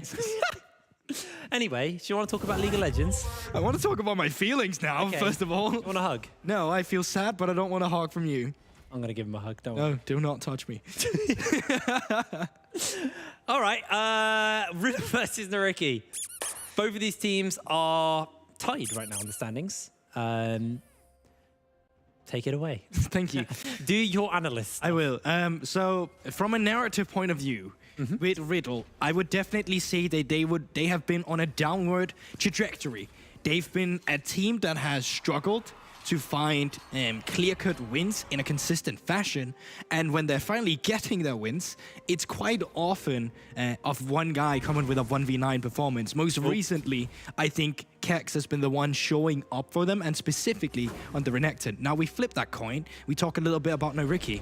I think Asator down towards the bot side instead has been the main catalyst for the success we quite often see in Nuriki. And I feel like he's actually one of the greatest AD carry we've seen in that we have in the league, paired up with Apignale as well. This duo, when they are kind of running around, they just find success for their team. So I think it is two different catalysts you want to see at these two team composition, whereas for Riddle, it's very much about their solo lanes. They can have potential to play for the Aphelios later, but in laning phase, I'm not expecting him to get many resources. And then I think for Nuriki, it's going to be more towards that bot side, making sure that GP can survive just a little bit every now and then. Yeah, we'll keep our eyes on the jungle rotations to see where they're starting, well, how they're going to be playing this. Early, GP's actually, you know, this level 1, pretty nice for him versus Kex. Just eating those grasping powered Qs. And it does get a little bit rougher because it's Renekton, and Renekton's very, very fun. That's going to be my way of saying that. But yeah, we can see the Desadre making their way up the lane, up the jungle. So we'll be pathing towards the top side of the map. And that means that it can then move down after the first reset and then move towards the bottom side. He's actually just going to be skipping wolves. I think one of the reasons we're going for this is that you don't have to commit to play down towards the bot side, because quite frankly, the setup into a Braum is not necessarily the most secure one. There's also the cleanse available for Fatty-chan, and because of that, you can play more like a bandage duty right now, where you're making sure that the Gangplank gets to collapse his wave on the third wave. He gets to have a slow push stack towards him, or can just go for an early recall to gain him a little bit of an advantage in a lane where he will be receiving a lot of jungle attention. So I don't know if we can actually see the top side right now, how the Gangplank is pathing this, and there we have it, Petoska doing exactly what he's supposed to do. You push in this third wave, you crash it, and you back off to gain intel on the Nidalee. Well, the Nidalee is currently at the chicken camp, taking that away from the side of Nuriki. Is going to go hunting for the Gwen, but not going to be able to find Desadre. Desadre will move over the trap now and reveal themselves, so they now know where that is. And Petroska just going to reset. Yeah, so down towards the bot side, I think right now Fatty-chan and Nukes currently are the one with the priority in their favor. So as soon as he saw the Siege was moving down towards the bot side, he wanted to deny the Scuttle Crab despite his own top cam still being up. So he's sacrificing his own little clear speed in favor of trying to get a double Scuttle here. You can see the quick adaptation for the Sieger as well, because he's moving up towards the top side Scuttle now instead. But interesting as well, Slowku has a good shove in the mid lane, so he can rotate over first to help versus this Crab if they want to contest it. MC's going to spot it out and find Desadre nice and early, jumping in. No red buff for the slow, but Ghost has been popped and Desadre on the run. Slowku may look for the distortion over the wall. If he finds this chains, this could be a dead Gwen. Goes in for the flash, throws down every little bit of damage he needs. The spear from MC goes wide, and Desadre is burning down low, but will be able to survive. MC, it turns out he does miss. Oh my word, I cannot believe the Seedra actually lives that one. It's still in a favorable position for Riddle, but the fact you make it out alive on that situation, a great escape from the Nuriki jungler, but you're still going to be losing out on the double Scuttle. Granted, it's not as good as it used to be in the past, but you can already see the laning phase here. Kex, he's trying to shove it in. He's very low, and Petoska, one good barrel, can really turn this one around. Oh, he lands the barrel. He's got the trial by fire, and Kex is just going to have to give it up. He's going to pull this. Oh, the wave. So sad. He was trying to freeze it. Yeah, misses out on that one. See if he can stop some backs, or at least bait some backs to be stopped here, but he cannot. Petoska does have to teleport, like Kex does as well. Kex opts in for his one. Petoska is going to recall, and he's most likely going to TP back as well. No, he actually opts to stay around because he saw the Nidalee back, so he knows he gets some extra time in lane here. But at some point, you need to back. You need to expend that TP. You're in an item deficit, only with a boot so far, but you have the mana disadvantage and the HP disadvantage at the moment. Has got the biscuit though, so a little bit of mana can be recuperated there. Ooh, nice word. In the top lane. Sometimes I can speak English. Ah, and it's very delightful when you can. It's a good word as well. Yeah, thank you. Brilliant, some would say. I missed you. I missed you too, buddy. Do not worry about that. It's great to have you back. Taking stock at the lane right now with the bot lane priority they needed for themselves down with Nuriki. They've now put Avagnal in a position where he can roam around, but currently they don't have the greatest vision control, and with your mid laner just on a reset on Aero, there's not too much to do. I like the fact that you're looking for roams, but fact is, you probably wouldn't have been able to achieve much just due to the fact that Petoska still currently have not TP back either. And wait a minute. Has MC still not cleared his topside jungle? Is that level 1 blue buff? That is level 1 blue buff. So that does put you a little bit behind in the jungle tempo. You've been able to get enemy jungle. He started bot side. Okay, yes, that is level 1 blue buff then. I might be level 1 Grump as well. So actually a little bit behind in terms of jungle clearing right now. You can see the Siege is level 5. There MC finally hits that himself. But when the Sieger's blue buffs start spawning, that's where you can gain yourself that little bit of an extra advantage, that little bit of extra tempo. It might not matter in the second full clear. It might not matter a little bit on the third full clear, but on the fourth full clear, that's where it starts happening. Off towards the top side. Looking for Barrage the is ready. Renekton Nidalee makes such a strong combination, but the Cannon Barrage is going to stop them down, and the Q will secure first blood. And that was just straight up a solo kill as well. Petoska playing that one real nicely. Its spear does connect, but MC not in a position to capitalize on it. And with the Seadra being there to back up, there's just not much you can do about that situation. They opted in for a dive, and it failed horribly for Riddle. Oh, nice chains actually there from Slowq. Spear is going to get blocked by the minion though. So not too much damage going on to Rise here in the mid lane. But lovely little play in the top side. We'll see this once again. Just played that very patiently. Yeah, and it's even if it's just a 1 versus 2 and the Sieger is not actually here to back you up, Kex gets so low trying to shove in that turret, and the Gangplank Orange just to get out of spear range after the stun comes through, super nice as well. MC trying to counter juggle here. Bot lane priorities in favor of Riddle. Yeah, everyone's rotated over though. Abagnale making their way forward. Realm Warp's just going to get them out to safety. Decidueye, nice and safe. Vatican still looking for Abagnale here. They're trying to get some more vision control. Oh, that's to press the attack combo with the Calibrum and Chakrams to back you up. You cannot disrespect that turret. And in the green room, I can already hear Nightmare scream about those those Aphelios guns. But with this priority, they will be able to net themselves up the Infernal Drake for themselves. They put that on the stacking table, but on the other end, we can see Abagnale already recalling. I think he's going to be looking for a potential Herald play in just a bit. Oh, no, he actually cancels it. Well, 8 minutes in, gold lead very close between these teams. Obviously, there'll be a slight lead here in the top side, although is looking for a fight versus Kex. I believe those minions actually just blocked Petoska from actually getting even closer, because I think with the Trial by Fire, that was a one fight. Dominus not available quite yet to Kex, but it will be up fairly soon. And Petoska actually, you can see, playing a little bit of respect. Doesn't actually know where MC is. Things coming in the mid lane here. Look at Slowq's position. He's trying to catch Aero off guard. Remember, Aero does have flash, but now MC's here for backup. Spear goes wide once again, flashed out. Chains are on, and this is going to be the pop. This is going to be the follow-up. Nice and easy kill there for Riddle in the mid. A little bit of a fumble. But good patience from Slowq. He called that play 10 seconds before it actually happened, got the backup from MC, and connects the chain despite an early flash from Aero. So nice job from the Riddle mid laner, putting his team back in a competitive gold deficit, or gold lead now rather, although it's only 200 gold. Kex just going to heal up off the honey fruit, and Petoska's had this wave shoved for, well, so he had the lane in a nice place for him underneath the tower, but he was still down in farm, especially when he got that first blood as well. Interesting from him. And actually cancels the recalls as he sees the wave get shoved in. Placing a ward down for Decidueye, who's got the sweeper going for the moment. The ghost has been used, and there's the needlework. The barrel is going to be big, but it's going to get blocked, and it's going to get blocked as Kex is going down. One last needlework will do it. As that Crocodile got a haircut. Yeah, that's the thing. He got a bit disrespectful there. Thought Petoska was back in, moved in the top lane, and then thought he could be looking for some platings here to try and cut back on some of the loss they gained on themselves by losing that topside play earlier.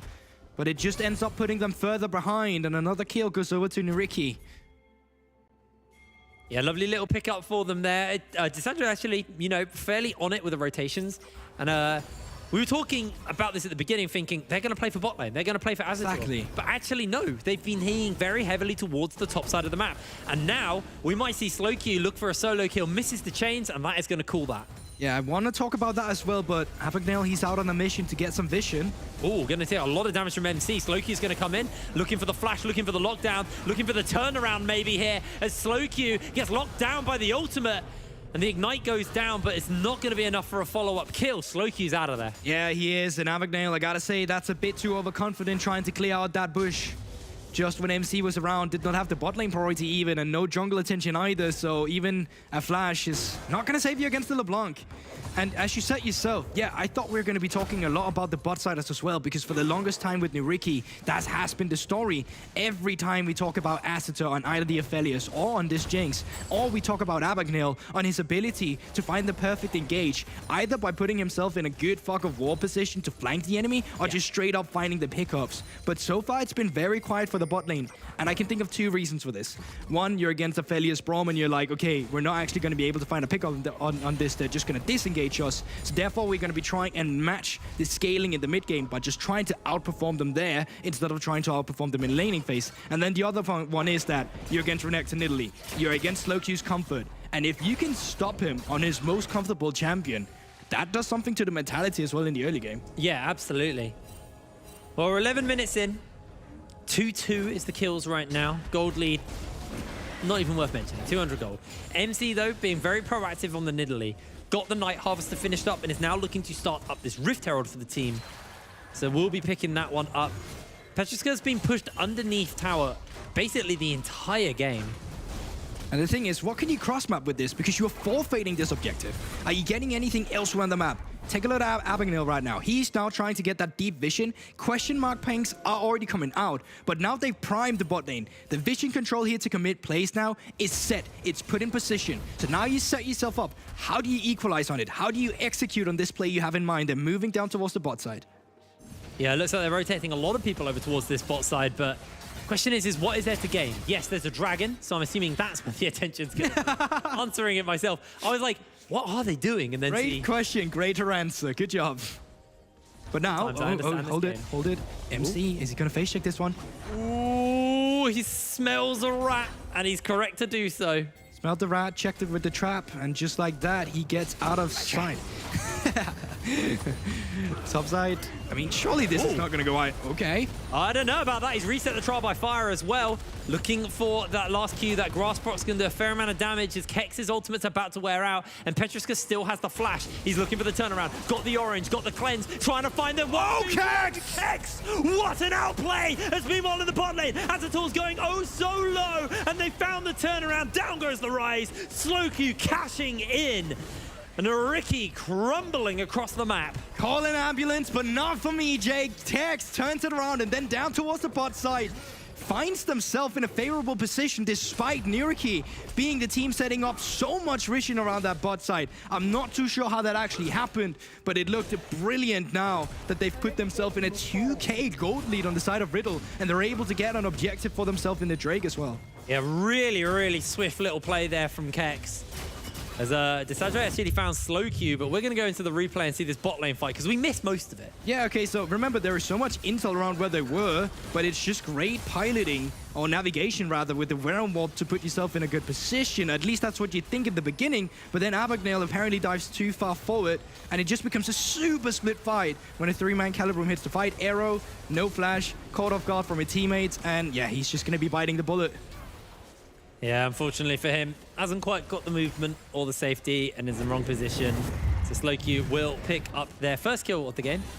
Looks like Riddle going to use this Rift Herald effectively. Not effectively enough. What happened, they Tom? didn't get the plates, but they do still get the tower, so... What happened, Tom? Kex just got solo killed. Wait, what? What happened? That's what I'm saying. I saw Rift Herald. Crazy. Yeah, okay, so... Kex, despite just finding a nice 1v1, is still in an item deficit. You can see Petoska actually finished off his first mythic item. Obviously, with a Gangplank, it's quite easy to get a lot of gold just due to the nature of your skill set and the passive, of course. So it's only expected to be this far forward. But still, the fact he found that solo kill after just getting solo killed, I'm a little bit baffled. Boggled. Confused. Let's see it. Oh, there we have it. Do you want to play by play it? No, but I can break it down. Resets trial by fire with barrels multiple times. There you go. That's two trial by fires. It's a lot of true damage. Grasp of the Undying. Item disadvantage. Honestly, that was not even a minion wave. That was just Kex outside of his own turret looking for an exchange, and Petoska just put him to bed. Sleepy crocodile. Oh, yes. I think he felt confident because of how shoved he was and was like, you got a long way to run. And then Petoska goes, no, you got to run. Back to lane because you're dying. Yeah, exactly. I was going to say, he didn't actually get the chance to do so. And I wonder right now, let's try and have a look at the gold to see actually who... Oh, I'm going to hold on that actually because MC... Okay, he's out of there. There's nothing more sad than that. Yeah, to actually see who's...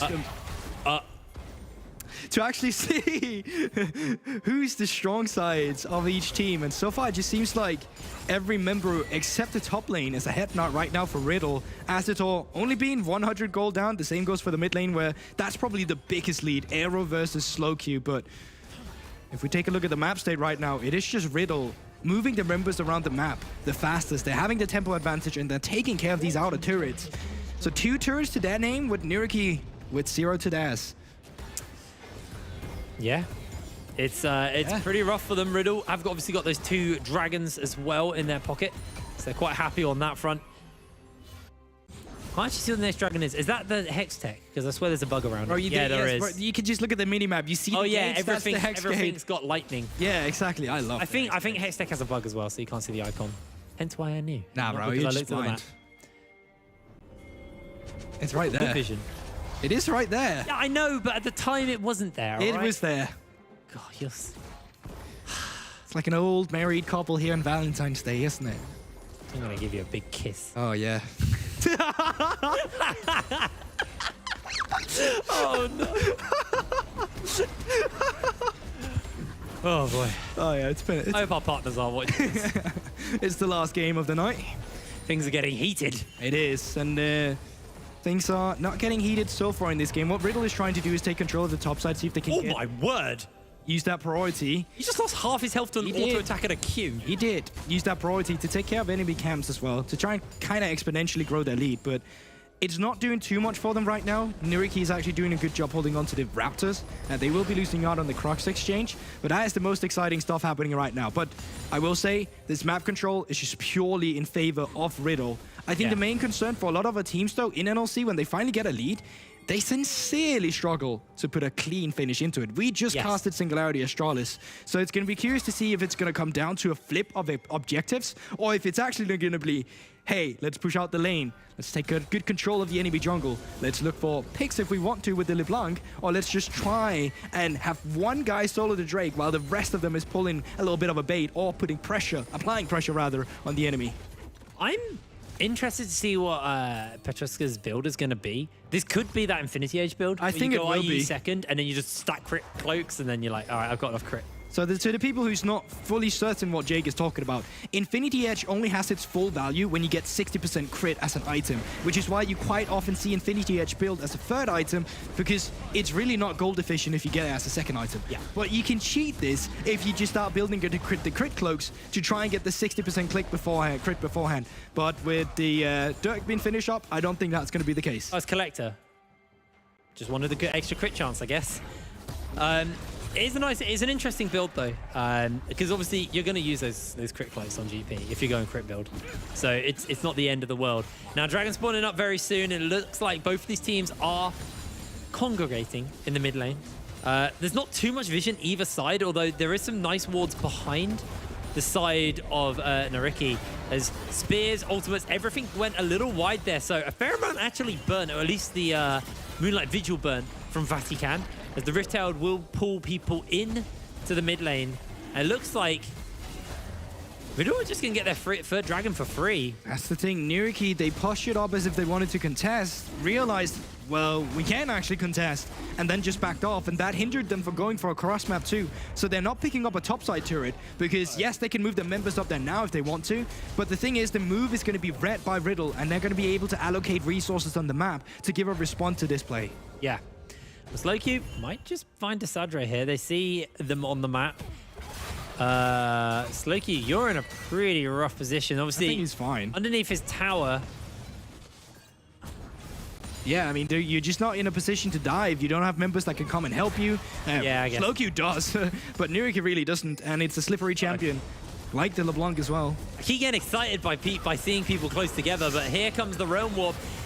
Joining in with the rest of the team, MC's buying some spaces. There's the cannon barrage. Baron going to spawn up as the Rocky goes a little bit wide. Now the fight is on. They've still got a little bit of that needlework to work with. And Slowcube chasing forward, looking for Avenel, not able to hit them as they got a teleport coming on the back line. The Sadre is going to get popped as Vatican able to find the kill.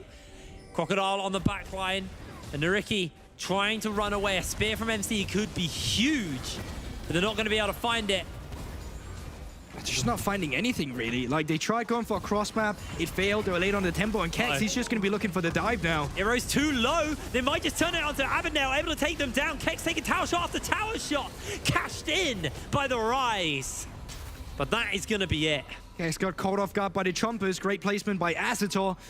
I kind of want to say, unfortunately, Aero is the one picking it up. I think he's going to be going for the Thimble Winter Rise at least. So not seeing your Jinx get that kill is a little bit sad, but let's have a look at the replay once again, because I think Riddle is in their own right to be picking up this red buff for themselves. They have the mobility to play around with. And then the Seadra feels like he just goes a little bit too far forward here, where it seems like he finds a play, but I don't really see it. TP's coming in behind them. There's a lot of good peeling with nukes as well on the Braum. Yeah. And it's just a tough situation for Riddle.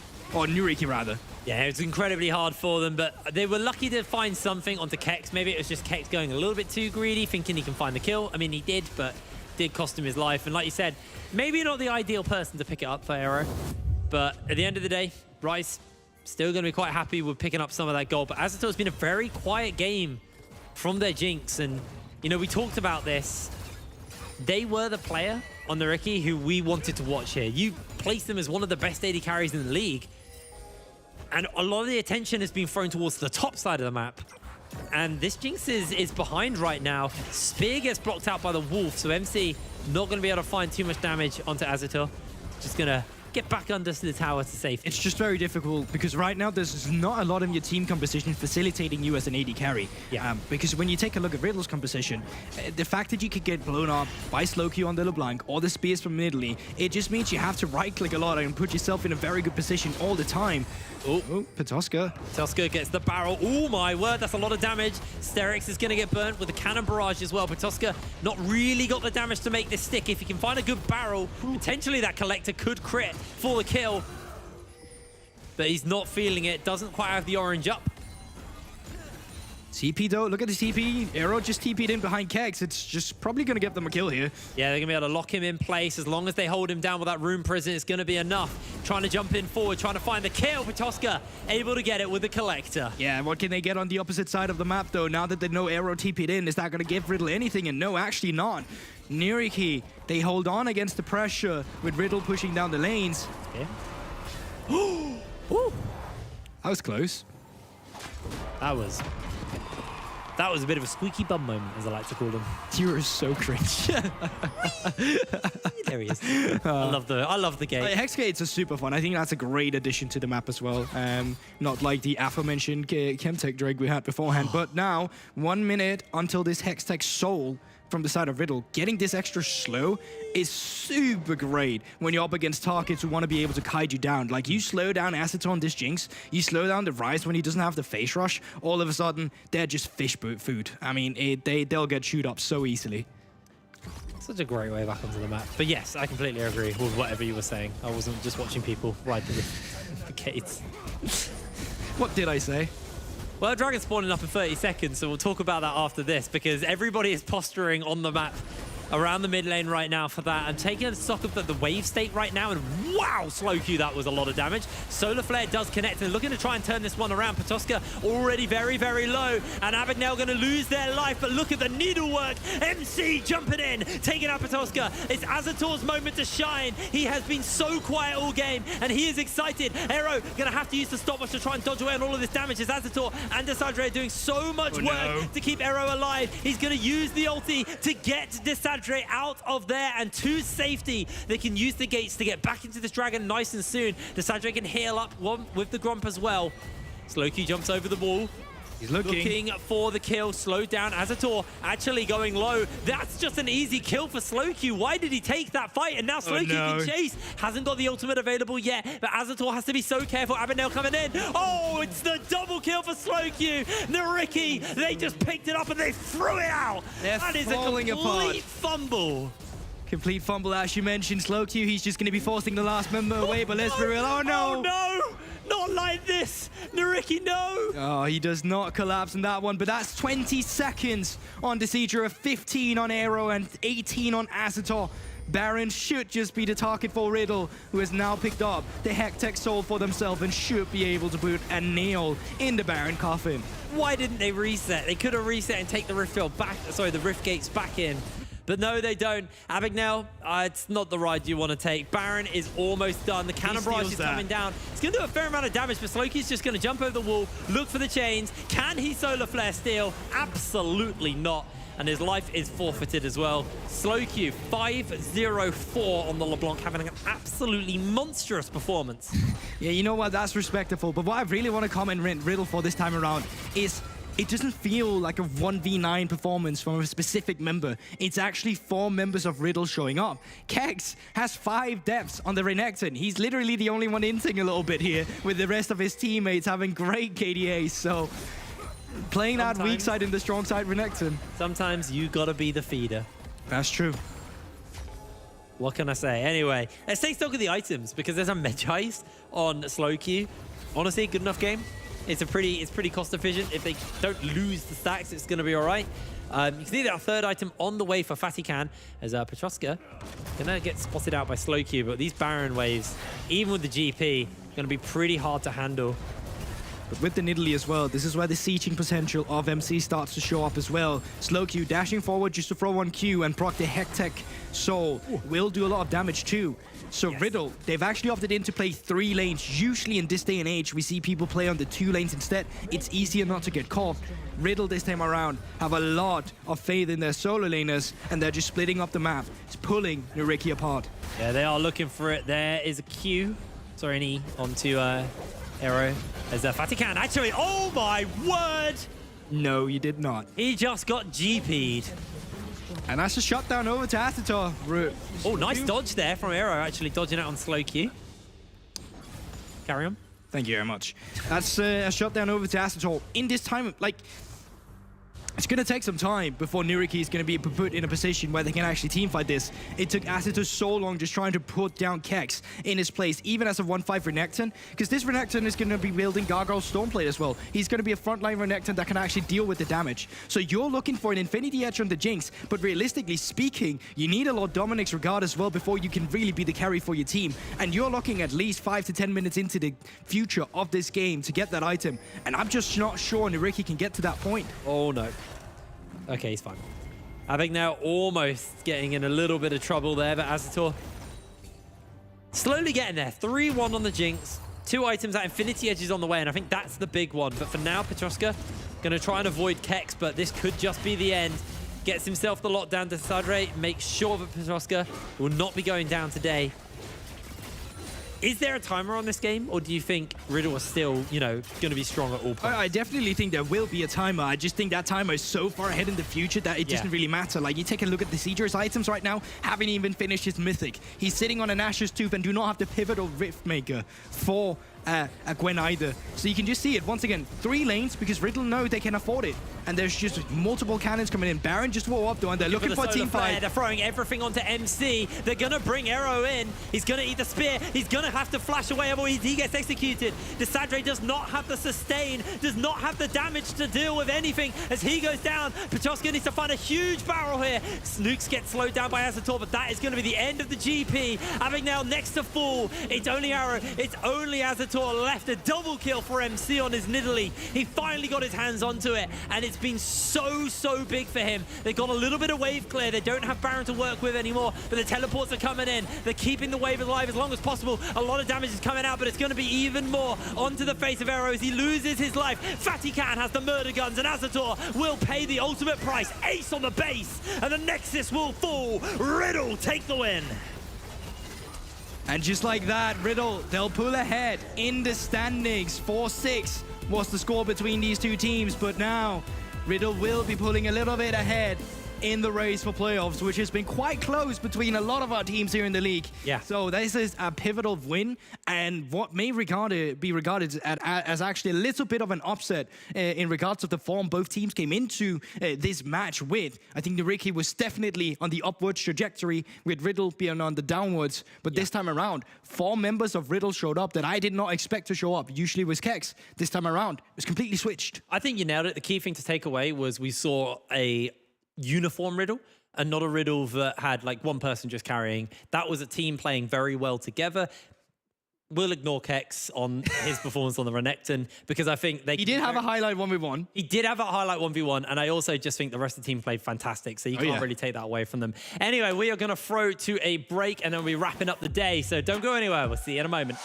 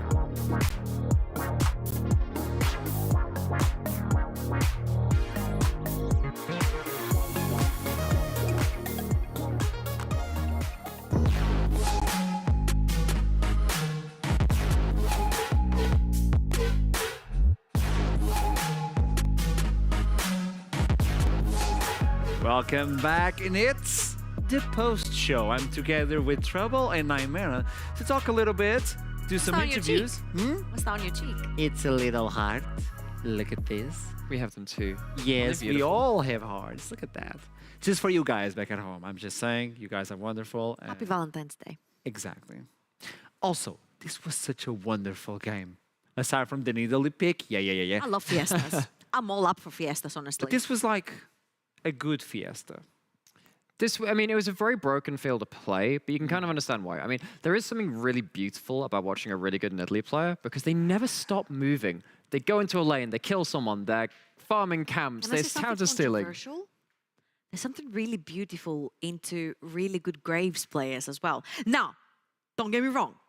I've said plenty of times that a Graves is literally the AD version of Nidalee. But somebody who can control these sort of champions who are very slippery, but also play in your face, which is very rewarding yet very dangerous. High risk, high reward. When you play these types of champions, you're so good at them. I agree with you. It's just a pleasure to watch. Now, we could talk with the players. We have on our side Petoska. Hello, our gangplank. How you doing? Hello. Hello, are you there? Hello. Sorry, I couldn't hear you. Oh, okay. But you got me now. You got me now, right? Yeah, I hear you. Okay, there we go. This was a wonderful game. I gotta say, it was like really exciting to watch. You on Gangplank, you demolished. Like before we talk, it was a beautiful gameplay of Gangplank. But now into the champion select. The question that everybody's asking: why did you guys leave Nidalee open? I mean, honestly, I kind of think that Nidalee is a dog champion, and I don't really care about it. But we talked about it a decent amount and decided that we would have more value from banning something else. And yeah, I mean, I don't know if Nidalee was really a problem, but it didn't really work out our way. So we all know that obviously like MC's Nidalee is a thing, but we also know that your Tryndamere is another thing. With the previous interview that we had when you played the Tryndamere, your teammate said we were laughing when the Tryndamere was open. Like we just gave him the Tryndamere and we just enjoyed, getting into his backpack and allowing him to carry us away. Now, obviously, like a Renekton Nidalee is meant to tower dive you and it's meant to make your life really hard. You think that the Tryndamere right here would have been a really big no-no? Well, I mean, it was more about enemy having Braum that ruins Tryndamere. I don't really care about Renekton Nidalee if I have my jungle covering me. But yeah, just Braum is annoying. That's all I kind of. As an assassin player, I agree. Yep, same. As both assassin players. And I had a lot of questions regarding like the pick from the GP. You had the Gwen and like why switch it around. Was the Gwen the bad pick? But obviously, in my opinion at least, it was not the GP the problem.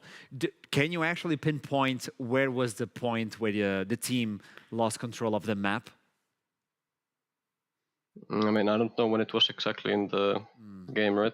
I would have to rewatch it and like think about it more. But I think we haven't, or like we're not really used to playing like this. Usually we have more like early aggressive junglers, and Desideria gets to play the game more. So that could have maybe changed the game. Now he was stuck on Gwen that can't really do too much early.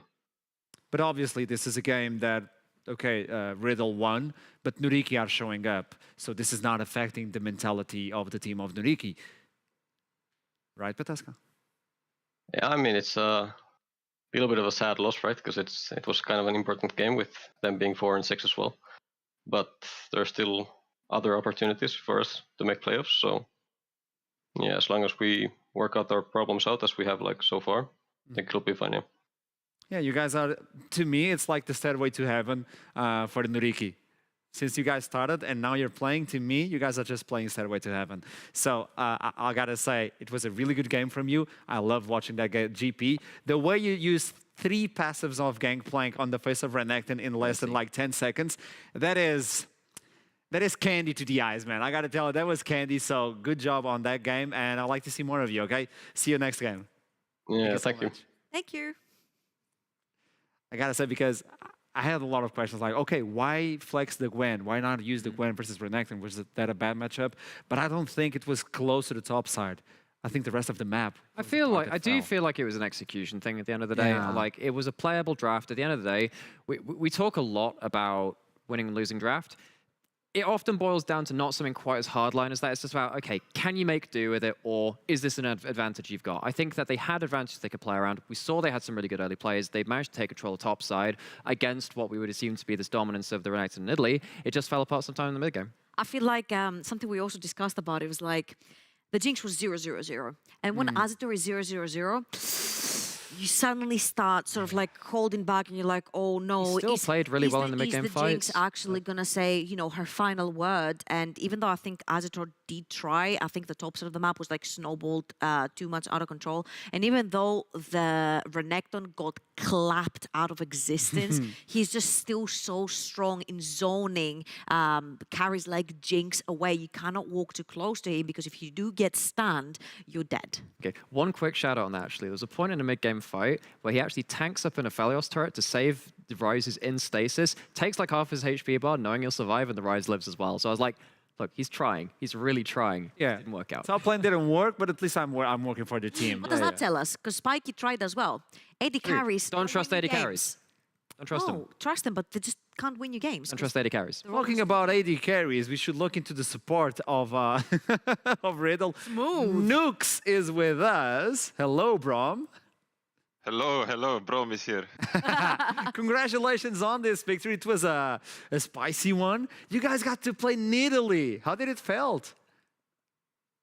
Oh, I mean, you talked to MC, but I think he wasn't too happy because he said that he missed a lot of spears. And yeah, I mean, I saw it in game as well.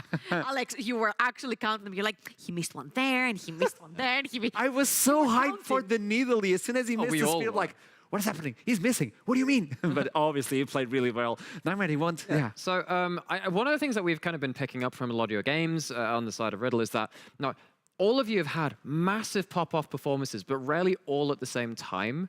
This game today, it felt like it was more on the same kind of page.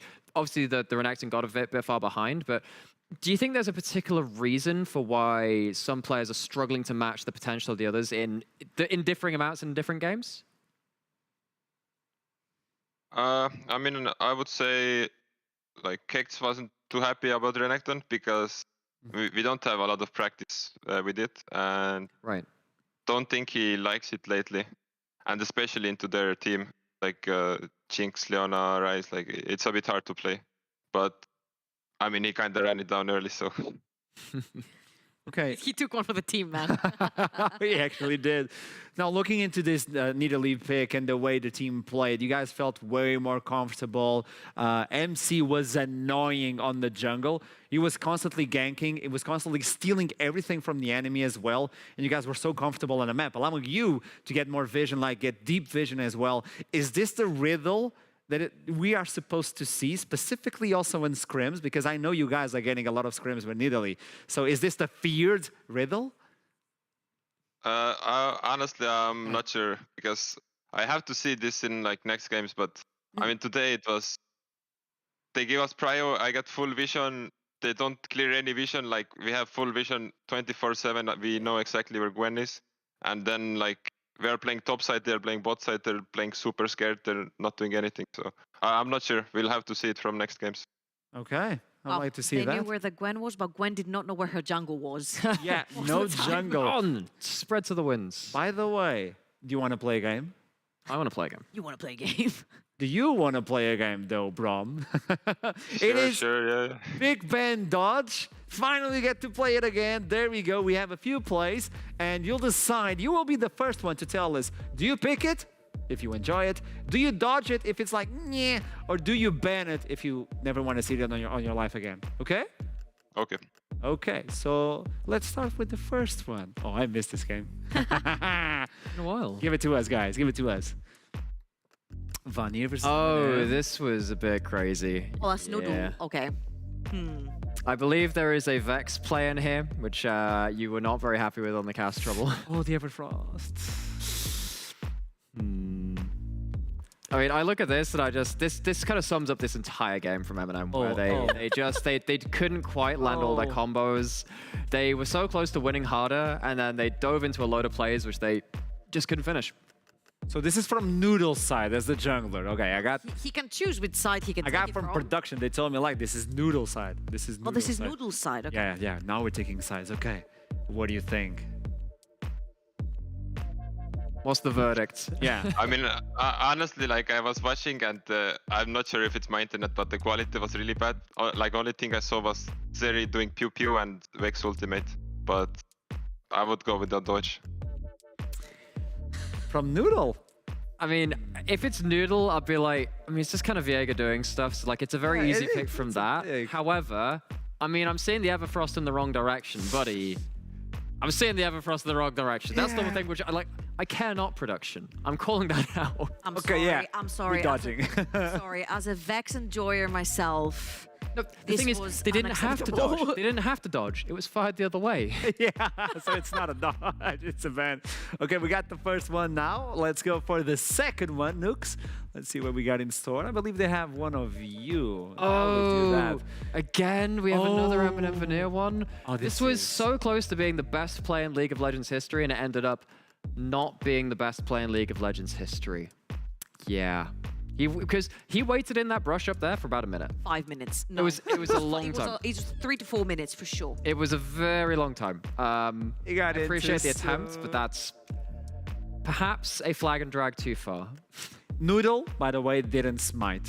I noticed that. Okay. Noodle was not even able to smite. It was Syndra taking the Were you battle, able by to the way. watch that clip? Was it visible for you? Yeah, it was. Okay. Nooks. Did you enjoy watching that clip? No. Pick a side. Okay, you're looking at this play through which position? Are you looking from the Jarvan side or the other side? Nooks. Actually, that's a good question. Because, I mean, at the start it looked pretty good, right? And then it looked pretty bad. So, I mean, I would just say, like the Jarvan side just hinted. So, I'll go with the ban on this one. Ooh. To say, the hammer. so I remember that game being super far behind. That could have been, if it ended up as a steal, ridiculously cool. And I kind of appreciate that. Enemy jungler didn't smite. He died doing it. Syndra took the Baron. I don't actually want to see that again in any of my games. That was far too stressful. Hear me out. Okay. The soul was gone.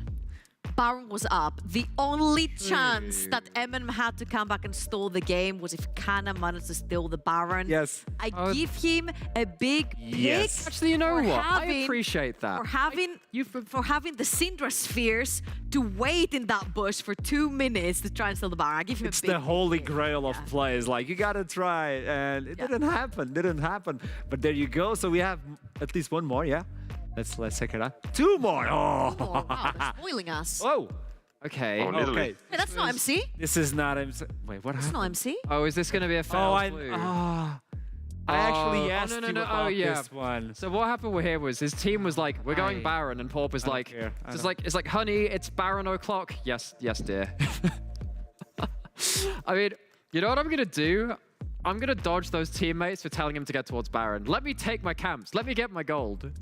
Because nothing was happening. Nooks. It's a ban from me. It is a ban. Yeah, you gotta Wait, ban that. Wait, towards who? Pop or his teammates? Yes. To his teammates, because I saw that enemy was near. I feel like they didn't have enough pressure to just start it there. Cool. We're banning Singularity. I agree. Are we banning Singularity? I'm banning Singularity as well. It did feel really bad because he said, like, the poor jungler's not managed to do anything this time. I was like, can I have one crumb of blue buff? No. Come to the Baron. We're Fight for the sprinting into Baron. Baron, yeah. And they didn't even started. They just Nope, dodged away from the Baron. So yeah, ban it away. Last one, Nooks. Let's see. It may be from the last game. This is crazy. Oh, Okay, that's one passive. That's 2 passive. Oh, look at Blows this. up the last one, gets the third. boy. 3 passives. So, yeah, Nooks. My you question first. You here first. is, Nukes, did you actually get to witness that live? Were you watching that top side fight? No, I probably was busy sharing a cannon minute or something. I can't watch it for a minute. Well, enjoy. So, what is your answer, Nooks? That's another ban from me. Towards Kekt, I'm assuming? Yes. The thing is that, like, I feel really bad for Kex because who expects that unholy amount of Oh, I'm damage? banning Gangplank. It's like, I'm I banning know- the champion. Oh, yeah, let's ban Gangplank. Ban Gangplank, please. So I gotta say pick because Gangplank was a beast. It was so 100%. wonderful to watch. I'm picking this as a helpful guide for Renekton to either dodge the battles or dodge last jump hit select? them. Oh. Yeah. Like, you have HP on battles, use it. Like, please. That was what Kex wanted to do in this champ select. Yeah. Got it all together. Did I dodge this game? Nooks, it was a wonderful game and a wonderful interview with you, man. Thank you so much for playing with us, Pickman Dodge. It's also really good to hear from you as well. And I'd like to see more of this riddle game play with the Nidalee or even without the Nidalee. Thank you so much, man. Nice to meet you, Nukes. Thank you. Thank you. Yeah. See ya. Nobody like waved this. at us today. Nobody waved back. Okay, they've Guys, it's been... Valentine's Day. Come on. We wave at I'm each other. Okay, I'm okay. busy for crumbs. I need affection. I need it from the people on the screen. Okay, talking about the Fine, screen, I'm gonna go though, back to my 2D husbandos. Really. we're gonna jump into the standings because today the standings got switched. Look at this. X7 now isolated at the top. JDXL finally get a spot for themselves without shedding to anyone. Bifrost third, Vanir fourth. Not the one they wanted after Nope. today. Yeah, not that they want it. Dusty and Riddle are still fighting on the 5th place. And then you got Eminem with Nariki. And Astralis are getting close. Okay, they got a game. They're actually within a win now. Yeah. Middle of the pack. This is That's really so scary. weird. This is so... I love this. You know, you go back a couple of weeks ago, like a lot of these teams wouldn't even be in the conversation. You come back into the start of today, Nariki I would have put over a lot of the other teams. Astralis I would be like, oh, they're probably in a worse spot than currently this. Obviously they picked up the win. It's a very much needed one for them. Yes. It doesn't actually matter how that game goes for them now because it was obviously a bit of a slugfest and didn't really want it to turn out that way. They win one more suddenly. They're only like one place out of playoffs. There's still games to play. This is... we've kept things competitive the whole way through. Ground us for a second. Astralis picked up a win versus Singularity, and the worst scenario of the whole thing is the entire game was an absolute fiesta. It was a mess, thank you. So I think Astralis really need to pick up speed or they're going to be completely left behind. Now, the one thing that really tilts me is that number 1 right next to X7 Esports, next to the 10 that they have, because it really does ruin my overreaction. It does. Now, what do we have on week 6, day 2? Dusty versus Vanir, okay. Eminem Gaming versus Astralis. Bifrost just versus JDXL, okay. Team Singularity versus Riddle. Obviously, if Riddle pick up like they did today, Team Singularity on in jeopardy. And Nuriki versus X7 Esports. That could be a killer blow for Astralis with Eminem. Eminem did not look great today. But if they turn it on, find a bit of that past form for that, Astralis could be a shot through the heart right there. Could actually And they're to just blame. seal the deal. They give League of Legends a bad name. A bad name. The last nail on the coffin. I was about to say Yeah. they give teamwork a bad name. But before we go any further, I would like to thank you at home for staying with us on this special day. You guys at the studio as well. It was wonderful to spend Valentine's I Day also with sent you a guys. message to everyone. Yeah, Okay. So guys, whether you have a Valentine or not for today, make sure to treat the most important person in your lives, which is yourself. Yeah. Self-love and self-acceptance. Love these, love yourselves, and we love you too. Love yourself before you expect anyone to love you. Yeah, that's the way you should look at life. I like this. So it was a wonderful day to have you with us. And it's also a wonderful day when we have NLC and we got Hip Brain back on the studio. So that is a good day. It's only good news for today, but we'll be back on Wednesday for more gays, more hypes, and it's NLC. I'll see you next time.